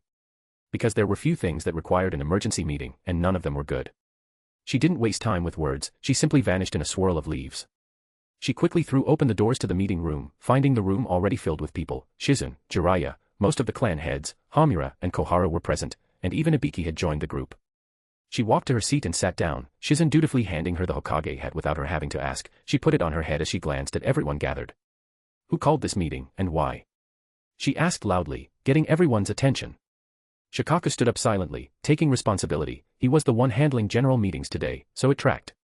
"Yamada, the envoy from the order, has reported that Kirigakure has invaded Wave," he said calmly. According to him, Kiri has sent various smaller squads to terrorize their citizens, and 2 large forces, one by sea and one by land, are on their way to take the capital of Wave. Well, that was not ideal. She had feared that Wave's strength and new prosperity would upset the cold hostility between all 5 great nations, but she hadn't expected it to be this fast. And this ill-conceived, what was Kiri expecting? This was not going to end well for them even if they won. The only way this move made sense would be if Kumo and IWA supported Kiri and prevented Konoha and Suna from retaliating with a full invasion of their own. So the best possible scenario for Kiri was that they looted Wave down to the bedrock and scurried back to the land of water while Kumo and IWA prepared to invade Konoha and Suna, which... No, that plan was fucking stupid. She knew from the little information she had that the order was by no means weak. If the Crow Sage Jiraiya talked about was summoned and fired off a couple of his tailed beast bombs, then Kiri was going to lose a good chunk of shinobi, not to mention the rest of the order's forces. Either she was missing something, or Kiri was being run by idiots right now. Did Yamada say anything else? She asked Shikaku after thinking for a moment. He reported that any assistance was welcome, but considering the distance and how unexpected this attack was, there is a good chance that any organized response will be too late. Shikaku replied calmly. "Our only option is fast response squads, if we decide to help." The room stayed silent as she thought about their options, because honestly, she had none. "We have to." Hayashi spoke up from his spot, cutting through the silence like a hot knife through butter. "The alliance was publicized days ago. If we do not help, then Konoha will be a laughingstock, no matter if the order repels the attack or not." He was right. Politically, Konoha had to respond. Even if they arrived late, they needed to prove that Konoha would stand by its allies. She glanced around the room again, silently judging people's opinions. The faces were grim. They all remembered the last war, but they all understood that this was a necessary action. The ones read into the whole Danzo situation were probably cursing Kirigakure, because of all times for a war to break out, it was when they were trying to sort out an internal purge. "I can go," Jiraiya offered calmly. She grimaced at that, because it was probably the best option. "You and who?" she asked seriously, sending her Sannin comrade a judging look. "Kakashi, Asuma, Guy, Kurenai, Genma, Rado and..." He paused for a moment. "Naruto," he finished grimly. That set off a chain of responses, many people arguing for or against bringing Naruto. Jiraiya gave her a look. She knew what he wanted without him saying anything. She nodded at him. "Naruto, as of this moment, is one of the strongest shinobi in Konoha," Jiraiya declared, causing silence to fill the room once more. "He can manifest 6 tails while maintaining control and has developed an S-ranked genjutsu capable of wounding even-tailed beasts." Silence reigned over the meeting room. If she wasn't aware of the time traveling, she would have been just as shocked as everyone else, but knowing that Naruto had about 3 years of extra experience and training explained it well enough. That thought caused her mind to pause. Her life was so strange nowadays. "How?" Hayashi asked, voice sounding disbelieving. "He was a disaster during his Chunin exam, barely Chunin level in strength."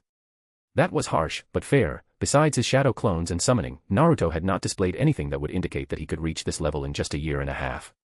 "That is classified, S-rank secret." She cut off that line of discussion before it could begin.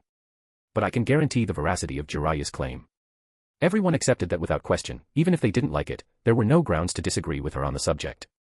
And now the discussion turned towards the actual force they were sending, arguing about who should be sent. how much the loss of key shinobi would affect Konoha's defense, whether or not she should issue a village-wide alert for all active shinobi, so on and so forth. But in the end, it was decided that Jiraiya's suggestion was fine and he would lead Kakashi, Asuma, Guy, Kurenai, Genma, Rado, Naruto, and lastly Sakura to reinforce Wave. She had decided that Sakura would join the group as well. She was a good medic by this point, her role was going to be purely supportive. Tsunade had a feeling that if she didn't send Sakura to look after them all, then her apprentice would find out a way to join anyway. Especially since both had been very vocal about going to Wave since they learned that Sasuke was there. A few hours after the sea battle, Yatagarasu was flying high above the ground, one body observing the direction that Kiri would be coming from, and the other standing with the rest of the Order's commanders. And his flying body spotted a few figures moving fast across the land, clearly approaching Wave's territory. It seems the scouts had arrived, that meant the main invasion force was only hours away. They are about to arrive, he said seriously, the few people around him nodding. Prepare everyone.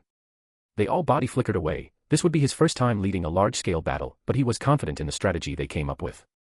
The plan was simple. From the information Zabuza had about the enemy, they would either try to overwhelm them or bait a large force into an ambush, depending on who was leading them. So they would not move from their spot, the bridge would be turned into an impregnable fortress, and if the enemies gathered in a single spot, then his creator would be kind enough to remove them from existence. If not, then they would be slowly grinding Kiri's forces down. The Templars and Star Eaters would act as roaming killing machines while the bulk of the Order's forces focused on fighting defensively. This battle would not be a quick one. The sheer number and open terrain made it near impossible to just surround and destroy the enemy, so it would probably take several days to finish. But this would be a decisive victory. Yatagarasu would make sure of that. Chapter 82, The Restaurant Squad. Sasuke was tense. The alert had gone out. They were now officially in a battle for survival against Kirigakure. He was standing next to his squad, named Combat Volunteer Squad 4, according to the men who organized the groups. He was put in the same squad as the brothers in Saiken, and it was weird seeing the brothers in combat gear. He was so used to seeing them in casual clothes that the ratty cloaks and breather masks threw him off. Hey Saiken. Gozu suddenly called out, breaking the tense silence. Can you use any jutsu? That was actually a good question. They should share their abilities before the fight started. It would probably help with synergy. Not really.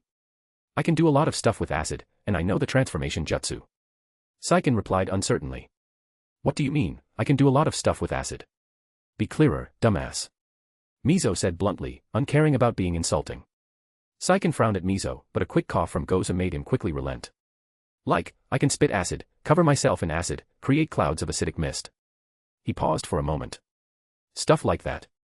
Sasuke was remarkably unsurprised about Saiken having a bloodline. At this point, considering Saiken's clearly abnormal body, he was betting that Saiken was an escaped test subject or something similar. I am good with fire release and lightning release. You already know about my Sharingan. Sasuke reported neutrally. Also, I can transform into a stronger form, and I have a contract with the Snake Summons. All three members of his squad looked at him strangely. What? He asked defensively. Transform into a stronger form. Mizo said incredulously. A snake contract. Fire and lightning. You're a kid, how? Sasuke blinked at him. It wasn't that unusual, was it? Besides the cursed seal, that sort of thing probably wasn't common here. It isn't that surprising, is it? Sasuke asked, mostly rhetorically, before focusing on the other part. And I'm not a kid. I know some water jutsu. Gozu cut off any further arguments. Sasuke waited for the rest, but nothing came. Just water jutsu? He asked with a raised eyebrow. He knew that both brothers were strong and fast due to their, frankly, insane physical training, but he had been expecting something more. They both glared at him. You wanna fight, punk? Mizo challenged threateningly, cracking his knuckles. Most Chunin only know one element, kid. Gozu said tiredly. Having two is usually something reserved for Jonin. Learning more than two takes time and patience. Wait, does that mean that Sasuke is the second strongest here? Saiken asked curiously, but Sasuke could see the humor in his eyes. Mizo immediately threw himself at Saiken, who laughed as he dodged away from Mizo's attempts to tackle him.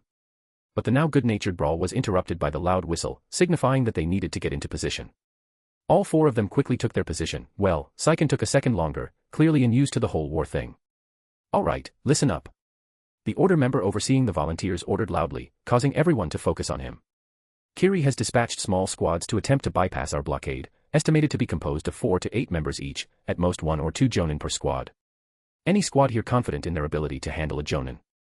Surprisingly, only one other squad raised their hands besides Gozu, but considering that this room was full of volunteers who weren't active fighters, maybe he shouldn't be too surprised. Right, you and you. He pointed at his squad and the other one. Follow the initiate. He gestured towards a masked person. She will lead you to the sensor station, fight well. Both squads moved quickly to follow the initiate, not wasting any time. The so-called sensor station was a gigantic earth fortification on the wave side of the bridge. He could see at least 20 order members standing guard, all of them wearing an acolyte's armor. The initiate told them to wait outside with the other squad until someone came out to get them. And so they waited, silently. Thankfully, the wait wasn't long, and after about 5 minutes, 2 masked people stepped out of the fortress. One was the initiate that led them here, and the other was an acolyte. "All right, I'm here to assess your strength and assign you appropriate targets." The acolyte spoke confidently. "Who's first?" Gozu stepped forward. The acolyte looked at him for a moment before nodding. "Jonin level, but only physically," she said easily. "Next." That made Gozu pause. Sasuke could see that he was surprised by this assessment, but not unhappy. Mizo was next. Almost the exact same, freaky. Sasuke heard the acolyte mutter under her breath. "Jonin level, but only physically, again." Next. Sasuke would have been confused, but considering the things he has seen from the order, the ability to gauge power with a glance was not that surprising. Saiken was up next. The woman stared at Saiken for several long moments. She finally seemed to shake herself out of whatever stupor she had entered and refocused on Saiken. "I'm not even going to ask what your deal is or why you are here," she said bluntly. "Firmly Jonin level, probably even higher." That made Sasuke reluctant to step up. It was clear she had figured something out about Saiken unrelated to his strength, but he wasn't about to be left out. She stared at him for a moment. What in the Watcher's name? Sasuke did not know what she saw, so he didn't really know what she was asking about, so he stayed silent. "Definitely Jonin level, you've got some unique stuff going on, huh?" She finished her sentence as a question. "Something like that," he replied noncommittally. "Right," she said in an awkward tone of voice. "Well, you 4 can handle Jonin, so here." She held out a map towards them, which Gozu took from her. "Go to the marked spot and wait, the enemy should show up there soon enough." She continued calmly. "Don't die." Without another word, she walked towards the other squad that had volunteered to fight Jonin. "Well then," Gozu muttered. "Let's go." Sasuke could see why this spot would be targeted by the enemies. It was on a relatively isolated stretch of coast, the terrain was rough and uneven, making it hard to fight in. No one would willingly pick this place to start their battle. So, of course, that made it the best place to infiltrate through. His Sharingan were spinning lazily in his eyes as he stared at the sea. Gozu and Mizo had hidden themselves in a pair of puddles some distance in front of him, while Saiken was sitting next to him, making no effort to hide himself. Because they wanted to make sure the enemy actually saw them and approached. And approach they did. 8 figures burst out of the ocean water, rushing towards Sasuke and Saiken with clear intention to kill, but Gozu and Mizo were quick to show themselves. They both erupted from their hiding places and immediately rushed at the nearest opponents, as Sasuke and Saiken quickly entered the fray. Sasuke picked the strongest enemy, which was also the person who seemed to be leading the group, and threw a few kunai at her, but she blocked all of them without difficulty. That wasn't surprising. He continued running towards her anyway. The woman tensed up slightly as she noticed his eyes. She quickly dodged away from his attempt at slicing through her neck with his sword, retaliating by throwing 3 shuriken at him. He felt a bit offended when he saw that they had strings attached to them. Clearly, she wasn't taking him seriously. Quickly cutting through the strings, he weaved some hand signs. Fire release, Great Fireball Jutsu. He spit out a massive fireball, aiming it downwards, right in between himself and the woman. It washed over the rocky terrain, forcing the Kiri shinobi to jump away to avoid getting burnt, giving Sasuke enough time to prepare something better. He quickly used another fire jutsu. Fire release, Phoenix Sage Fire. But only a few dozen rushed towards his target, who quickly intercepted them with a stream of water. The rest split into 3 groups, targeting the people who were fighting his squad mates. 2 fireballs hit Mizo's opponent in the back, giving Mizo an opportunity to wrap his chain around the man's throat. His head was quickly disconnected from his body after that. Another 4 balls targeted one of Saiken's enemies, who used a similar stream of water to defend himself, but Saiken took advantage of that. His arm stretched out unnaturally fast and slammed into the distracted ninja. Before Sasuke could see the end result of Gozu's opponent getting attacked, the woman interrupted him. A rock spike suddenly burst out beneath his feet, forcing him to dodge. But then another, and another. Soon he was entirely on the defensive as the Kiri shinobi kept forcing the earth beneath him to attempt to pierce through him. "Saiken!" he yelled out loudly. The boy glanced at him, before quickly understanding what he wanted, inhaling deeply while dodging his opponent's attacks. Then he spit out a massive ball of acid. It flew over Sasuke's head and towards the woman. She quickly turned her attention to Saiken and created a wall of mud in front of her, stopping the corrosive attack. Well, better to end this fast. It seems like she was the only real threat. He channeled chakra into his cursed seal, and for the first time in several months, not with the intention of summoning Orochimaru. His skin darkened, wings formed on his back, he could feel himself become stronger. And for the first time since he had gotten it, it was entirely free of the mental effects. No bloodlust, no arrogance, no homicidal urges, just power. He made a mental note to thank Ayumu next time he saw him. He wasn't expecting this change. With one flap of his wings, he closed the gap between him and the woman, who looked shocked by his increase in speed. She desperately blocked his first stab, but made the mistake of looking Sasuke in the eyes. She tried blocking the follow-up swing, but it was misplaced, his genjutsu making her think he was aiming for her neck while he actually targeted her heart. The sword slid between her ribs smoothly, piercing through her heart with ease. Chapter 83, the main battle starts. I watched over the battle with grim satisfaction. Kiri's probing strikes were actually quite good for me. The less simultaneous battles happening, the easier it was for me to interfere, which I did for any person who almost died. A little bit of DP to divert a jutsu or make someone dodge was enough to tip a death into a wound. Still, even my interference could not save everyone, nor would I want to. Letting the military wing members think they are invincible would be beyond counterproductive. But that didn't mean that I would just throw their lives away, so I was planning on how to prevent this from being a full war. Which is why a crow body was flying high above Mei's little army. They were rushing back to Kiri. If everything went well, they should reach their destination in 3 days. And once they confronted the Mizukage and his council about this bullshit, things would go very well for them, and I would make sure Mei understood who helped her here. If things went according to plan, then this was the last time Kirigakura made any political decisions without the order's advice. Fumio looked over his map, a custom creation. Well, technically it was a map overlaid on his ceiling and sensing formula that showed him where every single seal he had ever placed was at all times. And he had placed a seal on every single member of his army. This was the reason why everyone tolerated his blatant corruption and greediness, because with just this one tool, he could coordinate an entire invasion with ease. But something felt off. He didn't know how to describe it, but he felt like there was a cloud obscuring his vision, metaphorically speaking. He had the feeling that he was just wasting time and troops, which he shouldn't be, considering this invasion should be crushing Wave's resistance with little effort. But his strategy of probing their defenses didn't work like he expected, neither did his attempts at flanking them. None of the flanking squads had made it back. Which was very worrying because that was a solid tenth of his army, all disappearing without a trace. Recall the center forces. He ordered firmly.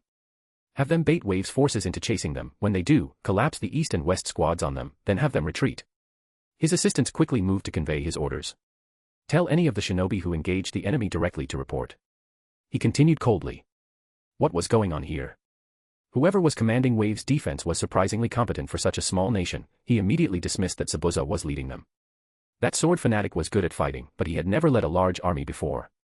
So that meant Wave had other allies. He refused to believe that someone untested was giving him trouble. Which meant the theory that Wave was a puppet state of Konoha gained more weight. He thought it was just the warmongers in the council and Mizuki's office trying to find an excuse for this invasion, but it seemed like they were actually correct. Still, he had to reassess his strategy because clearly, whoever was leading Wave's forces was more experienced than he anticipated. Yatagarasu had no idea what he was doing. This lack of strategists in the order would have to be corrected after this war was over, because there was no way he was leading anything ever again. He had been using the fact that he could fly high above the battlefield as his main advantage, mainly just spotting enemy movements and quickly relaying orders for everyone to move appropriately. But he knew his tactics were amateurish at best. He was clearly making mistakes, even if the military wing was following them without complaint. But it seems that Kiri was pulling back. Does he push now? Does he try to trap them with a feint? He needed advice, and so he looked back to the words his creator had said to him. If you don't know what to do, then play it safe. A minor mistake can be fixed, a massive one might be irreversible. What a wise being his creator was. Kiri is retreating, do not chase them. He ordered through the body standing in the sensor station.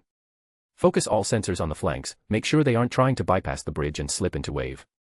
It didn't matter if this battle took days or months, as long as the enemy could not enter Wave and as long as casualties were kept to a minimum, he would consider it a good battle. A few hours later. Fumio glared at his map. They retreated without much issue. It seemed that their commander realized his ruse and stopped any pursuit from happening. Still, it gave him some time to speak with those who had faced the enemy directly. Who reported that the enemy had abnormal troops, fighting at far higher levels than they should be able to reach. They mentioned the fact that every single person they fought was capable of using elemental jutsu. Which was insane. There was no way Wave managed to train so many shinobi so quickly, especially shinobi of such a high level. Every single troop they faced was equal to or stronger than a Kiri Chunin. If Fumio hadn't heard this from multiple sources, then he would have dismissed it as incompetence. Their numbers were also higher than expected. Going off of their initial estimates, they had estimated about 400 enemy combatants, but again, that was impossible for such a small nation. He was convinced that if he took off the masks covering the enemy's faces, he would find faces belonging to Konoha instead of Wave. So clearly, he needed a new approach. He was no longer dealing with an upstart force. This was Konohagakura's army in disguise. So he needed to be fast and burn Wave to the ground. There would be no occupation, no conquest. He needed to cripple them before Konoha's main army arrived. This was no longer a simple takeover, it was a precursor to the Fourth Shinobi World War. Azura was meditating, he had not fought yet. But he wanted to, oh how he wanted to. The little skirmish at Orochimaru's base had been far too brief for his liking, no fighters worth naming. And now it seems he was doomed by his own power. He had focused on sheer combat potential, learning all the jutsu he could as quickly as possible, which made him extremely deadly in an open battle, but he lacked the ability to quickly traverse the battlefield, which meant most of the time, another Templar or Acolyte squad was dispatched due to them being able to arrive faster than him. He would have to rectify that weakness once this was over, he didn't want to miss out on any more battles. Still, he sat patiently in the censor station, waiting for his next chance to shine. And he was rewarded. Yatagarasu, firstborn of the Watcher himself, spoke directly to him. Azura. The Star Eater looked up as he heard his name called. Kiri is splitting into 3 groups, 2 smaller ones and 1 main force. Harass the one passing through Sector 6A, do as much damage as possible. Azura bowed slightly. By his will, it shall be done. He said seriously, excitement building up in him, praise the Watcher. He used a body flicker, vanishing from the room. 15 minutes later. Azura stood silently in the middle of a road. The sector he was assigned was thankfully clear of trees and rocks, just a nice smooth surface that would make fighting easier. And then, finally, they were there. They did not bother hiding themselves, instead choosing to simply run towards their destination. He did not care for their plans. He had received the order to do as much damage as possible, and killing them all was not contradictory to that order. He counted 70 shinobi approaching him, and clearly whoever was leading them was smart, because they did not immediately jump into a battle with him. Instead, they spread out and stopped about 200 meters away from him. He let the jutsu he had prepared fall away, slightly disappointed. Wave Nin. A man in the front called out. Surrender. He couldn't stop the laugh from bubbling out of his throat. How foolish.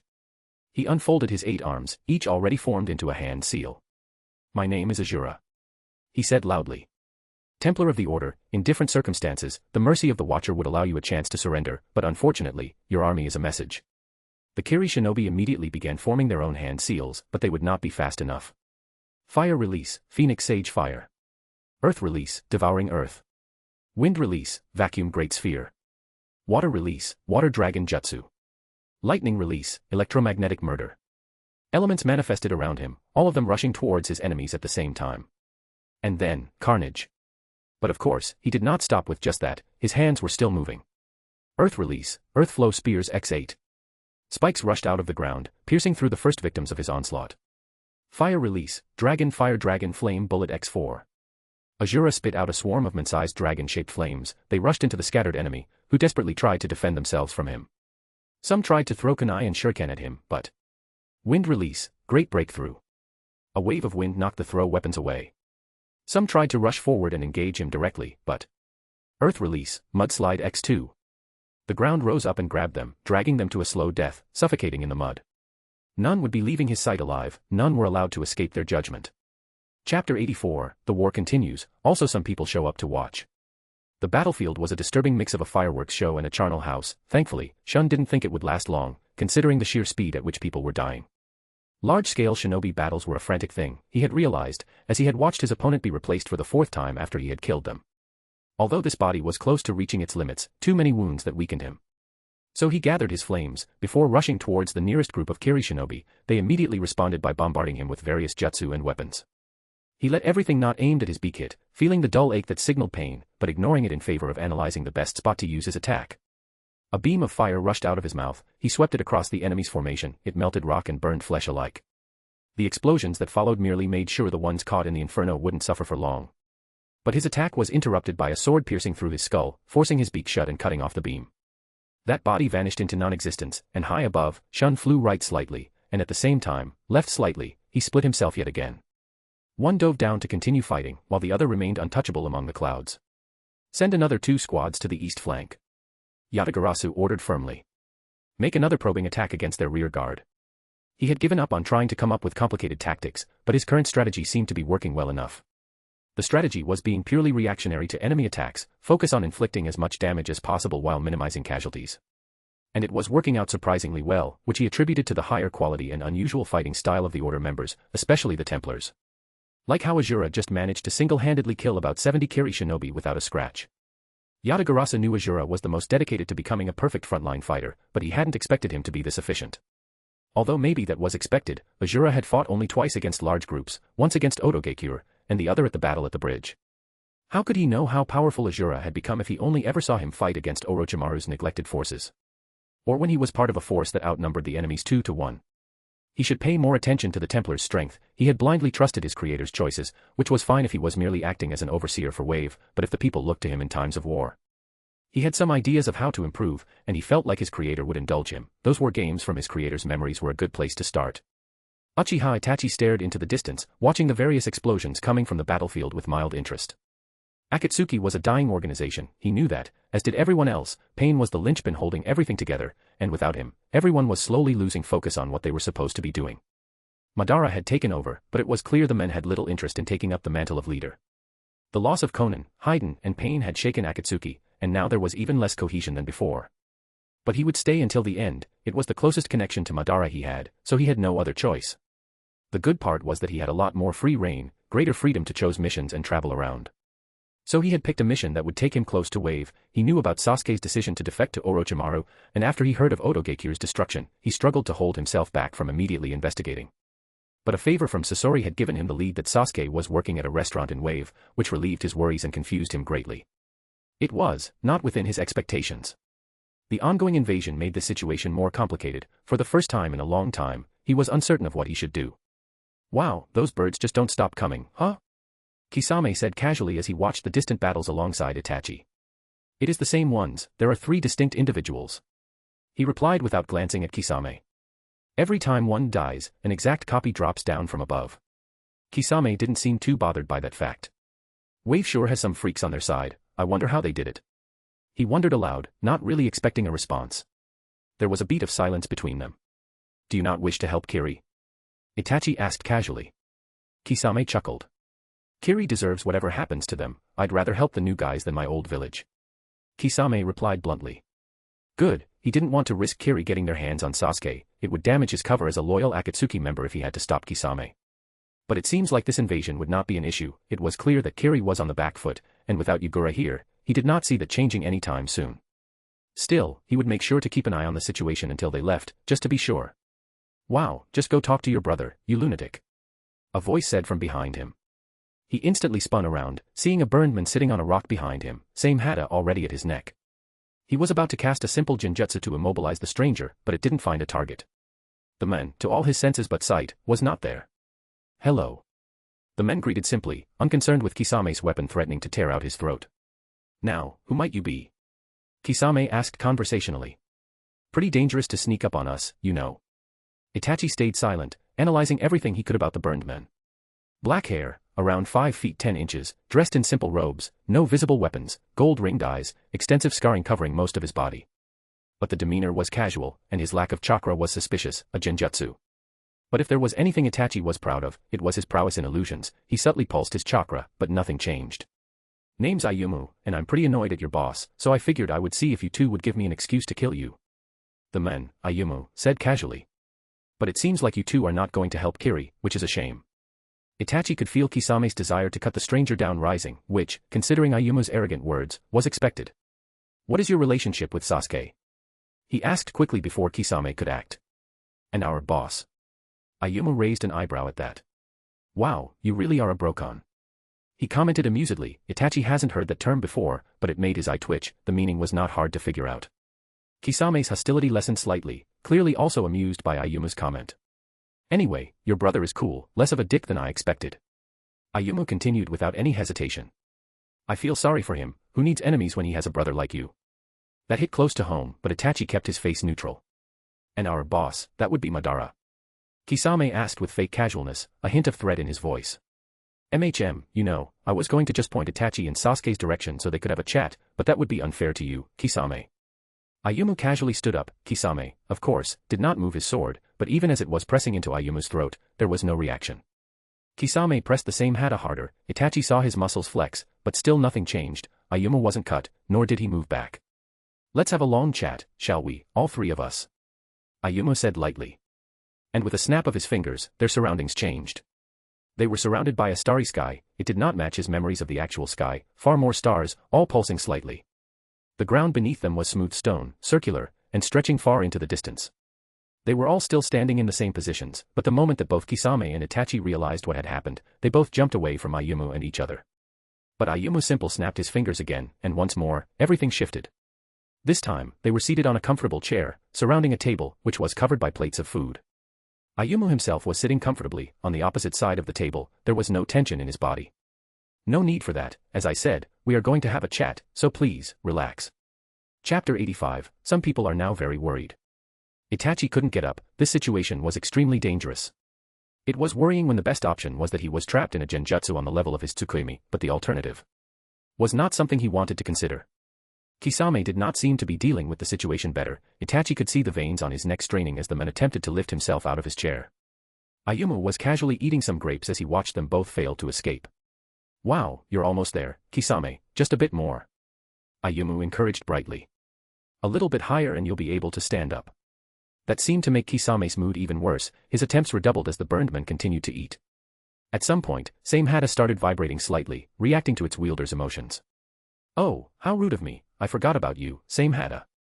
Ayumu said lightly. Here.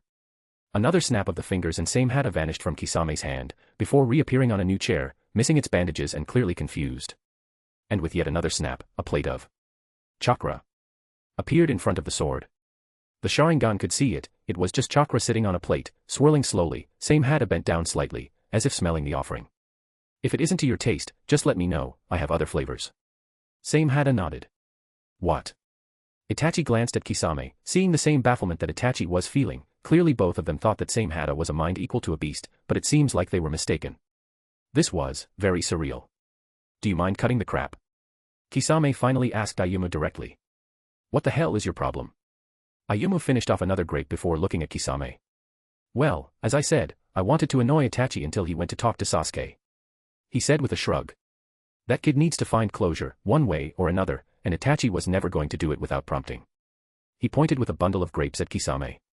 And you, well, I have realized I quite dislike people being forced into bad situations due to manipulation. Ayumu explained, his eyes stayed locked onto Kisame's yellow ones. The blue-skinned man tensed up, but this was not due to anger, but rather discomfort. What are you talking about? Kisame asked, trying to play it cool. The world of truth is a lie, it will never exist. Madara doesn't know the real purpose behind gathering the tailed beasts and creating the infinite Tsukuyomi. Itachi paused at that. What?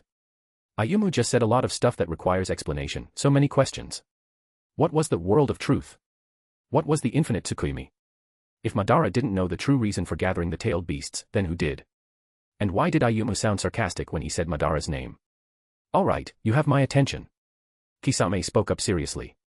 You shouldn't know most of this shit. Well, to start with, Madara isn't actually Madara, it's some guy called Obito Uchiha. Who the fuck was Obito Uchiha? Kisame also seemed confused, so Itachi didn't feel too bad for not knowing who this person is. I have no idea who that is. Kisame admitted easily enough. Itachi looked at the food in front of him, some fried pork dumplings. He also spotted the bottle of sake.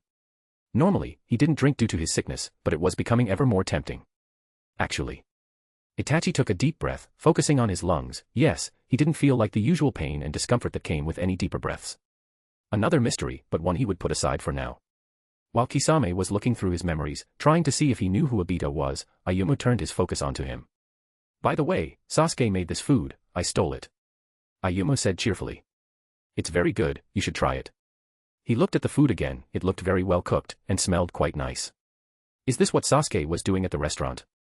He was not expecting him to be a cook. He hesitantly reached out and picked up one of the dumplings, examining it, before taking a small bite. It tasted like the dumplings his mother used to make. 1 hour. And so, if Obito succeeds, he will just be killing all the people after giving them some nice dreams. Ayumu continued. If you still want that world of truth, Kisame, Itachi can just use his Tsukuyomi on you, it will even kill you after it finishes, almost exactly the same. Itachi ignored the fact that Ayumu knew that he could use the Tsukuyomi to give someone a lifelong illusion. He had only used his eye to that extent once, so realistically, Ayumu had no way of knowing. Which is something he had been thinking to himself repeatedly over the last hour.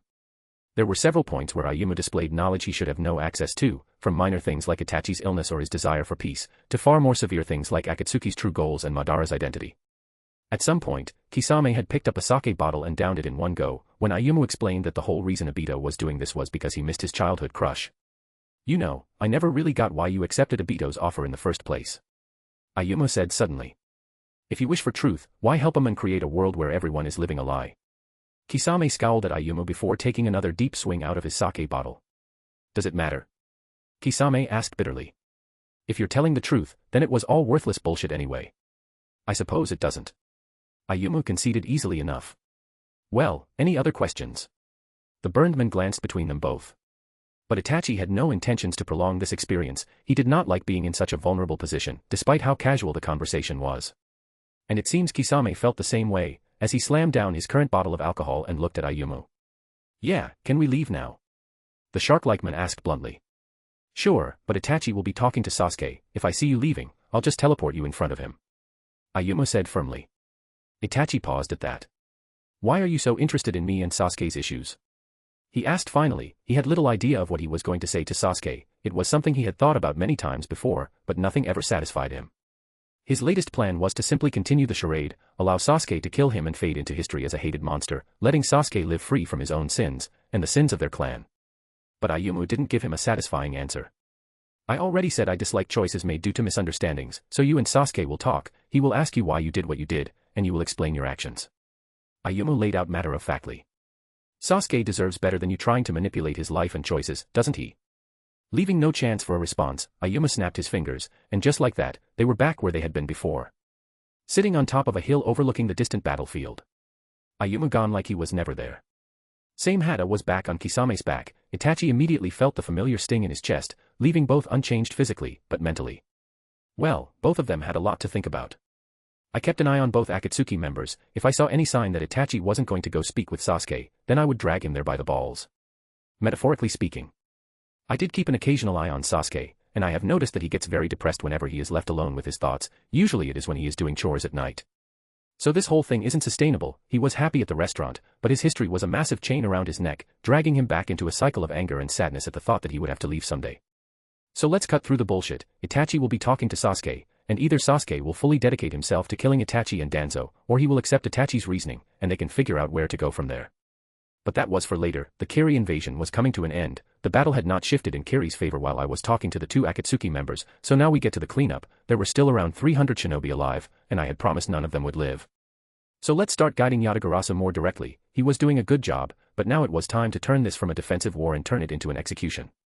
Chapter 86, A Black Coffin for the Faithless. 1 hour later. Fumio scanned his map with resignation. The full-out offensive had been completely repelled, and Kiri had lost even more troops. An hour ago, the order had gone on the offensive, and it was a disaster. He could no longer lie to himself. This invasion was a failure. He had been underprepared and arrogant. But if he couldn't win, then at least he would make sure they would not lose. Order the staggered retreat. He said to his adjutants calmly. Prepare the bodies, 8 of them, and bring them to me. This invasion had lacked the opportunity for him to use his most powerful sealing techniques, the enemy reluctant to chase his army and masterful at defending, never giving him the chance to set up properly. But that meant he was full of resources, and fully willing to use them all at once. He patiently waited, as one by one, bodies were brought in front of him. Leave, only interrupt me in an emergency. He ordered calmly. His assistants followed his instructions without argument. They knew better than to argue with him about things like this. 30 minutes later. He sewed up the last corpse, taking a step back to look at the fruits of his labor. 8 was probably a bit too much. The precision necessary for an octogram formation would not be easy to achieve, but there was a reason he used corpses. He thought a series of hand seals before slamming his palm on the first corpse. Black markings appeared on it, etching themselves across every single part of its body. Black coffin seal, corpse dance formation. The corpse didn't twitch, it simply got up smoothly and stood perfectly still. And with a puff of smoke, a rolled-up scroll appeared in his hands. He simply pressed it against the center of their forehead. It sunk into them, vanishing from sight. That was 1 done. 7 left to go. He moved on to the next body. Send Sadako on her own to Sector 52U. There's a squad retreating through the earth, but they will have to surface due to an underground reservoir. Understood, Creator. Kiri was retreating. Most of them were being organized about it. From my top-down perspective I could see them splitting into lines that leapfrogged each other, slowly disengaging, or at least attempting to anyway. My people weren't letting them go peacefully, and that's just how I liked it. The enemy base started moving. Seems like Fumio had enough. He was abandoning the fortifications and joining his forces in retreat. But something caught my attention. I had been using my DP to see all chakra in a range centered around Wave. The surprise attacks were a wake-up call on why I should have a better eye on everything happening around Wave. The fact that Kiri's plan literally boiled down to infiltrate however you want, at sunrise, cause as much damage as possible. So now I had been passively keeping an eye on everything around my worshippers, and from what I remembered, everything that could be a threat in Naruto had chakra, so budget by a Guken it was. And there were 8 people who were rapidly leaking chakra running through the battlefield. They would reach a spot and then quite literally just go limp. If I hadn't seen them just walking around, I would have thought it was an actual corpse. But I looked closer, and saw the extensive network of seals running across and inside their bodies, linking them all together. In terms of complexity, it was equal to Naruto's seal, but it looked way less elegant. I really should learn Fuinjutsu, huh? But that was for the future. For now, I prepared a teleport. It was pretty cheap since technically these were objects and not living beings, which made it much easier for me to teleport them, at least up to a certain size. What was Fumio planning? Slow chase, Yata. Don't go on a full offensive. Understood. Let's see if Zabuza's wariness of this man is warranted. Fumio had packed up everything he needed. It wasn't much. He always made sure everything was ready to be moved quickly. He never trusted anyone else to prepare his own supplies. Around him stood the remnants of his army, now reduced to about 250 troops, who were all currently waiting for his signal. Full retreat. He yelled loudly. I repeat, full retreat. Kill anything trying to stop you. And with that order, he started running back to Kirigakure, keeping a close eye on the enemy chasing them, waiting for enough of them to reach into range. And he saw it, 2 more squads showing up, and one of those monster birds flying towards him. That should be enough. If his estimate on the enemy's number was correct, then this would be a third of their total forces. Good enough. His hands formed a familiar set of seals before he slammed his palm against his chest, right where his own black coffin seal was placed. Black coffin seal, grand funeral, octogram formation. And a gigantic octagon enveloped most of the battlefield, leaving the enemies chasing him trapped. It wouldn't last long, but it would last just long enough for the hundreds of scrolls filled with enough poison to kill an entire village to activate and release their contents. This was a seal formation that he loved using, because of how easy it was to adapt it to the situation, while being incredibly lethal in its use. You could even replace the deadly poisons with anything else you wanted, as long as it fit in a storage scroll, then it could be used by this technique. The octagon darkened and solidified. He stared at it for a second, feeling pleased that at least some of his opponents would die. But there was no time to waste. He had lost, so he had to retreat before enemy reinforcements arrived. With a body flicker, he left the battlefield behind him. The light disappeared around him, making him stumble slightly. What? He said aloud in confusion. Before he could process the situation, he saw a flame jutsu illuminate the area, showing that they were standing next to a massive black barrier, and in the distance he could see massive clouds expanding rapidly outwards. Oh. He was inside his own formation. After about 2 minutes, Shun saw the barrier disappear. He would never admit it out loud, but he had been worried when the barrier was raised. The fact that his beam had not even dented it made him realize just how dangerous this technique was. But before he could truly panic, his creator had simply moved the barrier. 1 second he was inside of it, and the next it was in front of him, a massive dark pillar stretching into the sky. Which was very obvious when he saw what was revealed, hundreds of bodies laying dead on the ground, the plants slowly shriveling up and dying as well. The massive cloud that was slowly being dispersed by the wind was even clearer. Whatever it was very deadly. Yatagarasu, the enemy is dead, our creator has killed them all. He informed his brother calmly. Your orders. He waited for the response, but he felt slightly cheated. This was a very anticlimactic end to this invasion. Oh well, he was enjoying teaching Yugo. Maybe he should be happy that this was over fast, and that he could get back to turning that boy into a menace. Chapter 87, Late Reinforcements, and Mei gets what she wanted. Later that day, Jiraiya and his temporary squad were still jumping through the trees. Ever since they left Konoha, their pace had been relentless, only stopping for a few hours of sleep every night before returning to running. Most of the squad was fine. All of them had not slacked off on the physical side of being a shinobi, Kurenai being the only one he could see that was struggling slightly, but she had her eyes set in a look of determination that would not allow any weakness. He had a feeling that she would be focusing on her taijutsu skills after this mission. But as the sun touched the horizon, Jiraiya spotted faint columns of smoke rising up in the distance. Ready up, everyone. He warned his squad calmly. Be prepared for anything. Everyone responded to his words in their own way, by which he meant Guy and Naruto loudly shouted affirmatives, while everyone else simply gave him a quick nod or quick response. He thanked every deity out there that this mission was urgent. If Guy and Naruto interacted in a more relaxed setting for too long, that could lead to an explosion of pure enthusiasm and energy, and he didn't want to be near it when it happened. So they picked up the pace, jumping through the trees with ever greater speed, no longer pacing themselves for days of travel, instead choosing to burn through their reserves. And that's when Jiraiya noticed the order members hiding in the trees. One jumped out, right in front of them, causing everyone to stop. Ho! Hello, shinobi from Konoha. The masked man greeted politely. It gladdens me to see that your village is willing to send such powerful reinforcements. Jiraiya relaxed slightly at the friendly greeting. If the order was this relaxed, then the invasion must be going in their favor. My name is Azura, Templar of the Order. Azura introduced himself. If you would follow me, I will guide you to our temporary headquarters. That's fine, Azura-san. Jiraiya replied easily enough. Lead the way. They all followed Azura at a slower pace, tension lessening even further. Of course, now that the mood was more relaxed, Naruto had to open his mouth. Templar. He asked curiously. What does that mean? It is the highest rank we can achieve, meaning you have shown both strength of character and body to be recognized by the Watcher himself. Oh. Like a Jonin. Naruto concluded with a nod. Cool. Azura paused for a moment, before chuckling. No, more equivalent to being a S-rank shinobi. He corrected lightly. If emotions were physical, Azura would have been slapped in the face by the wave of doubt that rolled off of every single Konoha ninja. That's a bit arrogant, isn't it? Asuma asked dryly. To be considered S-rank, a great village has to recognize you as dangerous enough to consider your presence enough to redraw battle plans.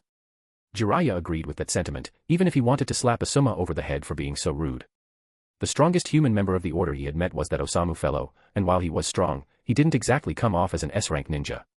He didn't count Mukuro, he was not human, and a sage. We can spar, if you wish. I was left deeply unsatisfied with Kiri's offerings. Azura replied, a hint of hunger in his voice. And that set off a fire, slowly escalating into a blaze as Naruto and Guy immediately jumped on the offer, which wasn't helped by Azura's reply. Of course, all of you together would surely overwhelm me, so maybe 2 groups. That caused Asuma to scoff, Kurenai to glare at him, even Guy had a hint of competitiveness in his eyes, only Genma and Rado looked unbothered by it all. Oi, don't underestimate me. Naruto declared. I could totally beat you up. Jiraiya simply sighed and let the conversation continue on without him. At least Kakashi was amused by all of this, if that slightly raised eyebrow meant anything. A few minutes passed until they reached their destination.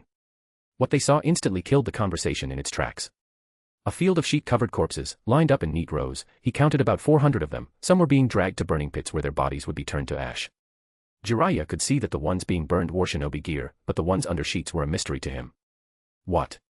Naruto muttered, he sounded a bit sick.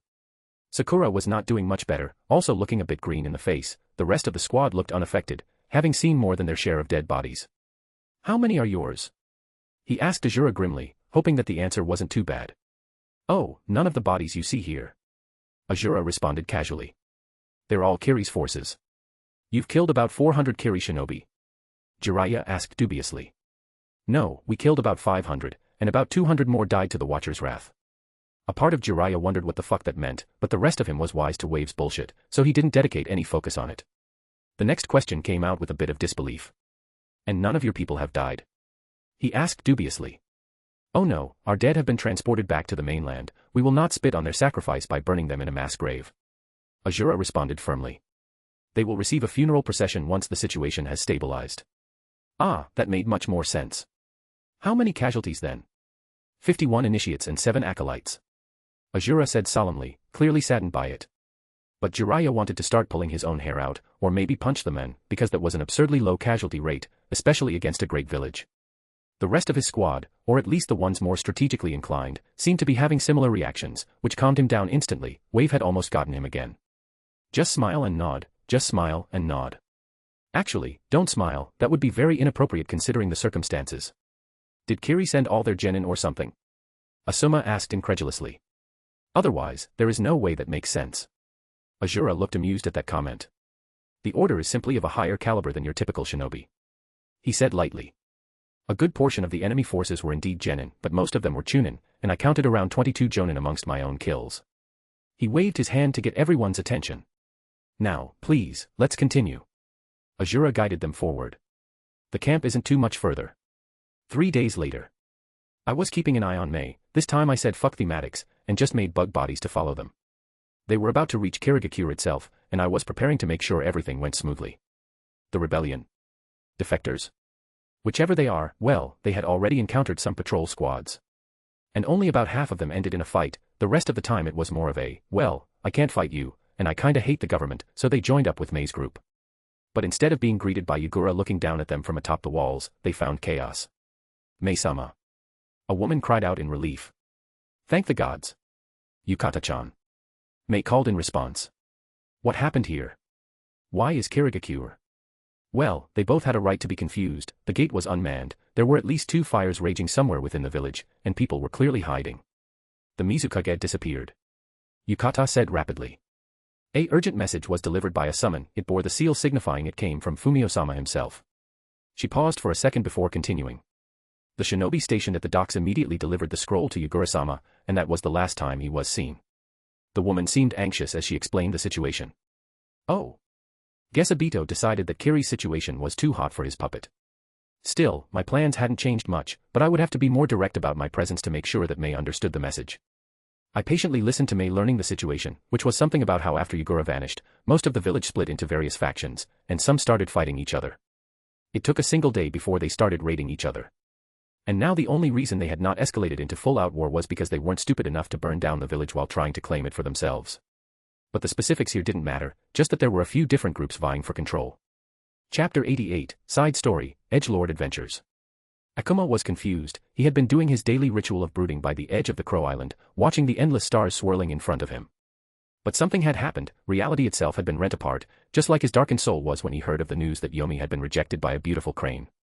It filled him with rage that he had received such scorn and hatred from her. It should have been him. He could have totally added it to do his poetry. What a perfect opportunity wasted on that fool. His rage at his brother was interrupted when he slammed into solid light, the incomprehensible colors and shifting space falling away to reveal a plane of endless white. The only living being in this place was something Akuma would struggle to describe. Not because it was incomprehensible, but because it was glowing way too brightly. But it felt powerful, and that made him excited, because that could only mean one thing. Aha. My fated rival. I knew that one day we would meet like this. You, with your shining light, and I, with my darkness-filled heart. Akuma declared, pointing his wing at the glowing being. Our battle will shake the very heavens, but alas, no matter how strong you are, yo dash. Akuma was interrupted by a hand made of light clamping down on his mouth. The glow around the being faded, revealing an horse. It had 4 legs, and a long neck, well, maybe a torso. Its legs ended with pointy tips, golden in color, and it had a ring around its torso, also gold. Honestly, now he was struggling to describe it because it was weird. Arceus looked at the weird animal that had invaded their realm with nothing but confusion. What even was this thing? It looked like a corviknight, if a little bit smaller, only about the size of a human. It clearly came from outside his universe. They had known things existed out there, but had never bothered to explore them. They had already created a world he cared deeply for. Why should they care about worlds beyond that? But this being had managed to baffle them within 3 words, so they should probably send it back. Thankfully, there was a trace of power within the being. It made it ageless, but it also connected it to its own universe. So with a flash, Arceus teleported it away. Hopefully, it would stay away and stop interrupting their important business of standing around, looking majestic. But 2 minutes later, the deformed corviknight popped back into existence in front of them. And then a letter fell on their head. Arceus casually manifested another string around the invader's beak, stopping it from talking. He levitated the letter towards himself and opened it. Dear Arceus. I write to you, asking for help. I know you are very busy with your beautiful world, but I have a problem. He has not stopped pestering me for the last 2 months about sending him back to his fated rival. After he began singing every second he was awake about him missing you, I finally caved. It was that or turning him into a coat. Please help me, I am going insane. With love, the Watcher behind the stars. The implication that time passed differently in this universe compared to theirs was interesting. And Arceus felt very flattered about the praise of their universe, so maybe they should grant this Watcher some help. A hand made out of light gently picked up the intruder, and then spiked him into the mortal world. Problem solved. Now back to being majestic. Akuma slammed into the ground at terminal velocity, leaving an impressive crater around himself as he climbed out of it. He did not think about the fact that he was unharmed from slamming into the ground at the speed he fell. That was clearly due to his great strength. There was no other explanation. His gaze swept over the surroundings. It was a forest. How droll, not even a hint of ominous fog or dim lightning to reflect his tortured soul. Just a brightly lit forest, with lush green trees and vibrant colored flowers. Bleck. But he didn't let the disappointing surroundings ruin his mood. This was clearly the start of his revenge journey, defeated in a single move by his greatest rival, and now he would go on a journey that would test his mind and body to their limits, challenge after challenge slowly carving away his sanity and innocence, until only a honed weapon remained, perfectly tempered for his rematch with his rival, who had watched his growth from afar, awaiting the day where they would finally fight. Again. Yes. Just you wait, my rival, soon I shall return stronger than ever. He yelled into the sky. For now, you remain the victor of this war. And so, Akuma flew into the sky, filled with purpose. 5 minutes later. Akuma was still filled with purpose, but he was also hopelessly lost. Why did this place look the same no matter where you went? A clearing, a forest, another clearing, another forest. How annoying. He flew downwards, hoping to spot a living being from a lower altitude. Finally, he saw something, a group of hairballs with limbs harassing a baby bird, tricolored and of a species he did recognize. It had a yellow underside, which was bad, but the rest of it was blue and black, which was good, proper colors for a creature of darkness. Akuma swooped down in front of the tiny bird, kicking the lead hairball away before turning around. "Fear not, child. I will save you," he declared dramatically. "Rorukidi." The bird chirped out happily, beady black eyes full of admiration. The hairballs growled at him, and the one he kicked away got up from the ground, his expression angry. "Mankey. Mankey." Ah, how nostalgic, the clamoring of his lessers filled the hair as they closed in on him. "Humph, pathetic," he scoffed. "Come at me with all your might, and learn the difference between our strengths." They charged at him, attacking as a group. Mimicry, fire. His beak opened and he unleashed a stream of fire at them, sending them flying back. The grass burned, and the pack of savages slowly got up, now burned and wary of Akuma. "Mankey. Mankey." They turned and ran away, unwilling to challenge Akuma any further. The tiny bird jumped around him excitedly, his eyes shimmering with awe, all while repeating its cry over and over again. Its inability to speak properly was a bad sign, but its clear admiration of him meant that it was far smarter than most of his clan. He stretched out a wing. "Come, young one," he declared dramatically. "You shall be my student. Together we shall crush our enemies beneath our feet." A cracking sound interrupted his grand declaration. He turned to it, and saw the fire. Oh. Maybe he should deal with that before offering to train a baby bird. Mimicry, water. A tsunami of water rose up in front of him and crashed onto the burning trees and bushes, putting out the fire. He looked at the knocked-over trees and wet ground. "See, my little friend, this is the power of a master," he said cheerfully. "Now, can you tell me where I am?" The Rookie-Day tilted his head innocently. Rookie-Day. Ah. This was going to be a problem, but as a wise master, he would teach his new friend proper speech. Maybe through the use of poetry. "Yeah, I'm over the area where the smoke was spotted," Alice said into the radio. "No signs of fire, so you can call off the 5A, but I'm heading down to see if I can find the culprit. There shouldn't be any fire types in this area." "Roger." The voice on the other end of the radio said curtly. "Stay safe." She put the radio away and grabbed tighter on the reins. "Come on, Toadkiss, slow descent on the burned area," she ordered, pointing at the area she saw from above. Toadkiss let out an affirmative cry and lowered her altitude. As she descended, Alice spotted something interesting. There was a large Pokemon standing next to the area, and she could spot water puddles around the burned ground. She squinted her eyes. Was that a Staraptor? The dark coloring would fit, but she spotted no red plumes on its head. With another command, she landed in front of it, dismounting as soon as she landed. That wasn't a Staraptor, she didn't recognize its species. The smaller blue Pokemon standing next to it was also unknown to her. A parent/child pair. And not native to this region. If there was anything she was confident in, it was her knowledge of the local Pokemon. But before she could speak, the larger one pointed his wing at her. "You!" he suddenly yelled dramatically. "Truly, a fortuitous encounter. Tell me, where am I?" The smaller Pokemon excitedly repeated the action with its own wings, tilting its head upwards and pointing into the sky. Why was the Pokemon speaking?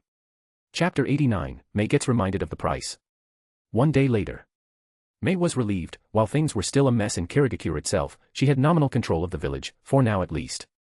It involved much less fighting than she had expected. If she was being honest, she wasn't facing a unified village under Yugura's control, she was facing half a dozen factions who hated each other. Every person with a modicum of power threw their hat into the ring. Which, with her 300 shinobi and another good chunk of supporters in Kirigakure itself, meant she held the largest force in the village. It would take months for things to stabilize, and she was sure the ceremony of her ascension to 5th Mizukage would involve at least a few assassination attempts. But it was a better outcome than she had expected when she had been given that ultimatum by the burned men. "So, what should I tell the emissary?" Chojuro asked awkwardly. "He won't leave until he gets an answer." That was a more delicate situation. She couldn't just say to the daimyo's messenger that she would be rushing to install herself as Mizukage as soon as possible. This would have to be handled delicately. "Tell him that I will meet with the daimyo as soon as possible," she said after a few moments of thinking. But emphasized that the disappearance of the Mizukage and the ongoing situation with Wave means that Kirigakure is in a state of emergency, so it may be a while. Chojuro nodded quickly before dashing off. She just needed a few weeks. "And the situation with the Warmonger faction?" Ao asked calmly. "We'll leave them alone for now," May replied firmly. "There will be no purges. Our focus right now needs to be on gathering the rest of the defectors and any of the neutral factions we can." "That might anger the burned men," Ao pointed out. "He did demand their deaths." May held back her urge to snap at Ao, because he was not wrong. He had been very clear that any person involved in the invasion of Wave was to be killed. But the invasion of Wave was supported by most of the council, meaning that if she killed everyone who had a hand in it, then the village would collapse into a full-out civil war. And while she was fully prepared to destroy the remnants of Yugura's regime, she didn't want to waste her good fortune of having the seat of Mizukage basically handed to her by triggering the civil war she narrowly managed to avoid. "I'm aware," she said tersely. But we still don't know how the invasion ended, so we will wait until we receive news before I make any decisions. How fortunate. A voice called out behind her. Both May and Ao spun around, coming face to face with a very familiar burned man. He was looking out the window, his posture relaxed, it almost looked like he had always been standing there. All you need to keep your end of the bargain is news of the invasion. He asked rhetorically. Every single person who participated in it is dead. May wasn't surprised by that revelation, but she was still filled with unease at hearing it said aloud. There was a moment of silence. Well. I believe that means you can fulfill your end of the bargain. The burned man said expectantly, still facing away from them. May's thoughts were racing through her mind, she had not expected to get her own words thrown back in her face. It isn't that simple, if I just start killing them, then it will lead to a lot of unrest. She argued hesitantly. And many innocents will be caught up in it. The burned man didn't answer, which made her anxiety worse. 2 seconds after she said that, she realized it might come across as a threat. You know, it really is a fortunate day for you, Terumi May. The man said, still with that infuriatingly blank tone. She waited for him to elaborate. He didn't. What are you talking about? She asked wearily. In another universe, you would have died. He finally turned to look at her, his eyes were fully gold this time around, and they made her shiver. So be grateful that I have given you a chance. Behind the burned man, through the window, she saw a single bright light fall from the sky. It grew brighter and brighter, soon outshining even the sun, before it hit the ground somewhere in the distance. A massive explosion erupted where the object landed, throwing up dirt and debris high into the air, soon followed by a visible shockwave. It raced across the land, weakening just enough that by the time it reached Kirigakure, it only shook the windows and rattled May's bones. How very lucky that no one died from that, imagine what would have happened if it was a little closer. May gulped nervously as she realized what had almost happened. Then the burned man turned back towards the window, looking over the city as people started to panic. 6 months to keep your end of the bargain, and you will be receiving an offer from the order for a ceasefire. Part of the terms will be an advisor being sent to Kirigakure. He explained matter-of-factly. I trust one don't need to explain that his words are to be closely listened to. She nodded quickly, any thoughts of resistance were gone after that display of power, whatever this thing was, it had shown twice now that she could not fight it. Then, I wish you luck, Mizuki-sama. The burned man said simply. Oh, and don't worry about Yugura, he will not be returning. And with that, from one moment to the next, the man was gone. I catalogued every member of the so-called warmonger faction, and a few others besides that. May had a good point about the inevitable civil war that would happen if they were purged, and I had calmed down enough with the death of everyone who was involved in the invasion. But if she thought that I would be willing to wait years until they all died of old age, then she had another thing coming. Kiri is really lucky that I am trying to not be an absolute asshole. The more I saw of this world, the more I refused to become like everyone else. On that note, if I ever saw Madara again, I would thank him for the idea of redirecting a meteor from orbit. It was quite a discount compared to just making one. With this Kirigakure should be a nice neighbor. I didn't know if the fear of my retaliation would hold forever, but I didn't need it to, just a decade or two until I had gathered enough strength to utterly crush anything in my path. If this world didn't want to change, then I would drag it kicking and screaming into the future, with as little innocent deaths as possible. I kept a few bodies in Kiri, simple animals and bugs, and focused back on Wave. There was family drama going on which I didn't want to miss. Itachi was stalling, he knew he was stalling. Kisame had gotten over his moping a couple of days ago, and had noticed he was stalling. The innkeeper knew he was stalling, she hadn't said anything, but her knowing look whenever he asked for an extension told him all he needed to know. But he still did not know how he was going to approach Sasuke. What words could he say to his little brother, after everything that he did? As he walked down the streets of Wave, he told himself that he would be seeing him today, there was no more time to waste. But he hesitated, maybe he should give Sasuke some more time. Wow. I sure love dealing with my problems. A voice yelled from nearby. Itachi turned to it and saw 2 men chatting excitedly. Wouldn't you agree, buddy? It was 2 copies of Ayumu, one was wearing an obviously fake mustache, but otherwise they were identical. Oh yes. The other Ayumu responded brightly. I could not imagine letting them fester for years until I died regretting everything. It sure is lucky that we are so emotionally stable. They high-fived each other, disappearing immediately after. Itachi glanced around to see if anyone else had noticed that, but no one reacted in any way. His finger twitched, annoyance flooding through his veins. Fine. He turned towards the restaurant, determination flooding him. He would explain himself to Sasuke, and then let Sasuke decide his fate. Chapter 90, a long overdue talk. Sasuke saw Ayumu out the window, tapping his own forehead and then disappearing without a word. Sasuke tensed up instantly. A few days ago Ayumu had informed him that Itachi was in Wave, and if Sasuke wanted to talk to his brother, Ayumu would make sure to arrange a meeting. He agreed almost immediately, but in typical Ayumu fashion, while he was reliable for the big things, he made sure to be as annoying as possible when it came to the little things. Which was why Sasuke didn't know when Itachi would show up. "Saiken, could I have some privacy?" he asked softly. Saiken paused his cleaning to look at him. "Sure, I'll make sure the brothers keep away from here." He agreed easily enough without needing an explanation. And with that, Sasuke was alone. He sat down on one of the bigger tables, taking a deep breath before exhaling slowly. His thoughts were simultaneously racing and going nowhere. Itachi was about to walk into this room, and he still had no idea what he wanted to do. But just because he was lost in thought didn't mean time stopped. And the door opened, revealing his older brother, wearing clothes that looked more civilian than anything else. Sasuke's fists clenched, his nails digging into his palms, his Sharingan activated on instinct alone. Itachi himself had a blank face, but the slight tension in his shoulders and his eyes was visible. They both stared at each other, neither knowing what to say. "Sit." Sasuke forced out. That seemed to break Itachi out of his stupor. His brother slowly stepped towards one of the chairs, keeping an eye on Sasuke before sitting down. The silence continued for a minute, before Sasuke spoke up again. "Why?" he asked, the question that haunted him ever since Ayumu told him the truth, and many years before that. Ayumu was confident in the factual history, but he admitted to not being as confident with the more emotional aspect of it. Itachi himself looked uncertain on how to answer that question. The Uchiha were planning a coup against the village. He started after some hesitation. "I know." Sasuke interrupted. "I know about the coup, I know about Danzo and his involvement, I even know about Madara. He spat out that last word in disgust. "I know that you had to choose between your family and the entire village, but why did you use the Tsukimi on me? Why did you let Danzo get away with it? Why?" Sasuke trailed off as his voice broke slightly.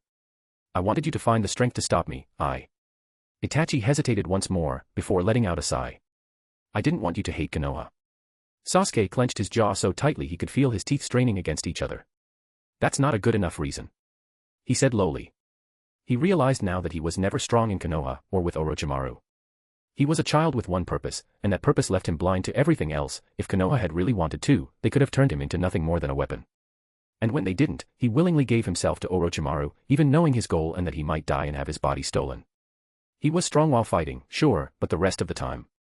Mentally he was weak, easy to manipulate, content to stew in his hatred without a second thought. "I know." Itachi agreed. "I realized my path was a mistake. I thought that I had found the best option in an impossible situation, but the truth is that I took the easiest one." The older Uchiha looked away from Sasuke for the first time, staring at the floor with regret filling his eyes. "I felt so certain that there were no good paths, that it was just choosing between terrible ones, so I stopped thinking about it and accepted the path that required no further thinking on my part," he admitted quietly. "And so, I killed our family, forced you to hate me, allowed myself to become a monster in your eyes." Itachi's voice trailed off, clearly struggling with speaking any further. Sasuke took some deep breaths. His nails had pierced the skin of his palm, drawing blood. This was what he expected, and what he feared, because it killed his all-consuming hatred towards his brother. It was all so fucking pointless, he whispered under his breath. His thoughts when Ayumu first told him the truth of the Uchiha massacre were similar, but he had fooled himself into thinking that he could just ignore it. That if he just waited, the conflict in his heart would be resolved somehow. He was fighting against himself, clinging to his hatred like a drowning man clung to a plank of wood. He felt tears gathering in his eyes, as they left a trail down his cheeks, dripping onto the table. They were red, blood dripped from his eyes. "Leave," Sasuke demanded. Itachi hesitated again, before slowly standing up and turning towards the door. He didn't look back once as he walked out of the restaurant, the bell ringing softly as the door shut behind him. Sasuke was left alone again. And for the first time since that night, he didn't want revenge. He just wanted his family back. "Hey shark fucker." Kisame twitched at that. He hadn't heard that insult in years, not since he was one of the 7. He looked up from his drink. He had been drinking quite a lot since that conversation with Ayumu. It didn't do much. For once, he regretted his strong constitution. He could really use a blackout right now. Zabuza Momochi stared down at him, wearing civilian clothes, and lacking his signature sword. "Fuck off," he said bitterly. "I ain't got time for your shit right now." Zabuza grabbed the other chair and sat down. "I don't give a shit," he responded bluntly. That made a feeling of nostalgia sweep through Kisame. It was almost word for word a conversation they had when Kisame had just joined the 7 Swordsmen. "Fine, what the fuck do you want?" he asked after some silence. "I want to know what the hell you're doing here," Zabuza asked while sitting down. "Last I heard, you were running around with those S-ranked missing nin." "What? You don't like a big bad missing nin being in your little new kingdom?" Kisame snapped back. "It's not my kingdom," Zabuza said dismissively. "And yes, besides your trespassing, I don't remember you receiving permission to enter Wave." Kisame scoffed at that, a smirk appearing on his face. "Oh. And how are you going to make me leave? He challenged. I can still beat you without even trying. It was true, while Zabuza was stronger than him at the beginning, by the time everything fell apart, Kisame was unquestionably stronger than him. But Zabuza didn't seem bothered by this declaration. In fact, he was amused by it. I'm sure you can. I'm quaking in my boots at the thought of it. His tone was mocking. But no, why bother kicking out a sad drunk? That pissed Kisame off more than he would admit. He didn't like having his moment of weakness thrown in his face. He glared at Zabuza, who simply raised an eyebrow, meeting his gaze steadily. But Kisame's glare faded, and he simply downed another glass of alcohol, wondering just how strong he needed to make it before it started affecting him. How did you do it? He asked suddenly, staring into his now empty glass. Do what? Get over the whole failed rebellion thing. Kisame clarified bitterly. Zabuza scowled at that question. Ah, that. He muttered. I would give some bullshit about how hope is always worth fighting for, but I'm not a sentimental person. Kisame waited patiently as Zabuza seemed to be trying to come up with an answer. At the end of the day, I tried to rebel because I didn't like what Kirigakure had become, and at the end of the day, I joined this little kingdom because I liked what I saw. Kisame waited again, but Zabuza seemed to have said all he wanted. That's it. He asked in disbelief, hoping there was more to it. What the fuck do you want from me? I'm not a philosopher. Zabuza responded with a scowl. If you want a long speech, go talk to the priests. Kisame didn't answer that, simply looking at the table in front of him. The two sat in silence for a few minutes. Hey, shark fucker, you looking for a job? Zabuza asked suddenly. Kisame's gaze snapped up at Zabuza suddenly, disbelief coloring his face. But Zabuza wasn't joking, so he let out a laugh. Oh, what the hell? If he didn't like it, he could leave at any time. Sure, why not? Chapter 91, The Order Baffles, as is tradition. Obito paused for a moment, taking a breath as he looked down at the corpse of Yugura. Another one down. And as far as he knew, none of the villages knew about his plans. Maybe Nagato's little rebellion was a blessing in disguise. He was honestly surprised at how easy this was turning out to be. But he shouldn't get cocky, just because until now, things were going well, didn't mean he should underestimate his opponents. He got up and stretched. It didn't alleviate the slightly off feeling in his body, but he just ignored it with now practiced ease. Report. He ordered aloud. Black Zetsu casually popped out of the ground, looking as emotionless as ever. Mei Terumi has taken nominal command of Kirigakure. Black Zetsu reported calmly. They have not officially recognized her as Mizukage yet, but she holds the most power and has the most support. Obito let out a hum at that. That was about what he expected. The fact that she had refused to participate in the invasion was not planned for, but the moment he took Yugura he knew she had the highest chance of taking charge. The invasion of Wave was a complete failure. All Kirigakure forces were killed, while the Order only suffered light casualties. Black Zetsu continued his report. Konoha sent a single squad, none of whom participated in combat against Kirigakure. That made Obito pause. A complete failure. And the casualty count was 100%. He ignored that for now. He could look at the detailed reports later, but something was very wrong here. He had expected for it to be a prolonged invasion that would then be broken up by Konoha's intervention. And Itachi and Kisame have gone dark, also in Wave. Black Zetsu concluded. Obito blinked. What? What do you mean? He demanded sharply. They both went into Wave and didn't come back out. Any white Zetsu sent to monitor them vanished without a trace. Now that was very concerning. White Zetsus were very hard to detect, being able to merge with their surroundings and camouflage perfectly. If they disappeared then someone had found a way to track them. Did you try summoning them back?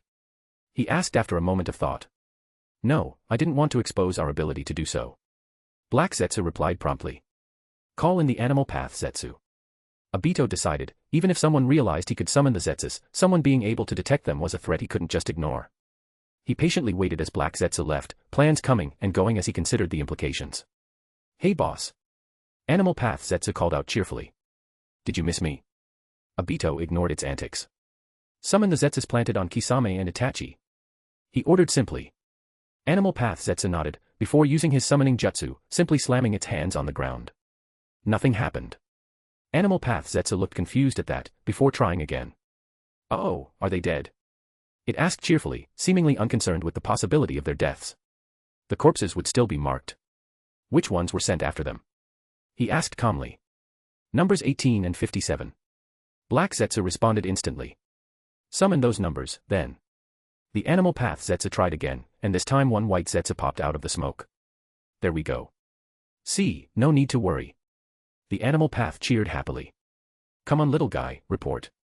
The white Zetsu didn't respond immediately but turned to face Obito before doing so. Obito tensed up. He was intimately familiar with the Zetsu's behavior, and the considering look in its eyes was wrong. This wasn't right, something was off. Now, who might you be? A little mastermind, trying to look at things from the shadows.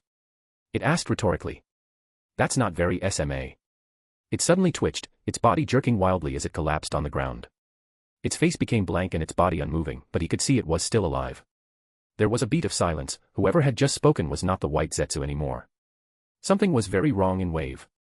Hikari pouted slightly at her office, the connection to the white Zetsu breaking. She had tried keeping the strings together, but the sudden summoning made that almost impossible to do. Well, time to call another meeting. She had hoped that the summoning would not strain her connection this hard.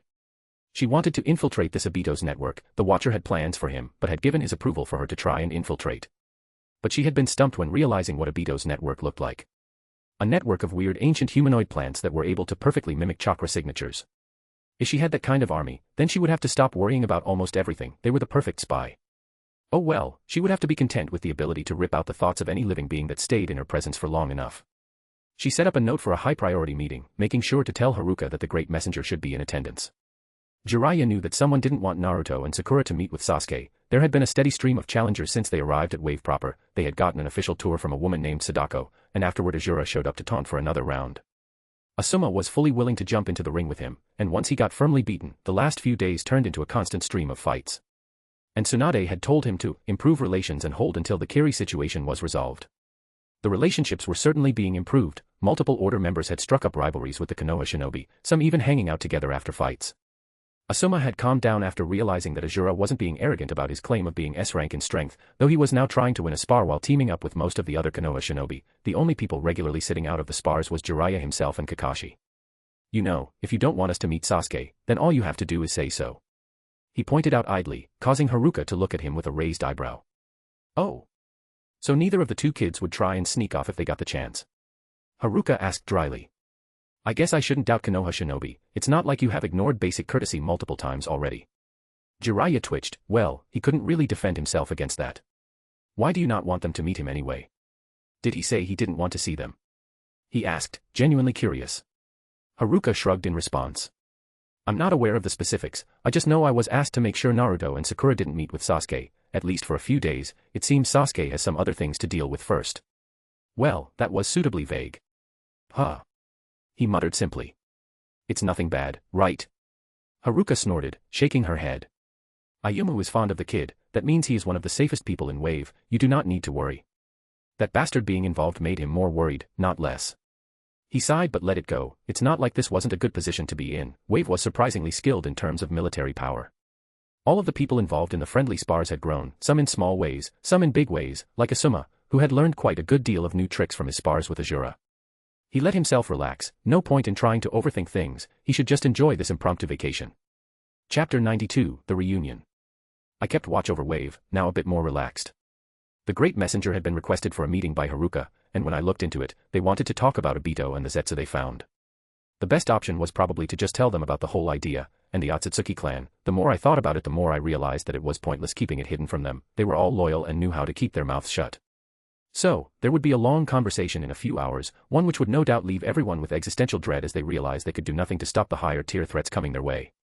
And once Sasuke composed himself a bit more, I would let Naruto and Sakura meet with him. That conversation was one I was very interested in. It would be the main deciding factor in Sasuke's future. After that, it would be time for the advisor for Karigakure to depart. The ceasefire offer was on its way and the order would receive a reply in a week. I wasn't too worried about that situation not turning out how I expected it either. My threat had been taken seriously, and Mei wouldn't dare to test me so soon after she saw an example of my power. But besides that, I could relax for a bit, enjoy the peace while it lasted. A couple of days later. Naruto was almost bouncing as they approached the restaurant. Finally, he would be able to see the bastard. Sakura, by contrast, was looking nervous. She was clearly unsure of herself and how Sasuke would react to seeing them. Kakashi was casually walking behind them, clearly unconcerned about anything they might find in the restaurant.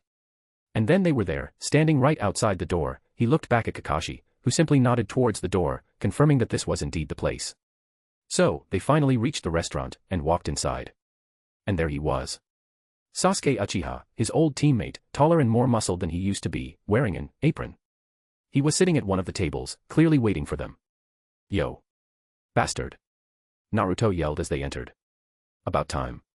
Sasuke did something Naruto was not expecting. He smiled slightly. Sakura, idiot, Kakashi-sensei, he greeted back. That made Sakura freeze up in surprise for a moment before she started walking forward again. Sasuke-kun. She muttered awkwardly. How are you? That seemed to cause Sasuke to hesitate, because he paused before replying. I'm doing good, I guess. His tone was thoughtful. And you? Alright, I guess. Sakura responded hesitantly. Silence reigned over the room for a few moments before Naruto broke it. Oi, bastard. Let's go back to Konoha. He didn't expect to find Sasuke this easily, so this idea just popped into his head. Naruto. Sakura hissed under her breath, scolding him for jumping straight to the point. But Sasuke himself seemed completely unaffected by that, and simply shook his head. No. He replied simply. I have no interest in going back to Konoha, Wave is my home now. Naruto frowned at that, clearly angry, crossing his arms over his chest. Oi, brat, just because I let you have my chakra doesn't mean you can just take it for the most inane things. Kyuubi spoke up for the first time in a while. You're not fighting or training, so keep your hands off my chakra. Naruto startled a bit at that. In his momentary anger, he instinctively pulled on some of the Kyuubi's power. But he wasn't in the mood to talk to the stupid fox right now, so he ignored him. What do you mean Wave is your home? Naruto asked heatedly. Konoha is your home. Sasuke just looked at him, before his eyes flicked to Kakashi for a brief moment. But before they could continue their conversation, someone else made an appearance. A white-haired boy stepped out from one of the back kitchens, carrying 4 trays filled with food, and if Naruto's nose was anything to go by, they were delicious. Here you go, 1 serving of curry, another with yakitori, tomato soup, and last but not least, miso ramen. The boy placed the on the table Sasuke was sitting at. Huh. The Kyuubi muttered, he sounded confused. But Naruto ignored it, his anger had taken a critical hit once he saw the bowl of ramen being set on the table. Hey, brat. The Kyuubi said seriously. Ask that boy where he's from. Naruto blinked in confusion, but shrugged, maybe the fox was going somewhere with this. Oi, Whitey, thanks for the ramen. He said cheerfully before sitting right across from Sasuke. Where are you from? The white-haired boy stopped, turning to stare at Naruto with a raised eyebrow. I'm Saiken, I guess I am from the land of water. He replied uncertainly. Huh. The Kyuubi practically yelled in his head. Brat, ask him how many rings did Father's eyes have. What? No. I can't just say something like that. Naruto argued back. Just say it. The Kyuubi demanded. Stop being so bossy. Naruto mentally yelled back. The Kyuubi fell silent for a moment, and then spoke again. Please. The Kyuubi's voice was strained. Naturally, this made Naruto pause. This was the first time he had heard the stupid fox ask for anything nicely. So, he decided to do what the Kyuubi asked. Oi, Saiken. He called out. The white-haired boy looked at him with confusion clear on his face. How many rings did Father's eyes have? There was dead silence for a few moments. Everyone except Saiken was looking at Naruto in confusion. 5. Saiken said after a brief moment of surprise. That is such utter bullshit. The Kyuubi practically screeched. Why the fuck does he get to run around freely while I'm stuck here? It's not fair. Naruto waited for a bit, hoping the fox would calm down, but he seemed lost in his ranting. I'm going to rip off 3 of his tails, and beat him over the head with them. Naruto forcibly cut his connection with the fox. He sounded like he wasn't about to stop anytime soon. He looked up at Saiken, who was clearly trying to figure out how Naruto knew that. But realization dawned on his face. I want to talk to you later. Saiken's tone brokered no argument. But Sasuke wanted privacy, so I'll leave you guys alone. Naruto watched in bewilderment as Saiken simply walked back into the kitchen. He looked back at the rest of his team. They were all still confused by whatever the hell just happened. Naruto was confused too, so he just started digging into his ramen. It was pretty good. But now they were right back where they started, no one talking and everyone waiting for someone else to start the conversation. Do you really not want to come back?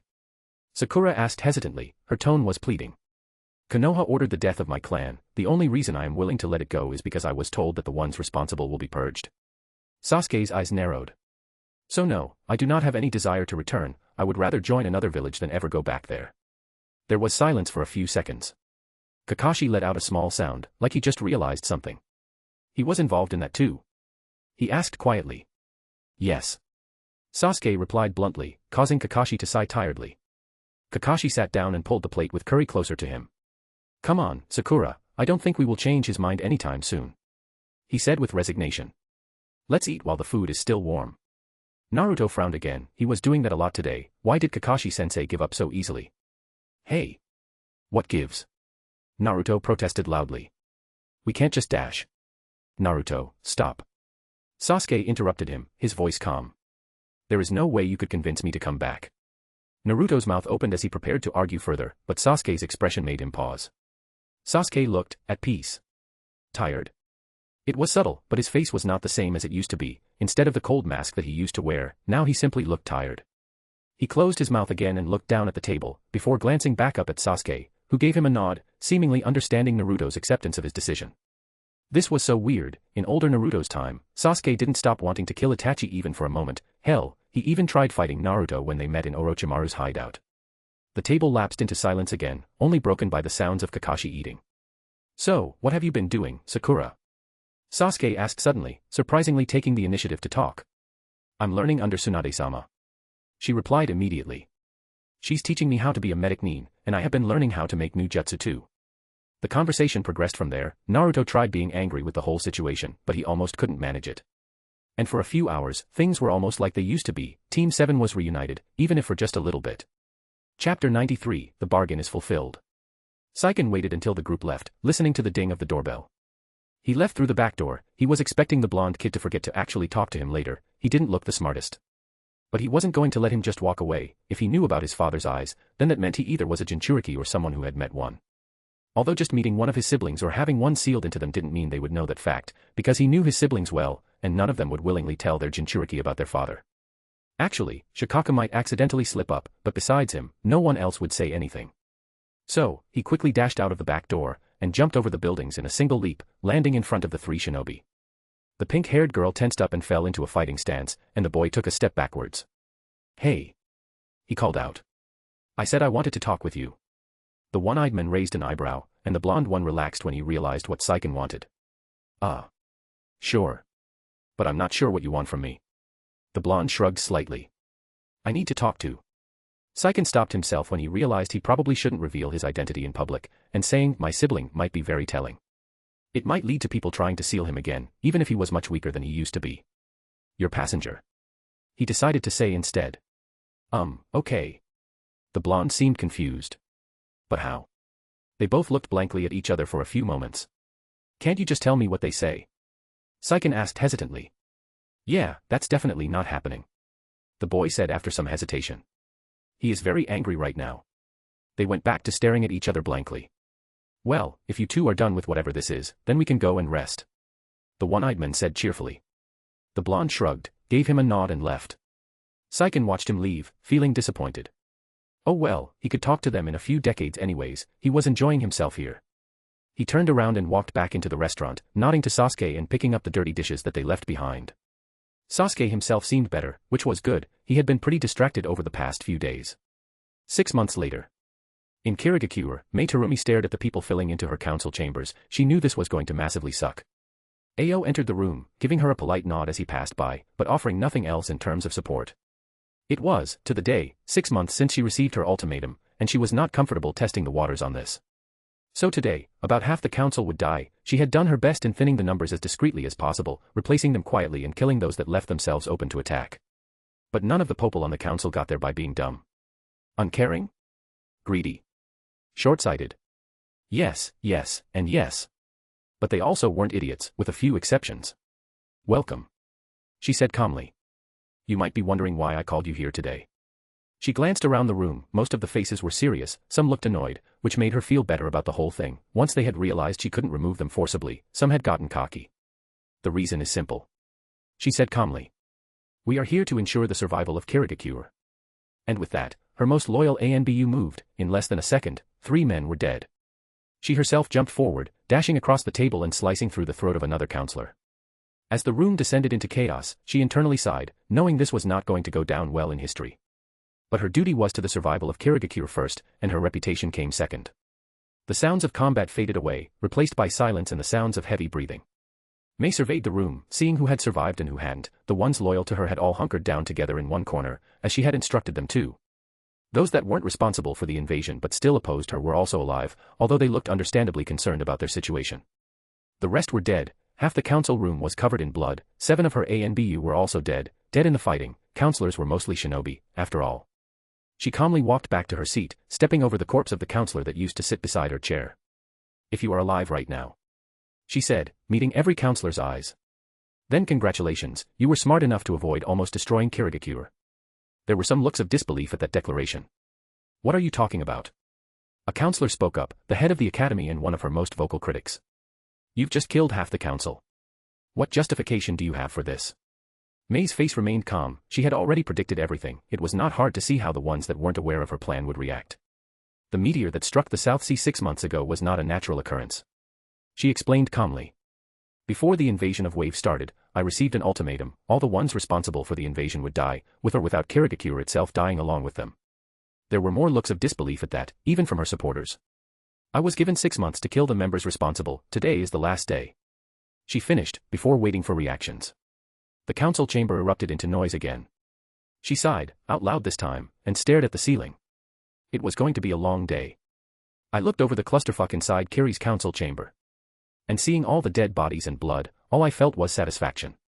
That cleared up, it was hard not to feel good about this whole situation. Kiri was firmly under control now, with no one to oppose Mei Terumi, and with her thoroughly afraid of Wave and me in particular, there was little chance of her acting against my interests.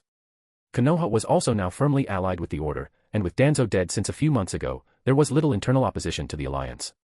Suna was following Konoha's lead as usual, so they had been quick to establish connections to Wave.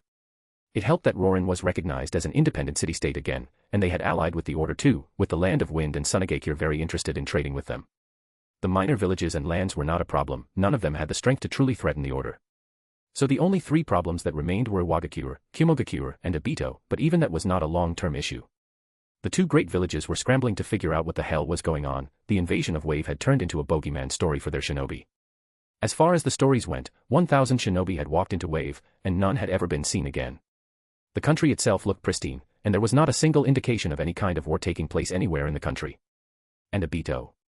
He was focusing on being quiet and efficient, he didn't poke around where he didn't need to. So his days were numbered, he was gleefully chasing an impossible dream, Black Zetsu was pulling him along on strings, and he was completely unaware of it. And in a few days, my teleportation network would come online, the land of demons, the land of waves and Rorin would be fully connected, civilians and the Order would be free to move between them at will. I couldn't help but feel proud. Chapter 94, Everyone's Expanding. A few days later. Kenji was excited, he was chosen as one of the first people to test out the gates. Well, more like he pestered Haruka until she agreed to let him go first. The gates were enormous, and not very gatey, if he was being honest, they were more like giant circular domes, even the smallest was as big as a small house. The process was simple, walk in, pay, and then the dome will close, and after a bit of time, open again, allowing you to step out into your destination. If life's goal was to find happiness, then Kenji could not stop winning. Because the Watcher kept showing him that his faith was being rewarded, the gloomy streets, the despairing faces, the disappearance of people he grew up with. All those things were a fact of life under Gato. Even before that, life was hard. At the time, he considered it normal, his parents always a couple of months away from starvation, not from the greed of man, but from the cruelty of nature. But now. Wave was a paradise in comparison, he had not seen a starving soul for months, what were considered luxuries before were now common items, fancy teas and coffee. A bit pricey, so you shouldn't indulge in them every day, but affordable. Sturdy shoes. Metal tools. Glass. Things everyone could own. The more he got lost in his own head, the more he realized his faith wasn't being equally rewarded. It was over-rewarded, he needed to do more to pay back the generosity the Watcher had shown everyone. Praise the Watcher. He yelled at the top of his lungs, pumping a fist into the air. He protects us. Everyone around him looked at him awkwardly, including Haruka who was standing right next to him, stopping her speech midway through. He could practically see the thoughts passing through her head. He felt a cold sweat form on his back, he was going to pay for that later. But for now, she just turned back to the crowd again, smiling with only her mouth. Well, it seems our volunteer is feeling impatient. She said cheerfully.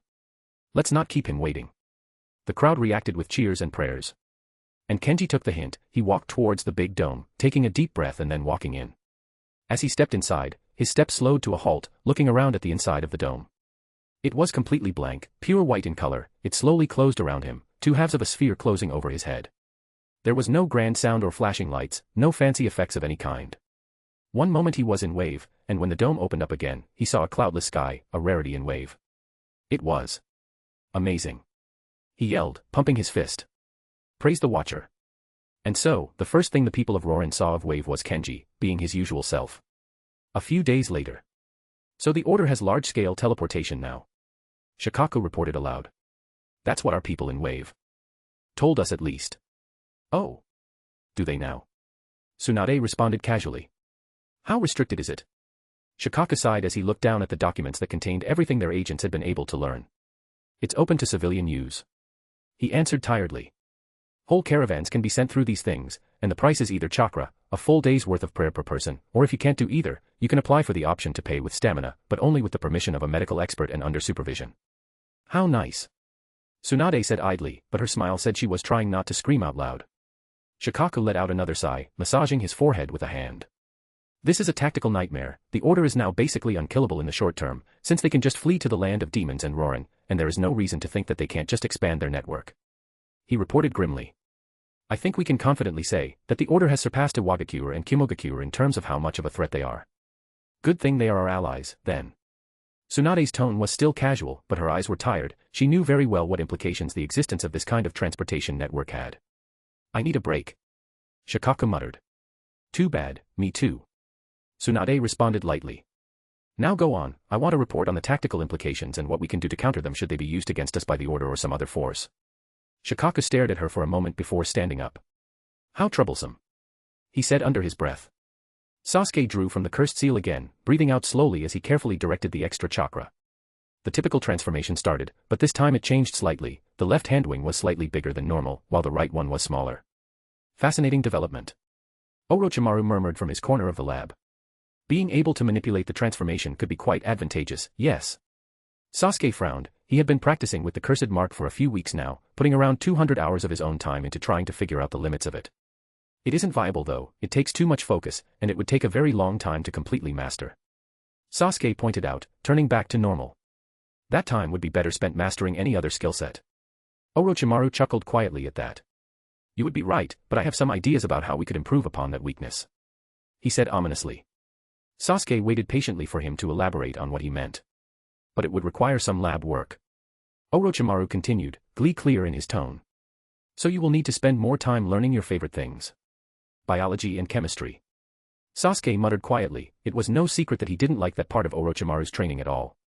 He wasn't looking down on it, on the contrary, it made Orochimaru immortal, but he still hated it.